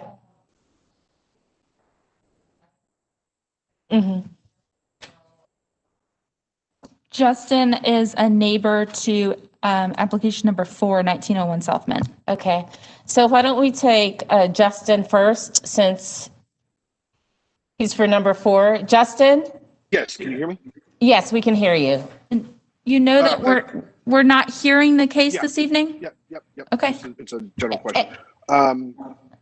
Thank you, commissioners, first off. And secondly, so if this is being pushed to another meeting, maybe one later this month or next month, will Correct. it still fall in the same, I guess, order? Because again, I've been on, since 2 o'clock, minus a couple times I had to come off. I'm out in the field most of the day. I'm in construction.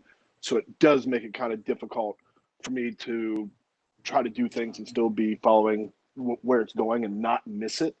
So my question is, will next month, will it fall like basically number 4 kind of again next time?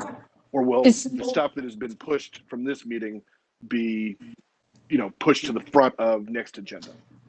Our attorney wants to speak.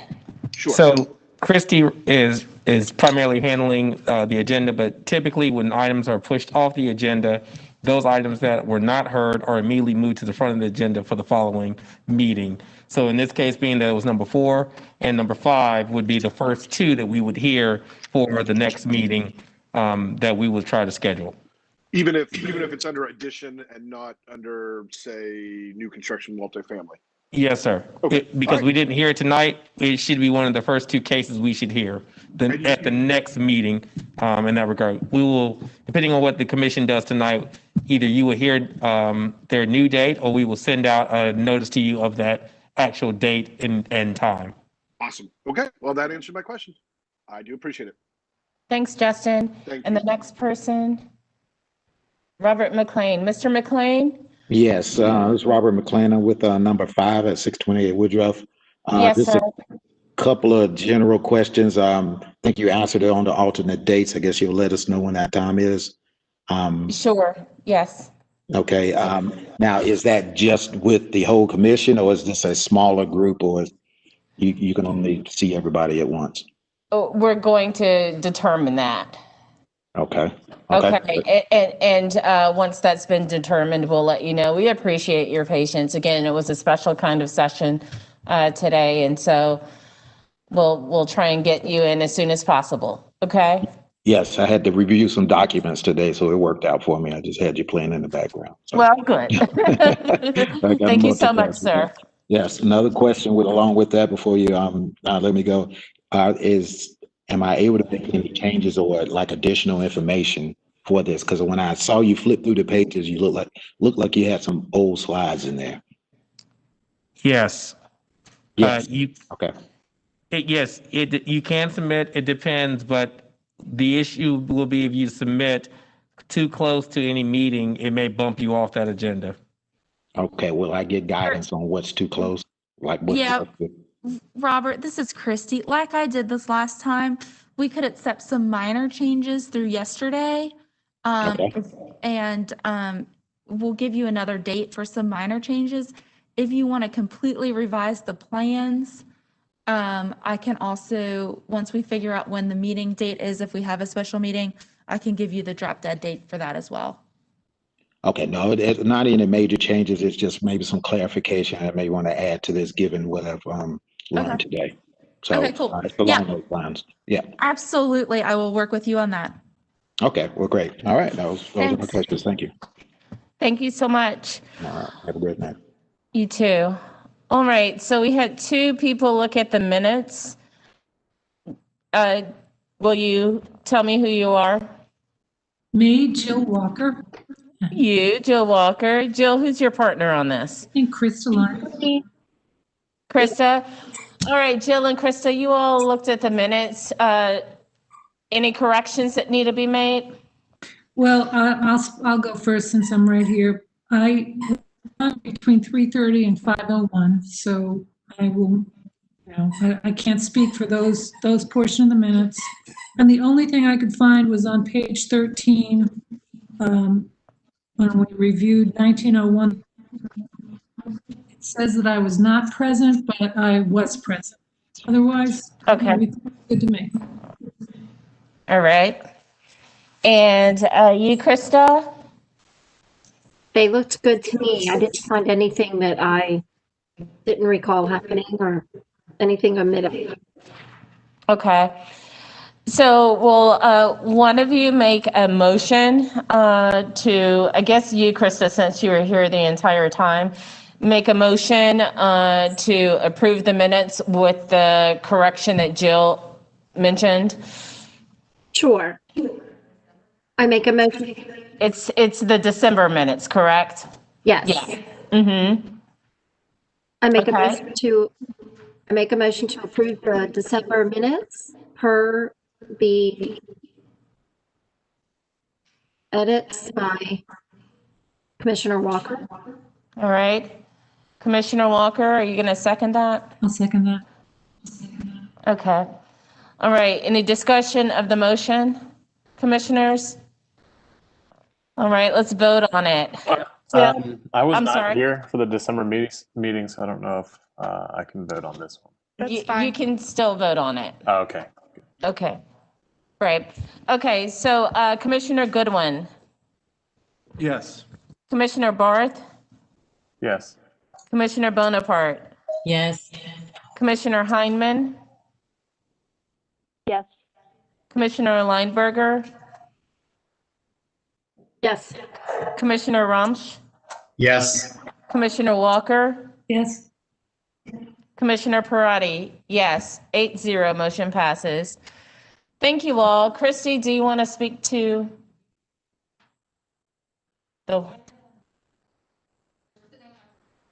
okay, the what minutes? Okay. So Christy, do we want to speak to a special meeting today? I mean, not today.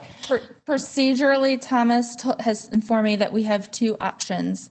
You may close tonight's meeting, and then we will re-advertise with legal notices when we determine a date, or we can recess this meeting if we know the date of the next meeting and announce the date of the next meeting. However, I would hesitate to put the commissioners on the spot without knowing. Agreed. So why don't we close this meeting? So I will just say that the meeting has adjourned. We finished all of our business, and it is 7:11. Yes.